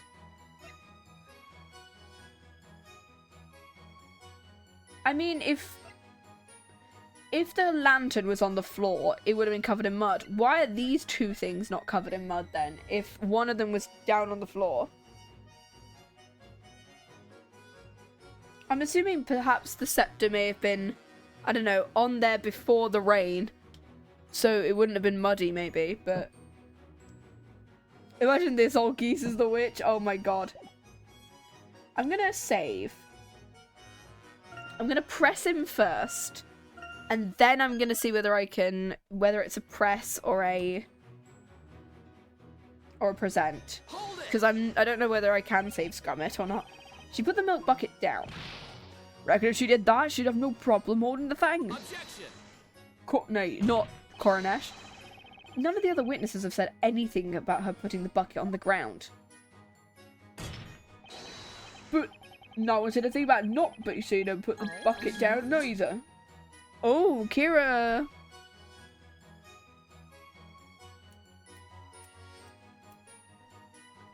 What do you mean? Why has Kira seen something? Why has... They've all... Hang on! Excuse me, Kira. Huh? What is it? What did you think of this witness's testimony? The accused placed the bucket on the ground. No one has said anything about this until now. You're right. I must have simply forgotten. Huh? Espella definitely did. That way she was able easily to grab her scepter and use magic, right? The nerve, Nick. Kira, shut the fuck up. Is still the #1 suspect in the case. Looks like she's trying to peg Espella as a witch. Really, I don't know how much I can stand. Okay, I'm going to see whether I can press it maybe instead. Not press, present. Okay, I'm going to save it. And I think I'm supposed to either present the scepter or the bucket. But I'm assuming that because he's saying she put the bucket down specifically, he wants me to pick up the bucket. Because the scepter, I think we're wanting to focus on the gems more.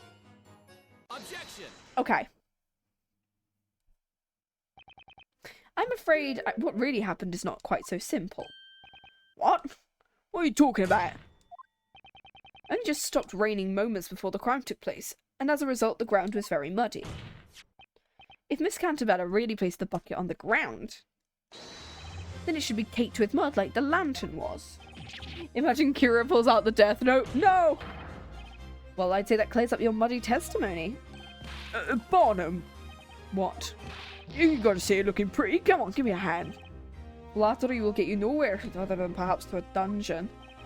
At any rate, There is but one question we ought to ask. Why is there no mud on the bucket? To the witness with the goat, may I ask you a question? Were you talking to us?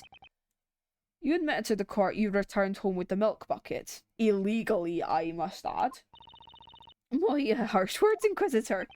When you took the bucket home, you must have simply wiped the mud from the bucket. You know, now you mention it. Don't tell me. Milk bucket, I remember it. I don't know if what was on the bucket was mud, but it was dirty. Before taking it inside, I remember wiping it clean with an old rag. Are you kidding me? Exceptional work, Barnham. It all makes perfect sense. We were right all along. I knew that. Sword we weren't just for show. You sliced his argument in two. Witness Miss Mary. You're absolutely sure there was mud stuck to the milk bucket? Well, truth be told, I don't remember. I do remember cleaning the bucket off when I got home. Thank you for the objection.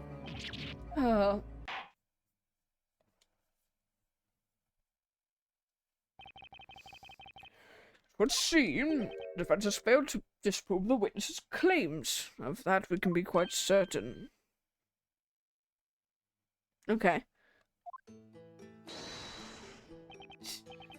I'll teach you, Bluey. No, that's a different show. You do me a favour, will you, Gramps? I would change my testimony just a tiny bit. I will allow it if only the witness refrains from name-calling. You got it, my lord. This court mumbo jumbo has left me thirstier than a dog in a desert.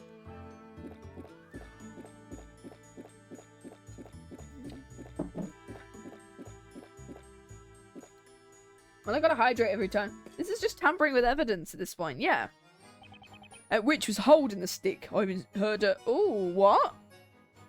I'm sorry, you witnessed everything. No one knows for sure if Cantabella dropped the milk bucket on the ground. Because there's no mud on it. That's what you're seeing. We went over this. We know the goat lady wiped it off. However, Miss Mary doesn't clearly remember whether it was mud that was stuck in the bucket. Could have been blood for all we know. You really don't remember. Maybe. I guess maybe there was mud in it? I mean, she couldn't hold the scepter without putting the bucket on the ground. Miss Mary, please give a definitive answer. You're done, Bluey. Talk all you want. Because it ain't gonna help. You see, the five of us, we saw what that witch went and did. We saw it clear as day. Oh, which one of them is it just him? Hello? Hang on! Excuse me, mister. Oh, I'm rotating. Earth to Gramps? Defender, when you say Gramps, might you be referring to me? No, of course not, Your Honor. Mr. Wordsmith, are you listening? Heard you quite clearly the first time. There's ear to roll, the crackling of the fire, the whispering of the crowd, and now your voice. If that's the case, allow me to ask you a question. You're clearly deep in thought. You have something to say about this man's testimony? Indeed. I found something was amiss.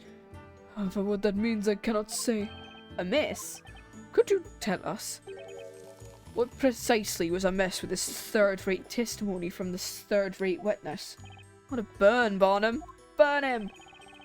5 heads are better than 1, 10 are better than 2. As I listened to this man's testimony, I could not help become aware of something most odd. Tonight when the crime occurred, we all made haste. The delicious scent of mid-evening dinner permeated through the air. The shadows of those present cast through the dim light. And yet there were but 4 figures standing in that vicinity, myself included. 4? Hold on. That means one of them has to be the witch. You're saying there were only 4 witnesses at the crime scene? Those eyes may be old, but they know what they saw. Is something the matter, Miss Mary? Snowy, you know what you're trying to remember. I can remember the flames. As for Snowy, now he made her mad dash to save the milk. And when those 2 ruffians were set ablaze, the flame filled the area with light. that sudden flash, we could see there were other people besides ourselves. The other people that scrambled. I'm quite sure there were only 4 of us. Objection! Hold it, madam. What in the blazes is going on? We have 5 witnesses, all claiming to have witnessed tonight's events firsthand. That means we have 1 witness too many.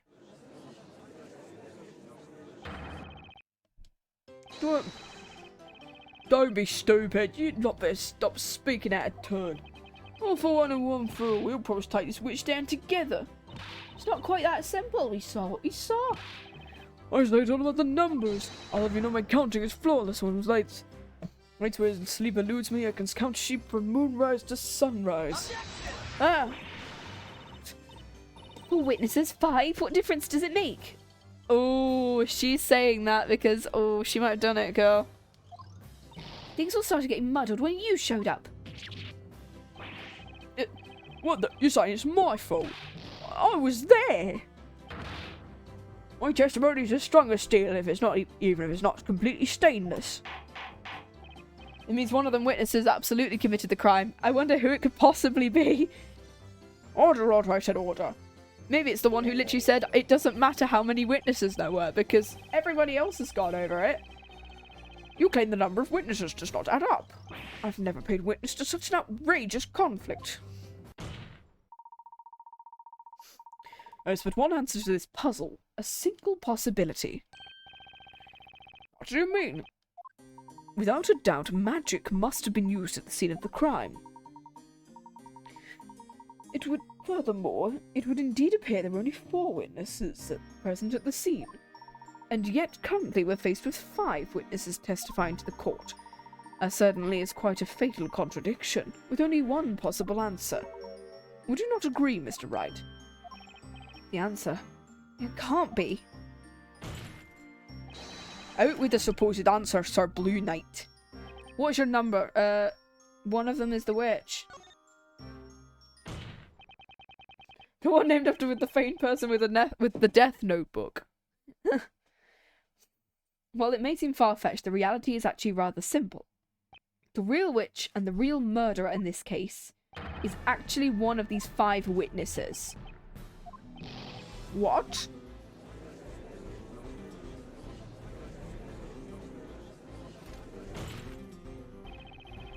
You're telling us that the witch is amongst this group of witnesses? Utter rubbish! There's no possible way that such a claim could be true. That's right. You got a lot of nerve accusing one of us of being a witch. I've told you nothing but the truth, yet you've still the gall to bat around such an outrageous accusation. Behold, as my trusty shield deflects your petty words like the petty words they are. Inquisitor Barnham. Yes, my lord. I would like to see a sketch of the crime scene. Do you have one of your possession? Certainly, I have one here. I requested it from the court illustrator just in case. I did it again, I played with fire, yeah! Very well. I would like each of you to mark your location. Here on this crime scene sketch. The number of witnesses doesn't add up. Looks like we're getting somewhere now, but we haven't even scratched the surface yet. And it's all thanks to this top hat wearing gentleman who looks like a Lego brick.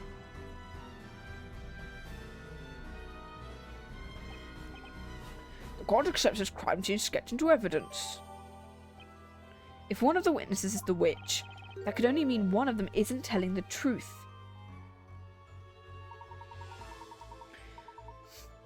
That would appear to be the case, Mr. Wright. Listen well, Sir Blue Knight. The path you tread is a dangerous one. Claiming a witch is amongst these most honourable witnesses is a serious accusation, so they prove to be a false one. You will find yourself at the other end of my sword. Do I make myself clear? But that wasn't my suggestion, dude. Hey, hang on. I mean, the gentleman here with the lovely top hat was the one who urged me to say it. It's the same thing, Sir Blue Knight.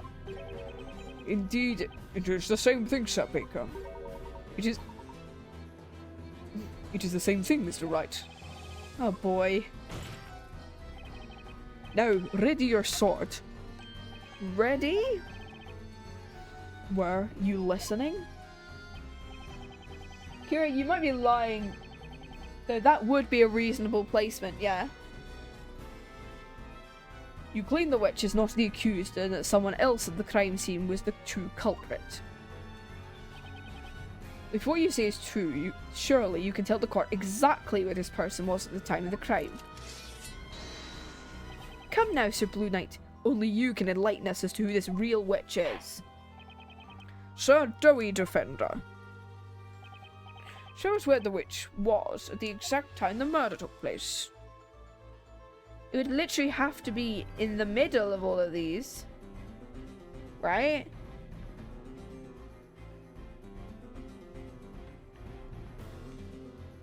It's like, they'd have to be like here, right? Like right in the middle. Got it. The witch must have been standing here. Objection.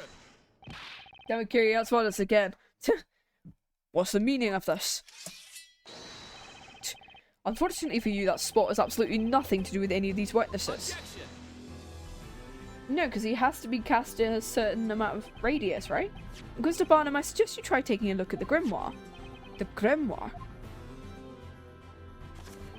According to the tome, Ignace summons a circle of flame within a 1 meter radius of the caster.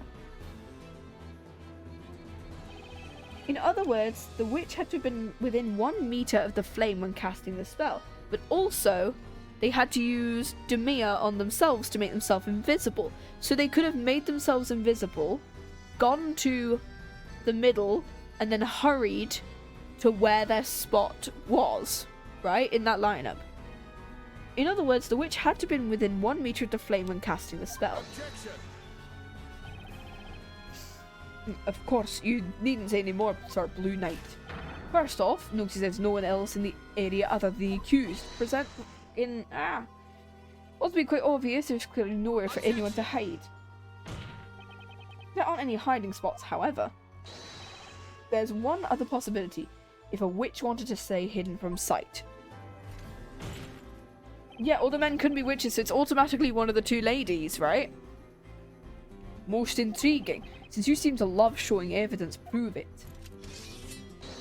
How is the witch able to hide in plain sight? Let me tap on the grimoire. This one. Take that! The Telea Magica contains 2 magic gems.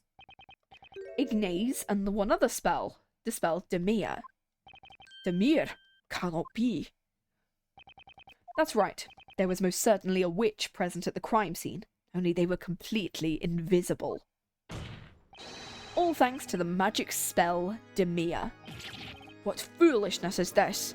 Who are you, Francisca von Karma? Order in the court, what are you getting at? I thought the witch used Demir to make the Telea Magica disappear. Objection. According to the Grand Grimoire, under the entry for Demir, it causes anything the caster touches to vanish from sight. In other words, if they touch themselves, they disappear. Wait, no! Suppose the witch were holding the staff in one hand while touching part of their body with the other. They would be able to make themselves disappear. Are you implying this is the reason for the conflicting number of witnesses? Indeed it is, which means witnesses. Someone among you is not disclosing the entire truth, and that person is the witch we seek. Among us? I believe this is the most probable scenario.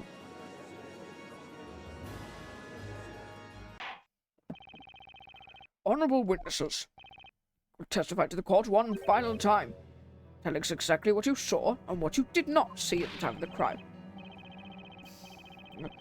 How completely absurd. The purpose of the trial is to convict that girl of the crime. That's right, we were not witches. Witnesses, I ask that you listen. There's a witch mingling amongst you.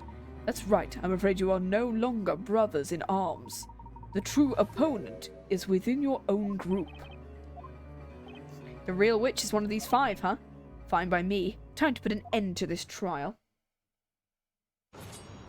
Yeah, it's like... Wish to know where you're all standing, it matters not. Wouldn't the flames just burn? The flame, I never saw anything like it. It left me speechless. I couldn't even so much as scream. You saw it behind all of that? tiniest cry, and then when I turned around, the blighters were roasting, so I rushed right over. When you turned around, so you heard something behind you? The flame suddenly erupted. I'm certain it was I only saw 3 people there with us. As I said, something there. Ooh. I'm trying to consider... A witch among the witnesses was an utterly baseless claim. I don't think so, Barnham. The only baseless claim in this case is Espella being a witch. It's more than a little likely one of these is the culprit. These testimonies are bound to tell me who the real witch is. Where was he standing? Amir was standing next to Kira. Hence why I immediately went, I'm sorry, he heard something.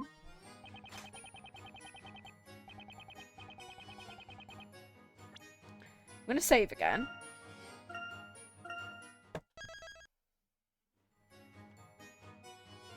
Okay, so if we look at... I'm specifically hearing these two, because these two are standing together. And the flame, I never saw anything like it. It left me speechless. I couldn't scream. But he says, I heard the tiniest cry, and when I turned around, they were roasting. Because the area map, they were standing together. What I'm assuming is we're going to press him.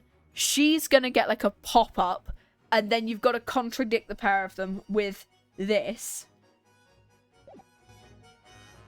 So I'm going to press him for now. Hold it! And then Kira's probably going to get like a pop-up, right? The tiniest cry. Might have been someone saying the incantation. Memory's kind of hazy on that one. Scared me good. Never jumped up to my feet faster than my life and nearly had a heart attack. Jumped up? It was still raining cats and dogs, so being the resourceful chap I am, decided to doze under a tree. Who's that? Oh, it's him. Okay, no, it's him. Hang on! Is everything alright, Mr. Wordsmith? What did you want this time? Yeah, she doesn't have good eyesight. I was like, okay. I just want to know if you had any thoughts on the testimony. Those were slumbering under trees. I have found myself weaving the most intricate of dreams. Now that I could not nap tonight, not with that uncouth man usurping my special dreaming spot. Are you using this cross-examination to argue over a napping spot?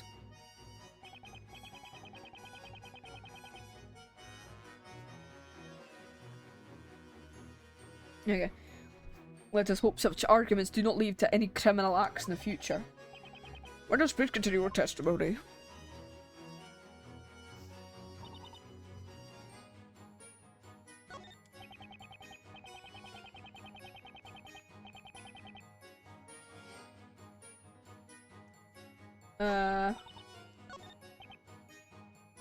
Oh, I forgot his statement.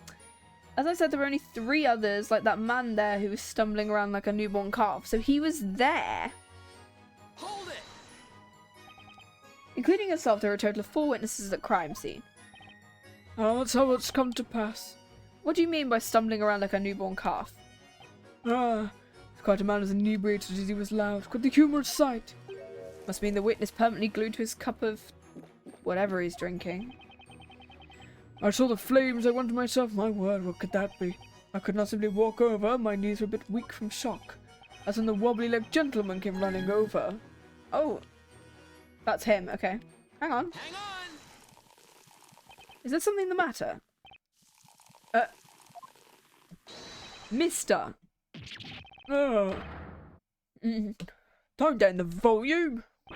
That's my line. So, Blue Knight, please think before trying to press this witness. Looks like this guy even managed to scare Barnham half to death. Now then, about Wordsmith's testimony. He claimed you were stumbling around. What does he mean by that? I was drunk, laddie.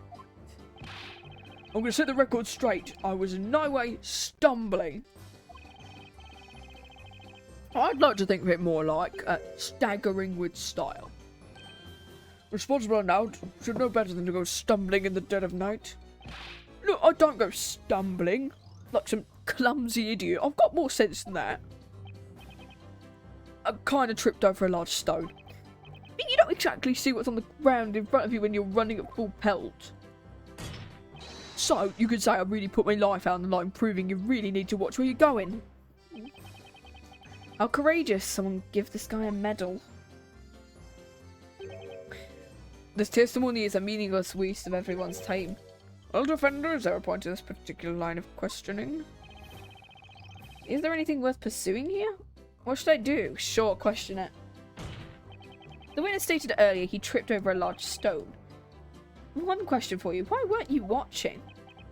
To be honest, it ain't much of a real reason, but something suddenly caught my attention out of nowhere. I sort of heard someone call out my name.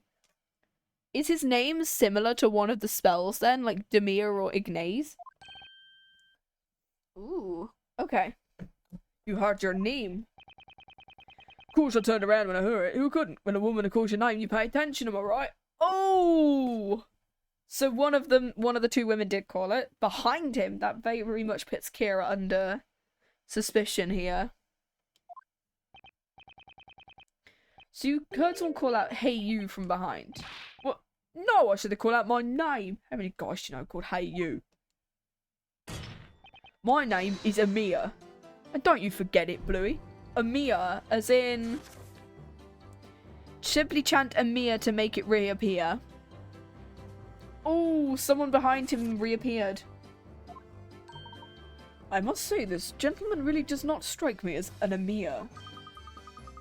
You know, it's not a very memorable name. That's harsh. Honourable witnesses, is this anyone among you who is aware of this man's name prior? Not at all, he's just been Mister to me.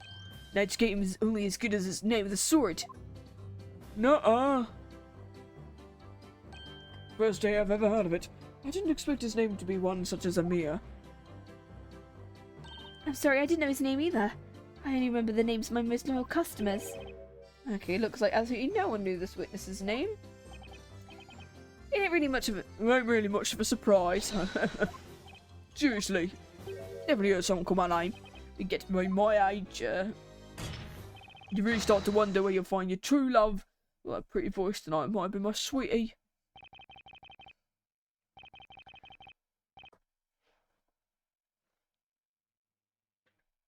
Your Honour, I don't believe we should be so quick to label Mr. Amir's testimony meaningless.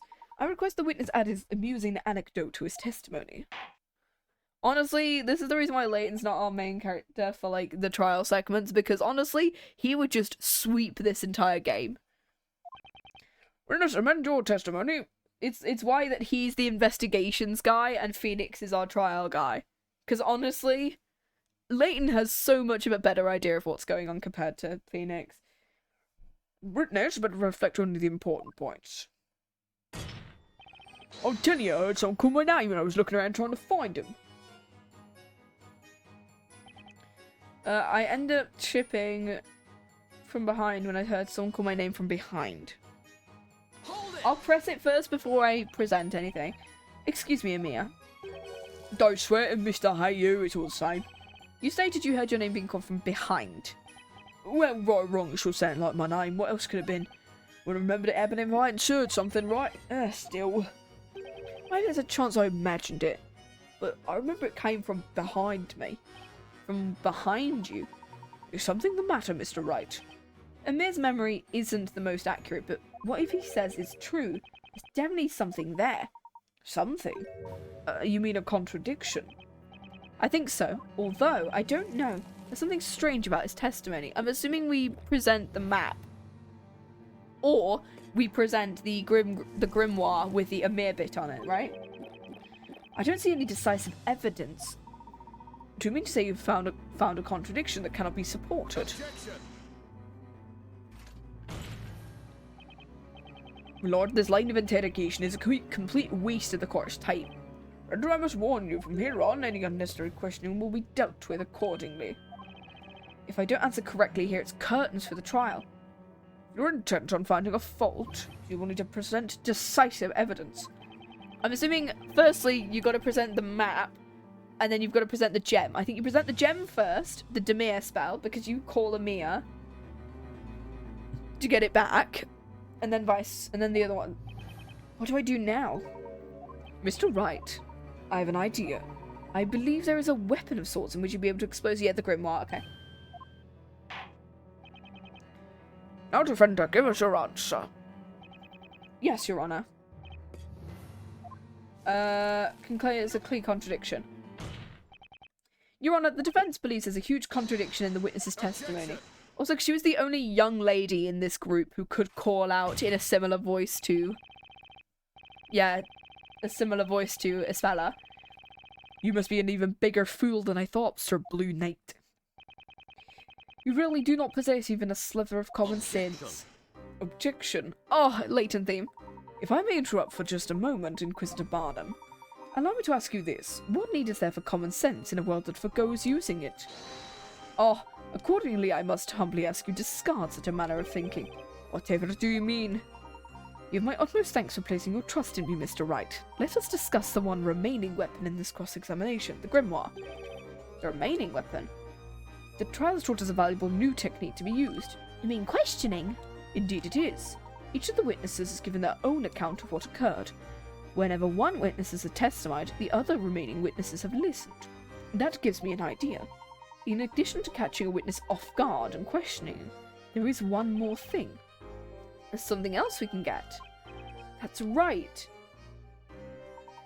Indeed, contradictions. Should another witness's testimony differ from another's, then I suppose that in itself could be considered a contradiction. So yeah, we are going full Chronicles with this, because the pitting people's statements against each other is a Chronicles thing.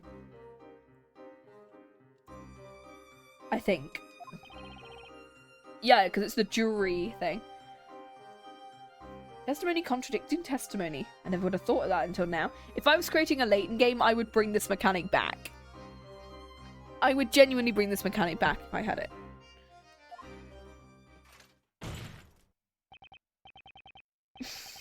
Enough, Sir Blue Knight. You prepared to present the court evidence.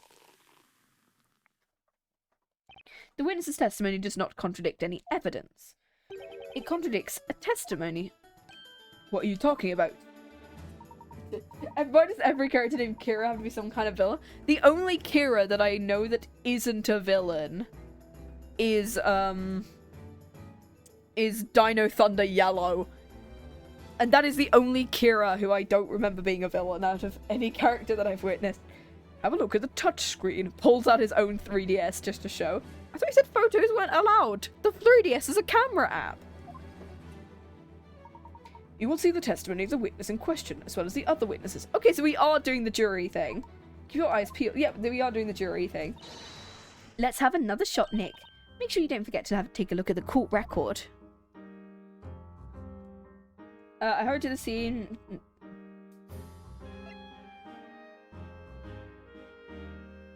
Oh.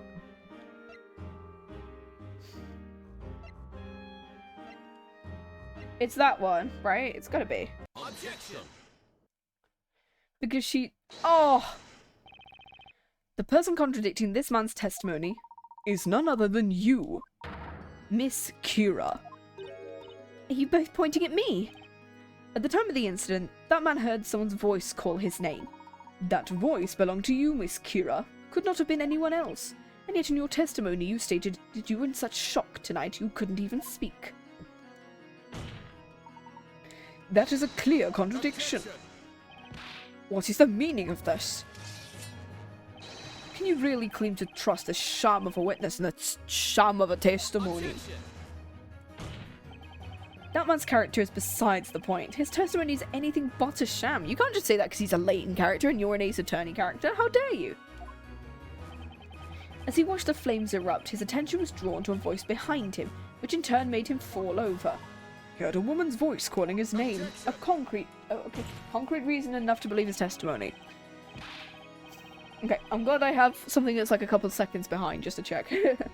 As you see, explain why you feel the witness is somehow responsible. That's right, why me? People barely hear me when I'm out selling flowers. That's how soft my voice is. There was another woman at the scene. Me? What are you getting at, young lady? I think a woman my age would be out late at night in the forest, flirting with questionable men. I didn't even know this pathetic man's name. How could I have even called him out? Neither did I. And even if I did know his name, do you think he's the kind of guy any self-respecting girl would want? Come on, ladies. I'm standing right here. As I was saying, the only person the guy could have heard from behind was him. behind him was you, Kira. The defense wishes to present evidence to prove the claim. Is it the map?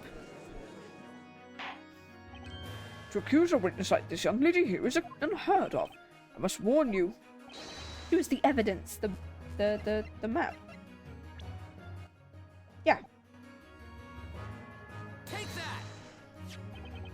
Take a look at this and you'll have your answer. This is the crime scene sketch. You can see the position of each witness during the crime. The only person he could have possibly heard from behind him was none other than Miss Kira. Oh. Listen here, Sir Blue Knight. I'll only tell you this one more time. A sham of a witness yields only a sham of a testimony. That's all there is to it. Did you in fact see this flower girl's face? No, they mentioned it, seeing as I'd fallen down. No, I don't think I saw her face. But you heard her voice. Let me think. I'm out of nowhere, kind of high pitched. Sounded like her. Can't say if it was this girl's voice. There you have it, such Blue Knight.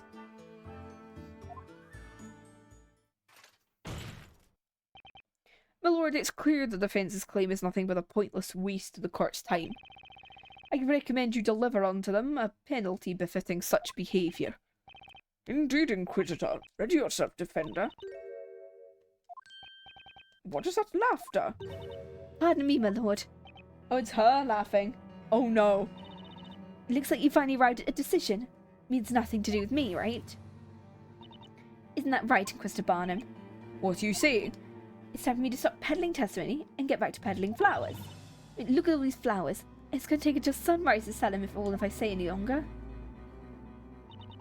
Maybe you and the rest of the court would be interested in buying my entire stock to help a girl out. No, I don't think. It's settled, and if you'll introduce... Excuse me, my apologies for the interruption. Understood, the court will dismiss the witness. Well, Miss Kira, to introduce, you're beginning to show the court your true colours. Whatever do you mean? Okay then, everyone looks like that's that. You can't leave yet. The cross-examination isn't over. That's funny. You say it's over and yet the rest of the court seem to think otherwise. Isn't that right, Barnham? Oh, he doesn't. The Inquisition maintains the... Oh, shit. Something accused Cantabella. The skull is nothing more than a witness, as such the courts cannot force her to stay against her will. I keep accidentally double tapping and it's me going, no! This is bad. If they let her walk out now... Nick, do you think she could be...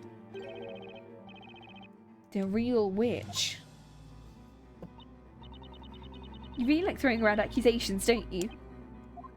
Let me spell it out for you, so even you can understand. I didn't know this man's name at all before today. I still don't remember it. So how could I call down to him? Do you get it now? Now then, until we meet again, don't forget to fly some flowers on your way home, everyone. No, you're coming back. Hold it. Hold it. Hey, Layton. One moment, please, Miss Kira. Is there something else? You don't seem to realise what you just let slip. What are you talking about? This man testified he heard his name called at the crime scene. But you had no knowledge of his name at the time. That's right. The widow's imagining things. Like I said, I've already forgotten his name, even though he told us to earlier. There is just one problem, Miss Kira. Namely, the voice he heard tonight, what was actually saying. What do you mean? That's obvious it was a name. What was the name? I'm still here now. You're saying what this man heard tonight wasn't a name but something else? Indeed I am, Barnham. Something else? Aha! There's only one other thing it could be. It's a stretch, but the possibility's there, and we also figured this out earlier. That's right, Mr. Wright. The single possibility is the key to solving the mystery. Oh, we stopped the Layton theme. Is the defense ready to present its evidence? This is ridiculous. I demand you let me go. Witness, what you're being accused of is not to be taken lightly. You will not leave this courtroom as long as any reasonable doubt remains. Because he just wants to catch witches. Like, if he knows that the person they have in captivity is wrong, and that someone plausibly in the courtroom is a witch, he will listen to us. Defender, you may present your evidence. Show the court what the voice this man had heard tonight was saying. It's the... Take that! It's this one. Excuse me, mister. What was your name? You've got a name that no one seems to be able to remember. It's Amir. My name's Amir. How many times have I got to say it? No matter the number of times, you do not look like an Amir. Again, I only remember my loyal customers' names. He doesn't look like he can afford even a single daisy. Come on, guys, stop kicking a guy when he's down. Yeah, her glasses haven't been brought up yet, which means definitely they're gonna be brought up. Is it gonna be like she accidentally made her glasses disappear and we're gonna find them when she says Amir? Is that why she's not been saying the name? Because if she says Amir and her glasses reappear on her nose, potentially. Oh, it could be that. That's why her glasses haven't been brought up, because they're gonna... Maybe she is wearing them, but she's not deliberately been saying his name. Mr. Amir, what you heard tonight was not your name. Your name just so happens to sound exactly like a certain other name. Another name. The answer is right here in this tome. I'm talking about Amir. Amir? What he actually heard at the time wasn't his own name. It was the name of a magical incantation. Oh, my favourite pursuit theme's back. What the... Miss Kira, have you forgotten what you said just a few minutes ago? You quite clearly stated you didn't know this man's name. Objection! Sir Blue Knight, let me get this straight. You're saying the Amir heard by the witness was actually said by this flower girl.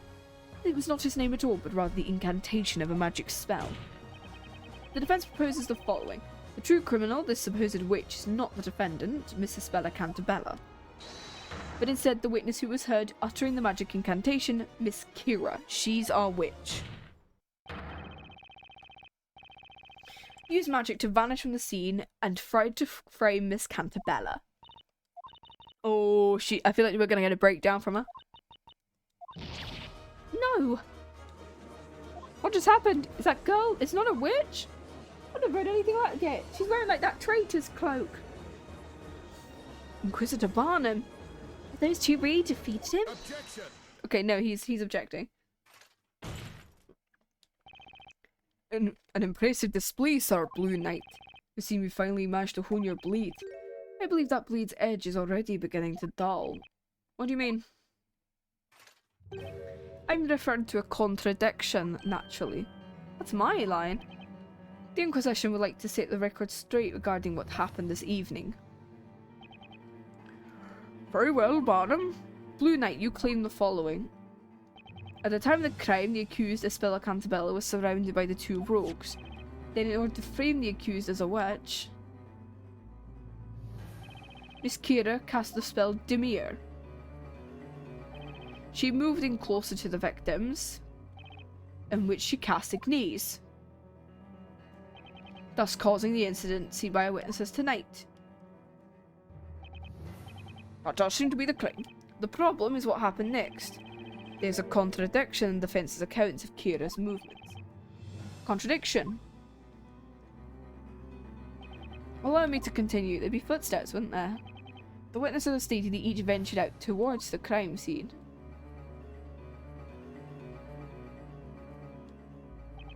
Which is when Miss Kira, the witch, made her way to this point while still invisible. When she arrived, she then cast Amir and reappeared to join. And there you have it. That's accurate. But it's gonna be, because it was muddy, there wouldn't be any footprints. Amir heard her call his name. I have one question I'd like you to answer. Why would a witch need to do such a thing? What do you mean? Supposing Miss Kira was a witch, surely she would not have made the conscious decision to reappear when she did. One would imagine she would remain hidden and flee the crime scene. Quite right. It's what I do if I was a witch. Oh, because maybe she dropped her glasses at the scene. And maybe That's when she lost her glasses. Given that point, there'd be no viable reason for her to recite the incantation. In other words, it's inconceivable this flower seller Kira could be a witch. What? Her glasses, and she has no alibi. She needs an alibi, and she also wanted to retrieve her glasses from the scene, maybe. Is that what the sploosh, that thing he heard earlier, was? It's not the lantern, it was her dropping her glasses into the mud? Maybe? Was Kira really not a witch? Barnham turned this entire thing round. One expect from Labyrinthia's sword of justice. Barnham. Oh, she's... Is she crying or laughing? Oh, fuck. We're getting a breakdown. Here we go. Oh, for fucking... You're telling me this girl isn't the witch now. Come on. That's right. You all heard it. It's just as Inquisitor Barnham said. I fucking hate that face. Me? A witch? The idea is laughable. Well, I was waiting for you to break down and you kinda did, so here we go. There's your breakdown. Not good. She's completely bounced onto her feet. You were so close. I can't believe Inquisitor Barnham. Can't you see it? You just had to take one good look at her. It's obvious she's the real witch. Like, is nobody looking at... What is this Metopia-ass face? I love Metopia. I need to play Metopia. I could replay Metopia at some point. That'd be such a fun one. Remember, Mr. Wright, at times like this, a cool head will prevail. Mr. Layton. I'm sure you've had to fight your way out of circumstances such as these many times before. This situation is no different. As a defense attorney, what would you usually do at such a time? What would I usually do? Of course. There's only one thing that can get me out of a situation like this. I've got to flip this case on its head and think outside of the box. Nagito and Metopia. Oh my god, I need to make more Danganronpa characters, because I used to figure out how to do the Danganronpa characters, but I need to get rid of like 4 people who I don't know anymore. But it's like, there's a couple of content creators who I want to just like shove into my Metopia team, who I'm friends with. Assume that if there's just nothing further to add. Of course, that's because everyone knows the truth. They know that girl there, right there, is the real witch. That settles it. Go ahead and deliver your verdict. Objection! Ooh. Objection. The situation is exactly how you described, Barnham. It really doesn't have to make much sense for the witch to have used a mirror. Regardless, the defense still maintains Kira did utter that incantation and make herself reappear. The question is, for what reason? If she really didn't have to use that spell, why use it in the first place? If I can find the answer to that question, the entire case will start to unravel. But first, alcohol. I'm kidding. Most fascinating. Very well, allow us to hear this theory of yours. It's her glasses. She went back for her glasses because she dropped them at the scene, I'm assuming. And if anybody found her glasses, they would know she was there once she cast a mirror. Tell the court, because of the fact that her glasses were touching her nose, they would be touching part of her body and they would disappear, so she didn't think she had them on. Tell the court why it was necessary for the witch to appear. Well, we're still in the game. Once you eliminate the impossible, whatever remains must be the truth, and there's like one piece of evidence we've not used yet, so... The reason Miss Kira reappeared was... Well, it's all to both of these things, to be honest. Firstly, to give herself an alibi, but also to cover up her crime, I guess? I can't think of any other possibility. There has to be an answer. I mean, to be fair, she also wanted to give herself an alibi as well. Can't think of any other possibility. It has to be the answer. Isn't it obvious? She was trying to cover up her own crime. Is that right? Why would she do that? Well, give me a minute. I'm getting to that part. That will not be necessary. Think about it. What would she have to hide if no one else could have seen her to begin with? You heard the good Inquisitor. No matter how you look at it, there'd be no reason for me to reappear. Assuming I was the criminal, not that I am. Objection. Yes, Layton, come on. I can make it go, whoo. True. Pardon the interruption, but that's not necessarily the case. Layton? Oh, she is breaking. Explain yourself, Sir Top. No. Explain yourself, Sir Top Hat. Sir Topham Hat. The Fat Controller. You stated Miss Kira had no reason to reappear. However, the situation changed, and it became necessary for her to show herself. Isn't that right, Miss Kira? Huh? What are you talking about? I have no idea what you mean. Would seem the defense must clarify their argue with evidence. Mr. Wright, I believe that Miss Kira did not intend to reveal herself at the crime scene. I've also just realised that because I am playing with the European version, and not the American version, firstly, Luke's voice is different, and two, we're getting the British spelling of things. Which is great, because it means I don't have to, like, retroactively go, okay, it's not spelled like that. I believe Kira did not intend to reveal herself. Rather that something occurred which forced this young lady to make herself reappear. What was so important she had to reappear and risk being spotted? Defender? Tell the court why it would have been necessary for the witch to reappear her glasses. Take that! Miss Curie usually wear glasses. Is that correct? Huh? Nom. They're poisoned. It's like I already told you. I lost my glasses a few days ago. Are you absolutely sure? Or did you not, in fact, lose them tonight? During the crime? Of course not. Perhaps you accidentally dropped them while you were committing the crime. As you were attempting to make your escape, you noticed they were gone. Therefore, you made yourself reappear in order to search for your missing glasses. Ooh. Objection. Absurd, such baseless conjecture. What you propose is fundamentally flawed. What do you mean? Let us assume hypothetically the witch did in fact drop the evidence. That doesn't explain what purpose it would serve to her to make her reappear. We just literally explained, though. It would still make more sense for her to escape under the cover of darkness. Objection. Unfortunately, Barnham, that's simply not possible. Do you understand what I'm suggesting, right? Yes. He means the reason Kira made herself reappear at the crime scene. This is it. Defender, enlighten us. Why did the witness feel the need to make herself reappear? She couldn't find them. The answer is simple. She couldn't find her glasses. Yeah, she would use it as an alibi to find her glasses. She couldn't find them. If you've noticed, she's still not wearing them now. Objection.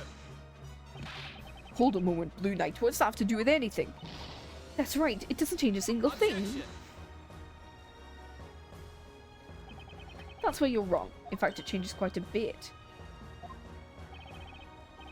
Tonight, the two victims were engulfed by flames courtesy of a magic spell.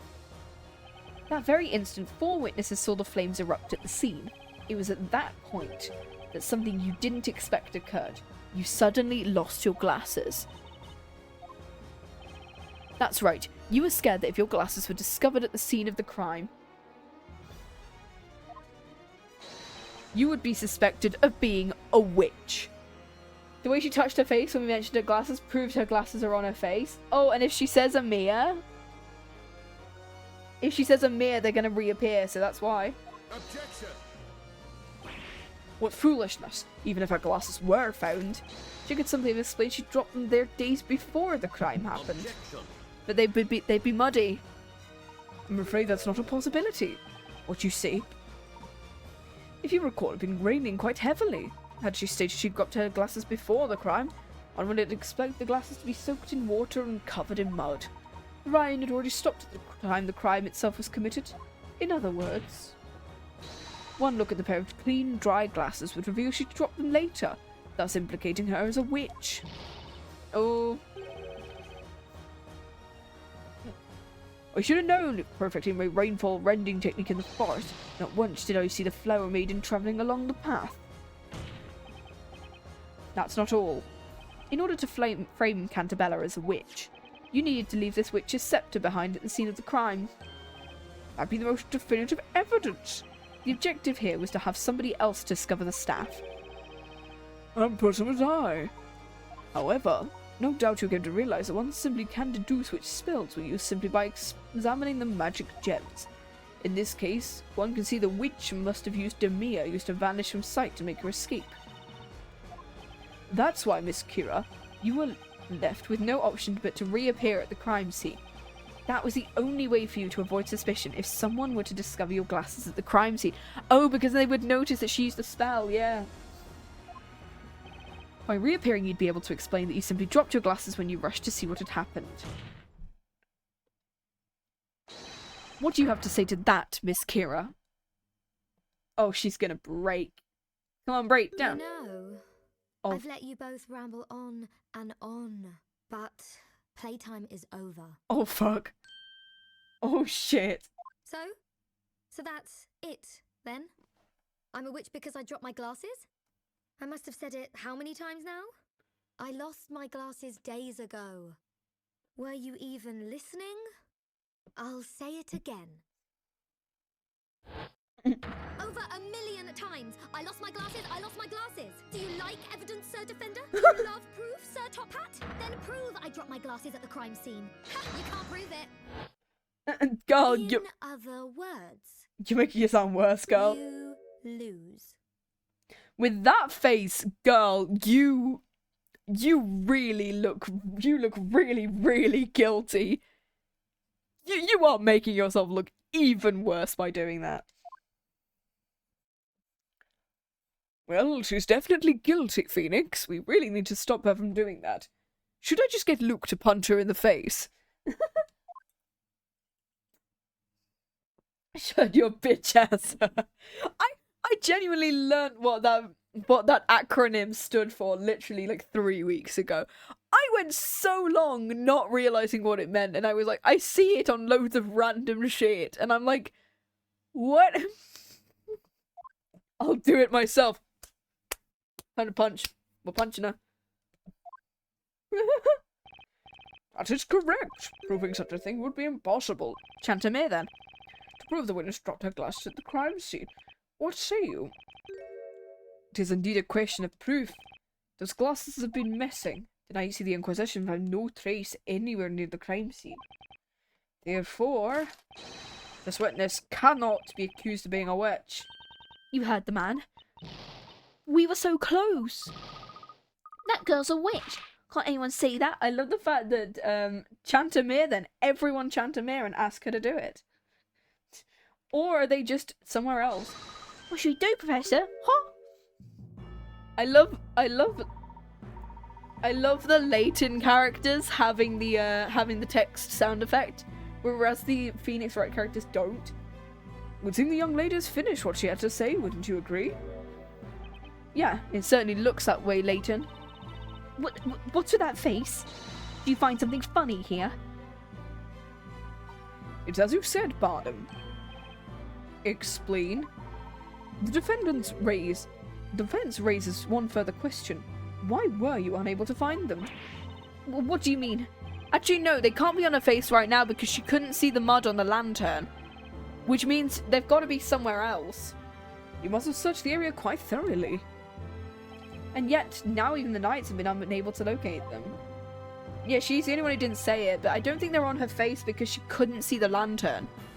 Like, right at the beginning of the trial. Do you ever wonder why? Must become quite the mystery. Surely they must be around. The glasses were lost to the wolves, that's the only explanation. There's still one remaining place you have not searched. What did you say? The glasses were supposedly not found at the crime scene, leaving only one other possible place. What is this, you two? How about you? Draw your blade and reveal to the court where the glasses are hiding. It looks like I've somehow managed to make it through my first witch trial. It all comes down to this, the final piece of evidence. There is the possibility that Mary took them with her. That's the reason why she was never able to find them. Is that the sploosh that Wordsmith heard? Was something falling into the bucket, and since Mary took the bucket with her, they wouldn't be at the crime scene. So therefore Kira wouldn't been able to find them. Oh shit, I think it might be that. I leave the rest in your hands, since I'm a lot better at this than you are. The piece of evidence pointing to one place not searched tonight is the milk bucket. Take that! Boom. Tonight, there was one thing that was carried away from the crime scene right under everyone's noses. Carried? Oh, she's looking towards Mary. I'm speaking, of course, about this. That's the milk bucket that disappeared from the crime scene. Thus far, the defense has claimed the glasses were dropped at the crime scene have been regarded as mere speculation. However, if Miss Kira, we find your glasses within the contents of this milk bucket, our mere speculation will suddenly become fact. Yeah, because Mary didn't look through the milk. Oh, pursuit theme. What manner of witchery? I mean, when what are you talking about? You're crazy. No way could my glasses be inside that stupid bucket. That's just impossible. How about we quit with the speculation and actually find out? What do you say, Inquisitor Barnham? I'll just wait until the court times. Don't listen to them, don't... Has mandated the Knights of the Inquisition investigate any and all possibilities during the course of a trial. My lord, the Inquisition requests the milk bucket be searched immediately. Very well. Oh shit, he's dipping his hand into the milk. It's like, I think it's being curdled. Oh god. There are a pair of glasses in here though. Okay, can I have a towel please? I've got milk on my hands. Oh.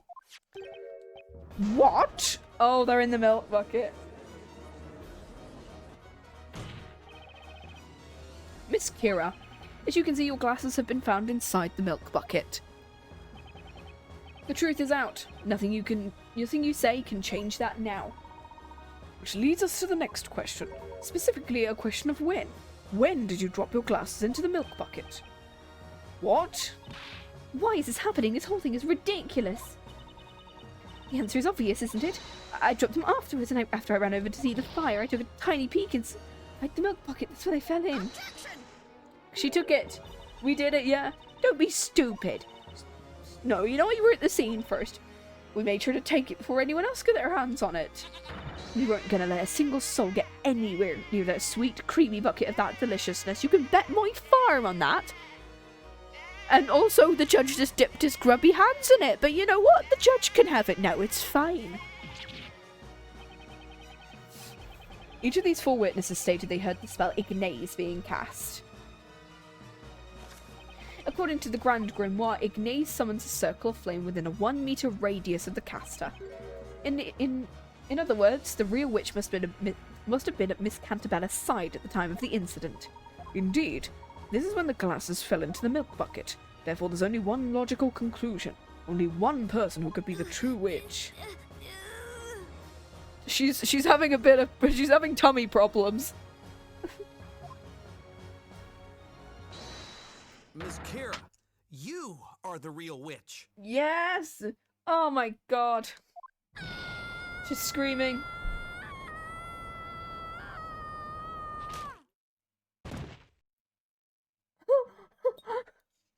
Girl. Yay, we saved Espella, but the bad thing is she's going to be set on fire. Oh no. What a very strange trial this has been. Congratulations, Espella. Now, on to the execution. I've been waiting for this all day. What a very strange trial. From the very beginning, we've been all paid witness to an unusual set of circumstances. A baker turned offender, a surprise extra witness, and now a not guilty verdict. Never have I seen such a spectacle. Celeste's about to be easy again. Where's the fire truck when you need it? Is this really happening? The guard inside the cage, she's the real witch. What about that Espella Cantabella? Miss Kira. Oh. Tell us why. Why were you trying to frame Miss Cantabella? Oh, here we go. This is your first kind of ounce of... This is another ounce of story you're gonna get now. You could easily have escaped the crime scene without a trace. There was no reason to frame anyone. This crime was a result of nothing but your overwhelming ill intent. To frame a person as a witch is to condemn that person to death by fire. Surely you must know this. So why Espella Cantabella? Do you have any idea what it feels like to be a witch? What it feels like? Feels really shit, man. I didn't ask for this. I didn't ask for these powers, but I have them. And now here I am, begging for my life. I was living such a peaceful life until now. Selling flowers, getting scolded by my boss for not selling enough of them. That's why I was trying to put an end to these trials once and for all. Oh, so Espella is, for some reason, the reason why the trials are put on in the first place.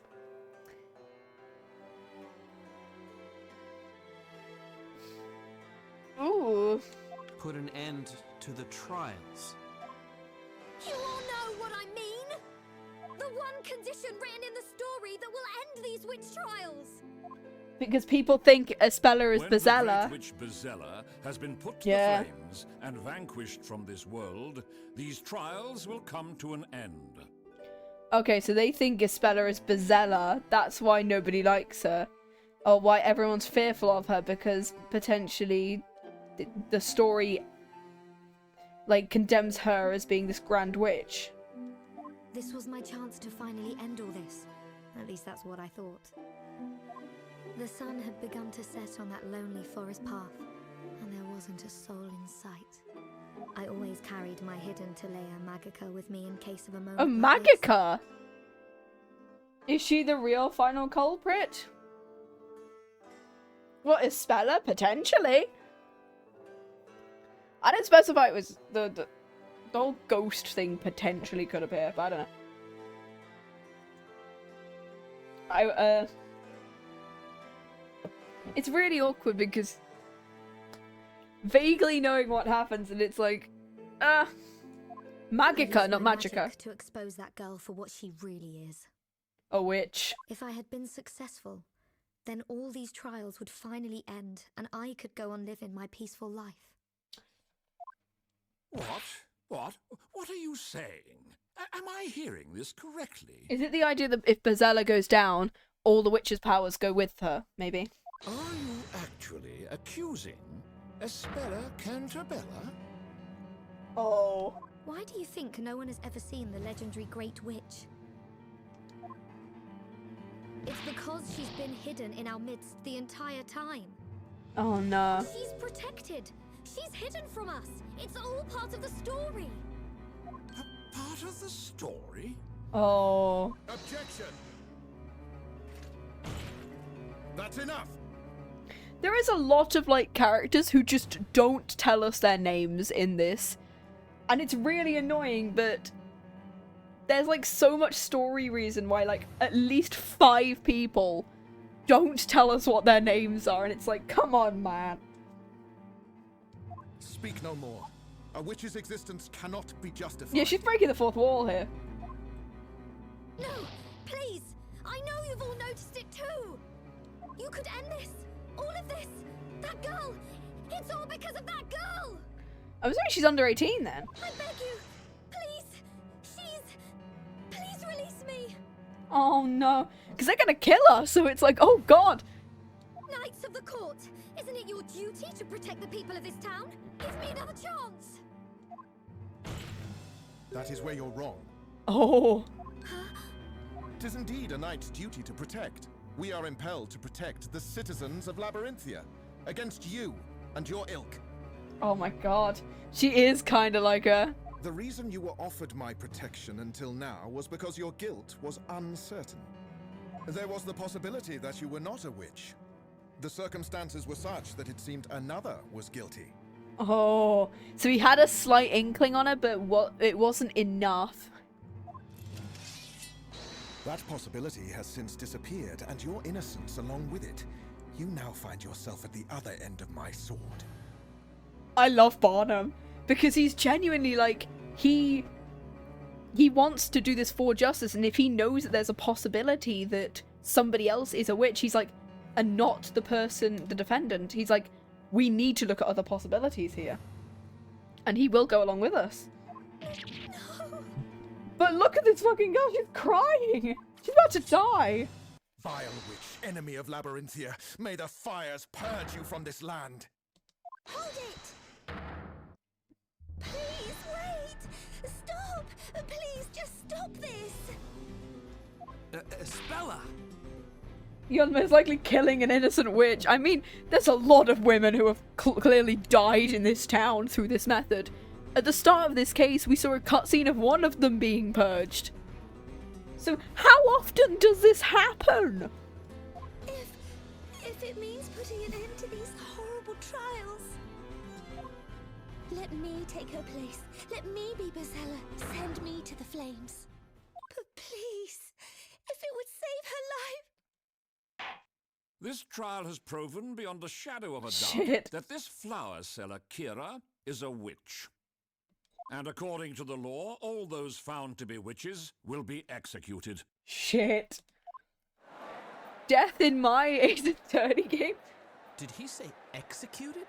Oh, Can't mean. oh fuck, execution. This is most unsettling. It's punishment time! Bailiff, ready the fire.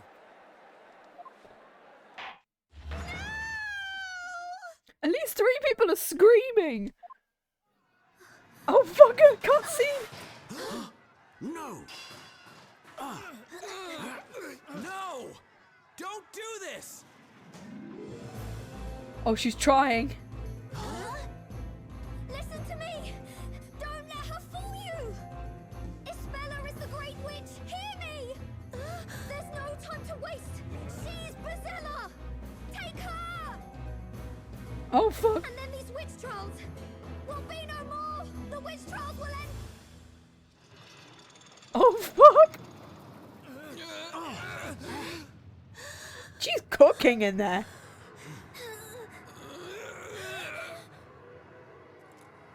That's like a weird mix between the first execution and chapter 3's. Holy shit.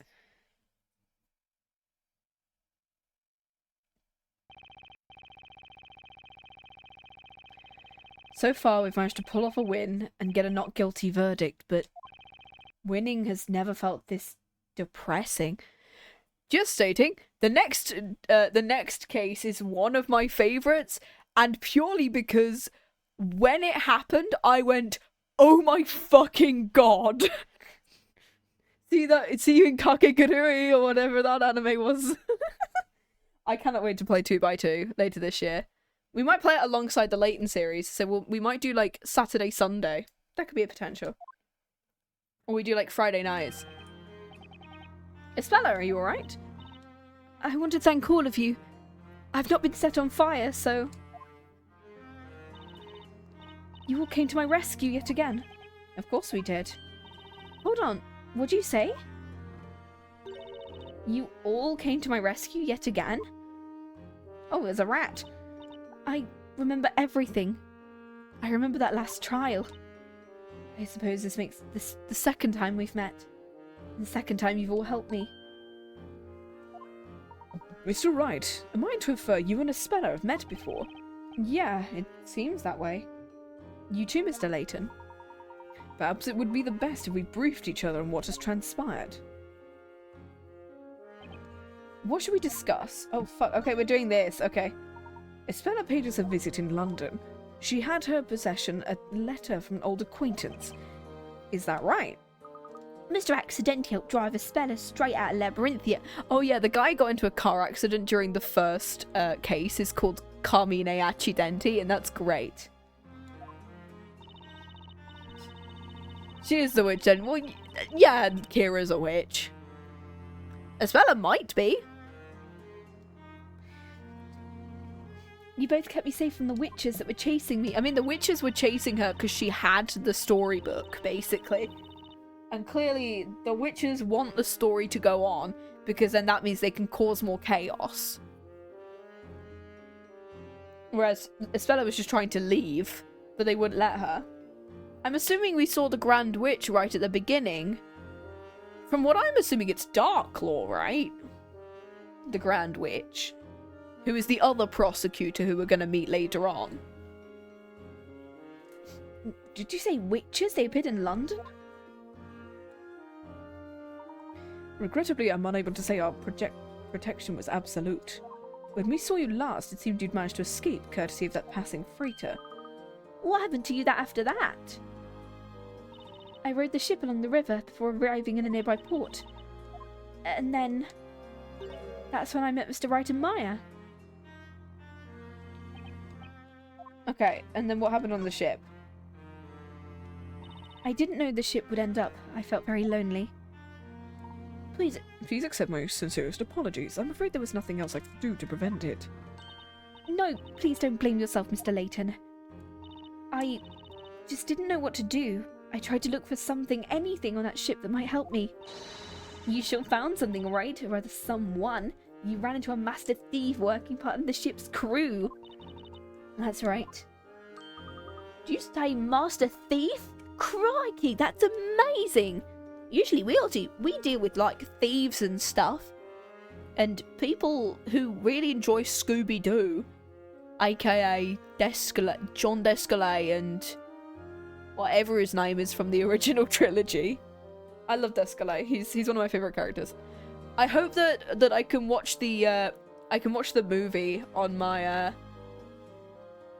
in one stream. So the movie is between games 4 and 5. So that'd be a fun thing to try and watch as a reaction stream.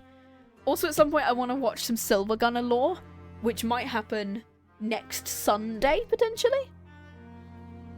Which is going to be a fun one. I wouldn't exactly say it was amazing. After that, I was taken to court, and that's when Mr. Wright helped me. I see. Then, somewhere deep within your mind, must have existed a memory of that previous trial and of Mr. Wright. That's why you thought to seek out his help when you found yourself in such an unfortunate situation. That makes sense. After all, Nick did make legal history that day. Did you say you made history? Wow, that's incredible. Right, Professor, you're an archaeologist. You like history. I wouldn't exactly say I made history, per se. But then, after that, I was never able to find my way back to the Professor. Even after I went through the pains of finding that clue, it ended up being taken away from me. A clue, you say? The tag that was hanging around the neck of that sweet stuffed toy. That tag was a clue? She wanted to go to Scotland Yard and go, please help me. What should we discuss? Oh, there's another one. I had a lot of time to think while I was on that ship. I thought about a lot of things. Like how to try and find a way back once the ship arrived. Things like that. Find a way back? A way back to Layton and Luke. They were the only ones I knew that I could depend on to help. The pleasure was ours, Espella. But no matter how hard I tried, I couldn't remember the name of the town where they lived.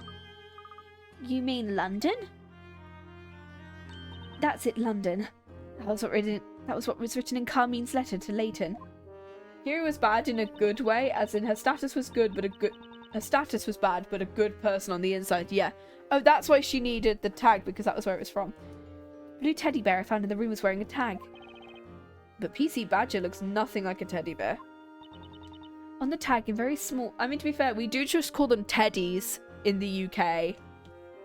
It's like stuffed animals we tend to just call teddies. Not just the bears. That is just the collective name in the UK, to be fair. On the tag in very small letters was written London. I recognised the name of the town, so I thought it might be an address. That's because that stuffed toy was used in a special promotion run by the London Metropolitan Police. I got to take a photo near Scotland Yard last year, technically, because I went to visit London last year.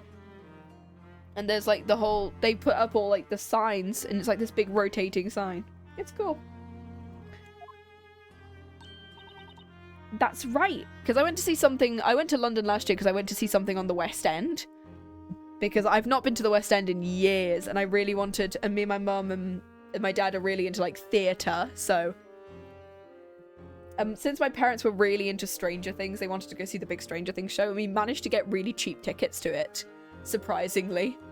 And so it was like a birthday present.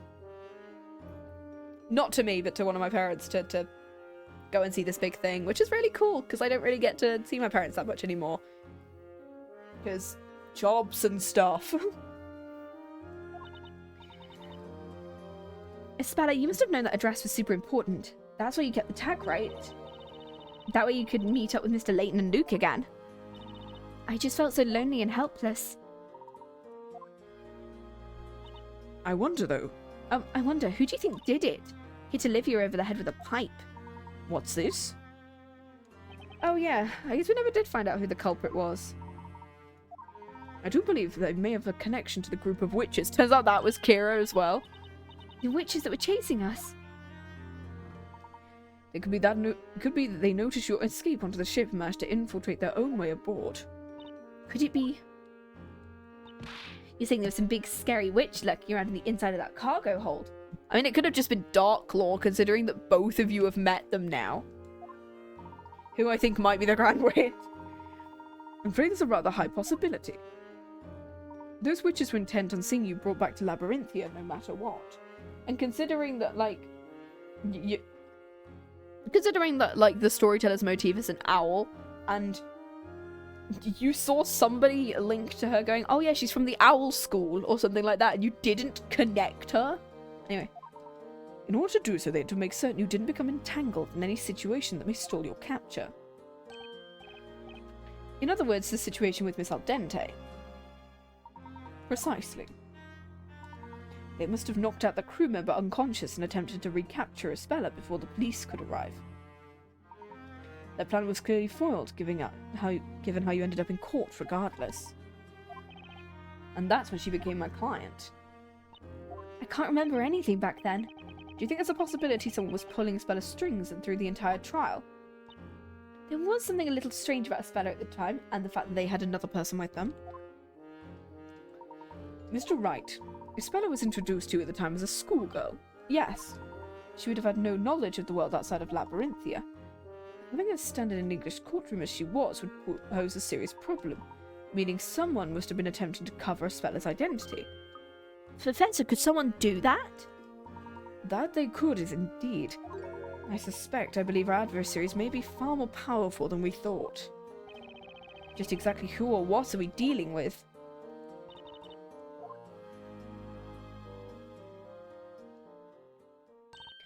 Hey guys, let's head back to the bakery.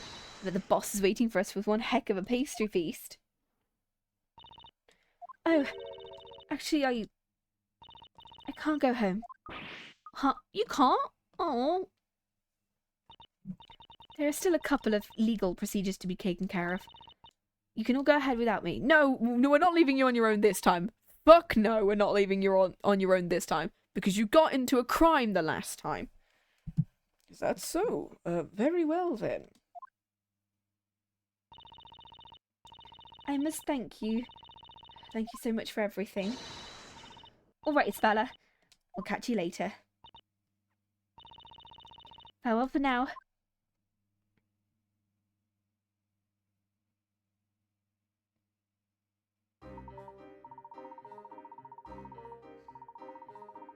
Mr. Wright, please allow me the pleasure of a proper introduction. My name is Herschel Layton. I'm a professor of archaeology in London. A professor, huh? My name's Phoenix. I'm an attorney.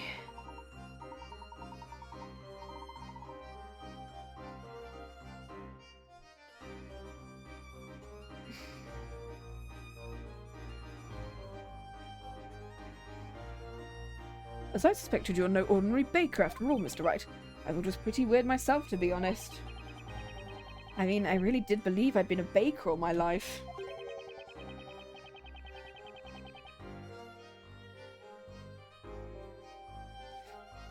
But the more everyone kept saying it, the less sure I was actually true.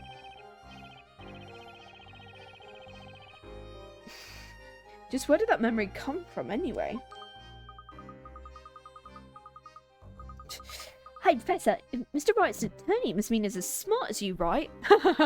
No, Luke. Of course he's not as smart as me. I'm Professor Layton, and I've been ahead of this entire case. We just let Phoenix do the attorney part because of the fact that he's about as smart as the player is. I'm far more ahead of everyone else. It's like, that's what it is. He's gonna go, haha, no, I'm afraid I can't really say that. But behind every ace attorney, there's an even smarter, not to mention beautiful, witty, and utterly amazing ace assistant. I think you also forgot humble there. My name's Luke Triton. I'm the professor's apprentice. I'm Mai Fei, and Nick here's my apprentice. Isn't that right, Nicky boy? Nicky, wait, why am I your apprentice? Anyway, we should all head back to the bakery. Let's get a move on. I'm sure Espella will be back before we know it. I would not get your hopes up about that, Sir Blue Knight. Hey, Barnham. Barnham! Most impressive work tonight. It's a shame you've kept such an ability hidden until now. Trust me, Nick's lawyer abilities beat the pants of his baking abilities any day of the week. Shut the fuck up, Maya! Okay, moving on. What do you mean by that, Inquisitor? Why can't Espella go? If new charges have been brought against Espella Cantabella, that can't be right. Defender abilities, yes. You've realised it, haven't you? That she's been charged under suspicion of being the Great Witch Bazella. She what? How can that be? Am I to assume that charge is based purely on Miss Kira's accusation? It was not I who made the decision. Is it Dark Law? Because of course it's going to be Dark Law. Regardless, the girl will return to court at the appointed time for further trial. Till then, I'm planning to seek out any and all evidence pertaining to the Great Witch. Pardon me, Inquisitor. When is this appointed time? The investigation of this allegation will conclude on the day of the Storyteller's next parade. That'd be 2 weeks from today. Following our investigations into the matter, the trial of the Great Witch shall proceed. There's no evidence? Well, that's why they're giving them 2 weeks to gather it. It would appear the girl has been withholding a dark secret from you all. Espella Cantabella's questioning is set to begin shortly. Means visiting hours are over. I recommend you leave immediately.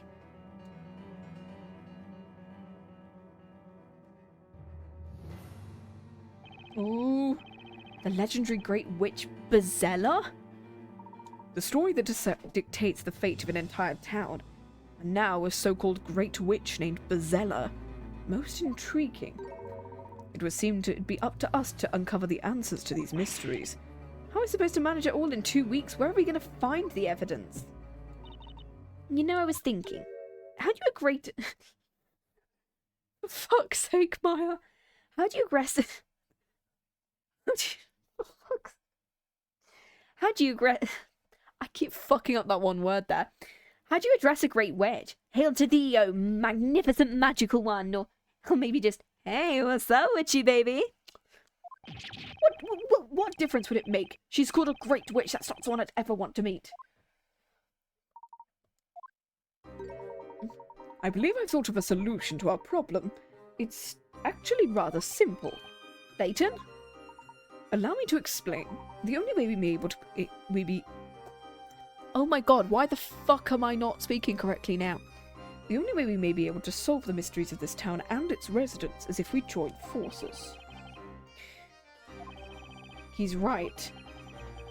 We've come this far. There's no way we're going to give up on Espella. Okay, I'm on board. I look forward to teaming up with you, Professor. Me too, Luke. Me too, Maya. Now, shall we press on? This marks the beginning of our own story. One dictated by ourselves and written by our own hands. Is this it for this to be continued? Yay! That is the end of the second trial. That took me longer than... Okay, that took me about 2.5 hours to get through that trial. Not bad. Hey, nice.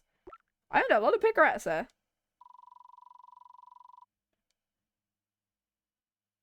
Yes, I would like to save.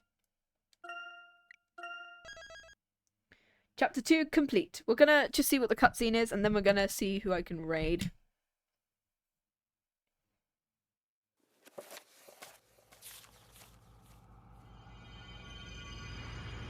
Chapter 3, The Great Witch.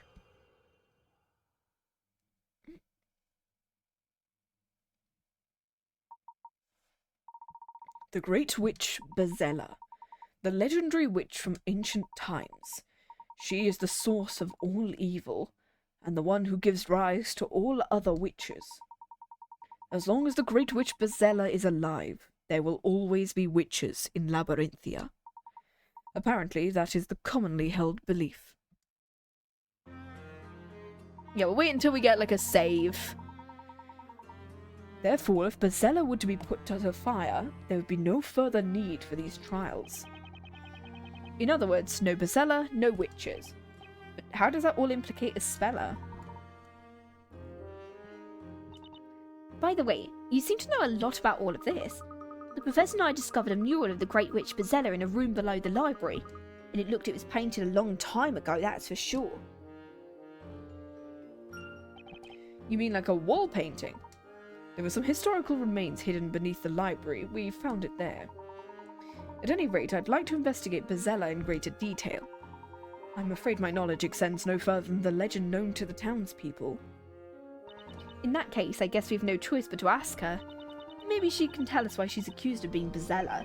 Well, yeah, but didn't they tell us we can't see her for a while? We've never let that stop us before. Come on, we break into crime scenes all the time. Maya, that is how we always end up in all sorts of trouble. Just leave it to me. It's nothing like a little sweet talking can't fix. I'm not so sure that's a good idea. Look, we need to see Espella. It's a matter of life and death. I'm not sure I'd qualify that as sweet talk, but more of a full-on assault. Did you not hear what Inquisitor Barnham said? Espella Cantabella is currently undergoing questioning. While that's taking place, nobody can see her. Can't you do something? Keep it down, orders are orders. No matter how many times you ask, the answer will be no. I'll be on your way. Go on, go! Shoot! Access denied. That much is obvious, Maya. Can't believe Barnham took Espella into custody because of that outburst. It reminds me, something Inquisitor Barnham said has been bothering me. It was not I who made the decision. I believe that's how he put it. Yeah, that's right. So in other words, there's someone of higher authority than Inquisitor Barnham. Yeah, there's Darklaw and the Storyteller, so it's one of those two. But I'm assuming it's going to be Darklaw, because she's been screwing with her a lot. From the beginning of the game, because we saw her at the beginning of the game twice. Both teams have met her. Let's go ask that person. Who in Labyrinthia could have more authority? Well, I know how to find out. Let's ask. Not you again. Don't give up. Like I said, you can't see. It's not Espella. There's someone else we'd like to see. We'd like you to take us to the person ranked above Inquisitor Barnham. Above Inquisitor? You're not telling me you want to see the High Inquisitor? So they're called the High Inquisitor then? You're suggesting you don't even know of Darklaw? So it is Darklaw who's doing it. Okay. High Inquisitor Darklaw? That sounds like a very evil-sounding prosecutor name, considering her name is Darklaw. Also, claw in her name. Because everyone says you can feel the witch's claw marks throughout the entire thing. You're like, that's weird. I can't help but feel I've heard that name somewhere before. Could you tell us where I can find him? Do me a favour and don't ask. She's not the sort of person you can drop in and see. There's something of importance we wish to discuss. You people are fearless. Don't say I didn't warn you. To meet Inquisitor Darklaw, you've got to go to the Inquisitor's Hall. Be careful not to upset her. We understand. Thank you for your assistance. I love both prosecutors in this game. I love Barnham and I like Darklaw. I adore Darklaw's design so much. She'd be such a fun character to cosplay if I ever did. The problem is glasses. The problem is if I ever tried to cosplay King Kira, I'd end up cosplaying Bitsy instead from Legends of Evantris, and that would be even funnier. Well, they told me they didn't know which way west was. Because they didn't know the difference between lemons and lemon juice. Between that and all of the fucking gorilla memes. Also, I think there's gonna be a gorilla. Is the High Inquisitor really fearsome? Of course not, no, High Inquisitor. She's wonderful, beautiful, intelligent, just a bit strict. You don't have to go mentioning what I said about upsetting her. Don't worry, you can rely on us. Okay. Hi, Inquisitor. Sounds really high up in the food chain, doesn't it? Apparently if we go to Inquisitor's Hall, we can see her there. We won't achieve anything standing around. Let's go and see her. Alright, I think this is the point in which we can... I think I'm gonna...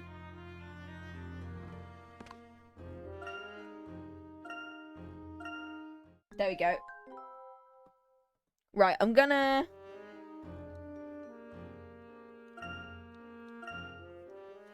Okay, I'm gonna put the music back on, and I'm gonna... Give me a second. Here we go. There we go, that should work there.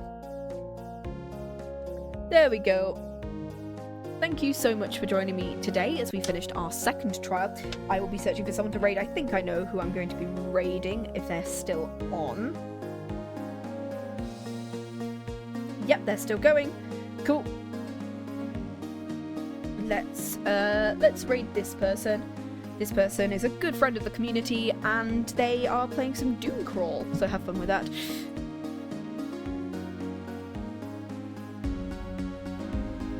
Okay, that should be... Here's me trying to... the full name. That should work. We will be back next week. We might do a Wednesday stream as just a chill art and or jewelry and or... I've got some Lego now, so that's a new one. I've got some Lego, I've got some... Yeah, I've got some Lego, I've got some jewelry, I've got some art, so depending on which one I want to do. At some point I want to start, I'm updating my chat screen currently, so hopefully that one should be good. So we'll find out. Thank you for joining me today. We will be back next week on Saturday with this, so we are back to doing Saturdays at the regular time of sometime between 2 and 3 PM GMT. And then, hopefully, potentially on Sunday, we could do, on Sunday, we might be reacting to some Silver Gunner stuff, and on Wednesday, we might be doing some Lego building or some jewelry making, so we'll find out what we're doing eventually. Thank you for joining me. Have a good evening, morning, night, and I'm gonna go... Well, I had an early tea, so I guess I'm just gonna have, like, a chill tea, which is aka a bowl of cereal or some soup. We'll find out. See you later. Have a good morning, evening, night, and have a good time. Bye-bye.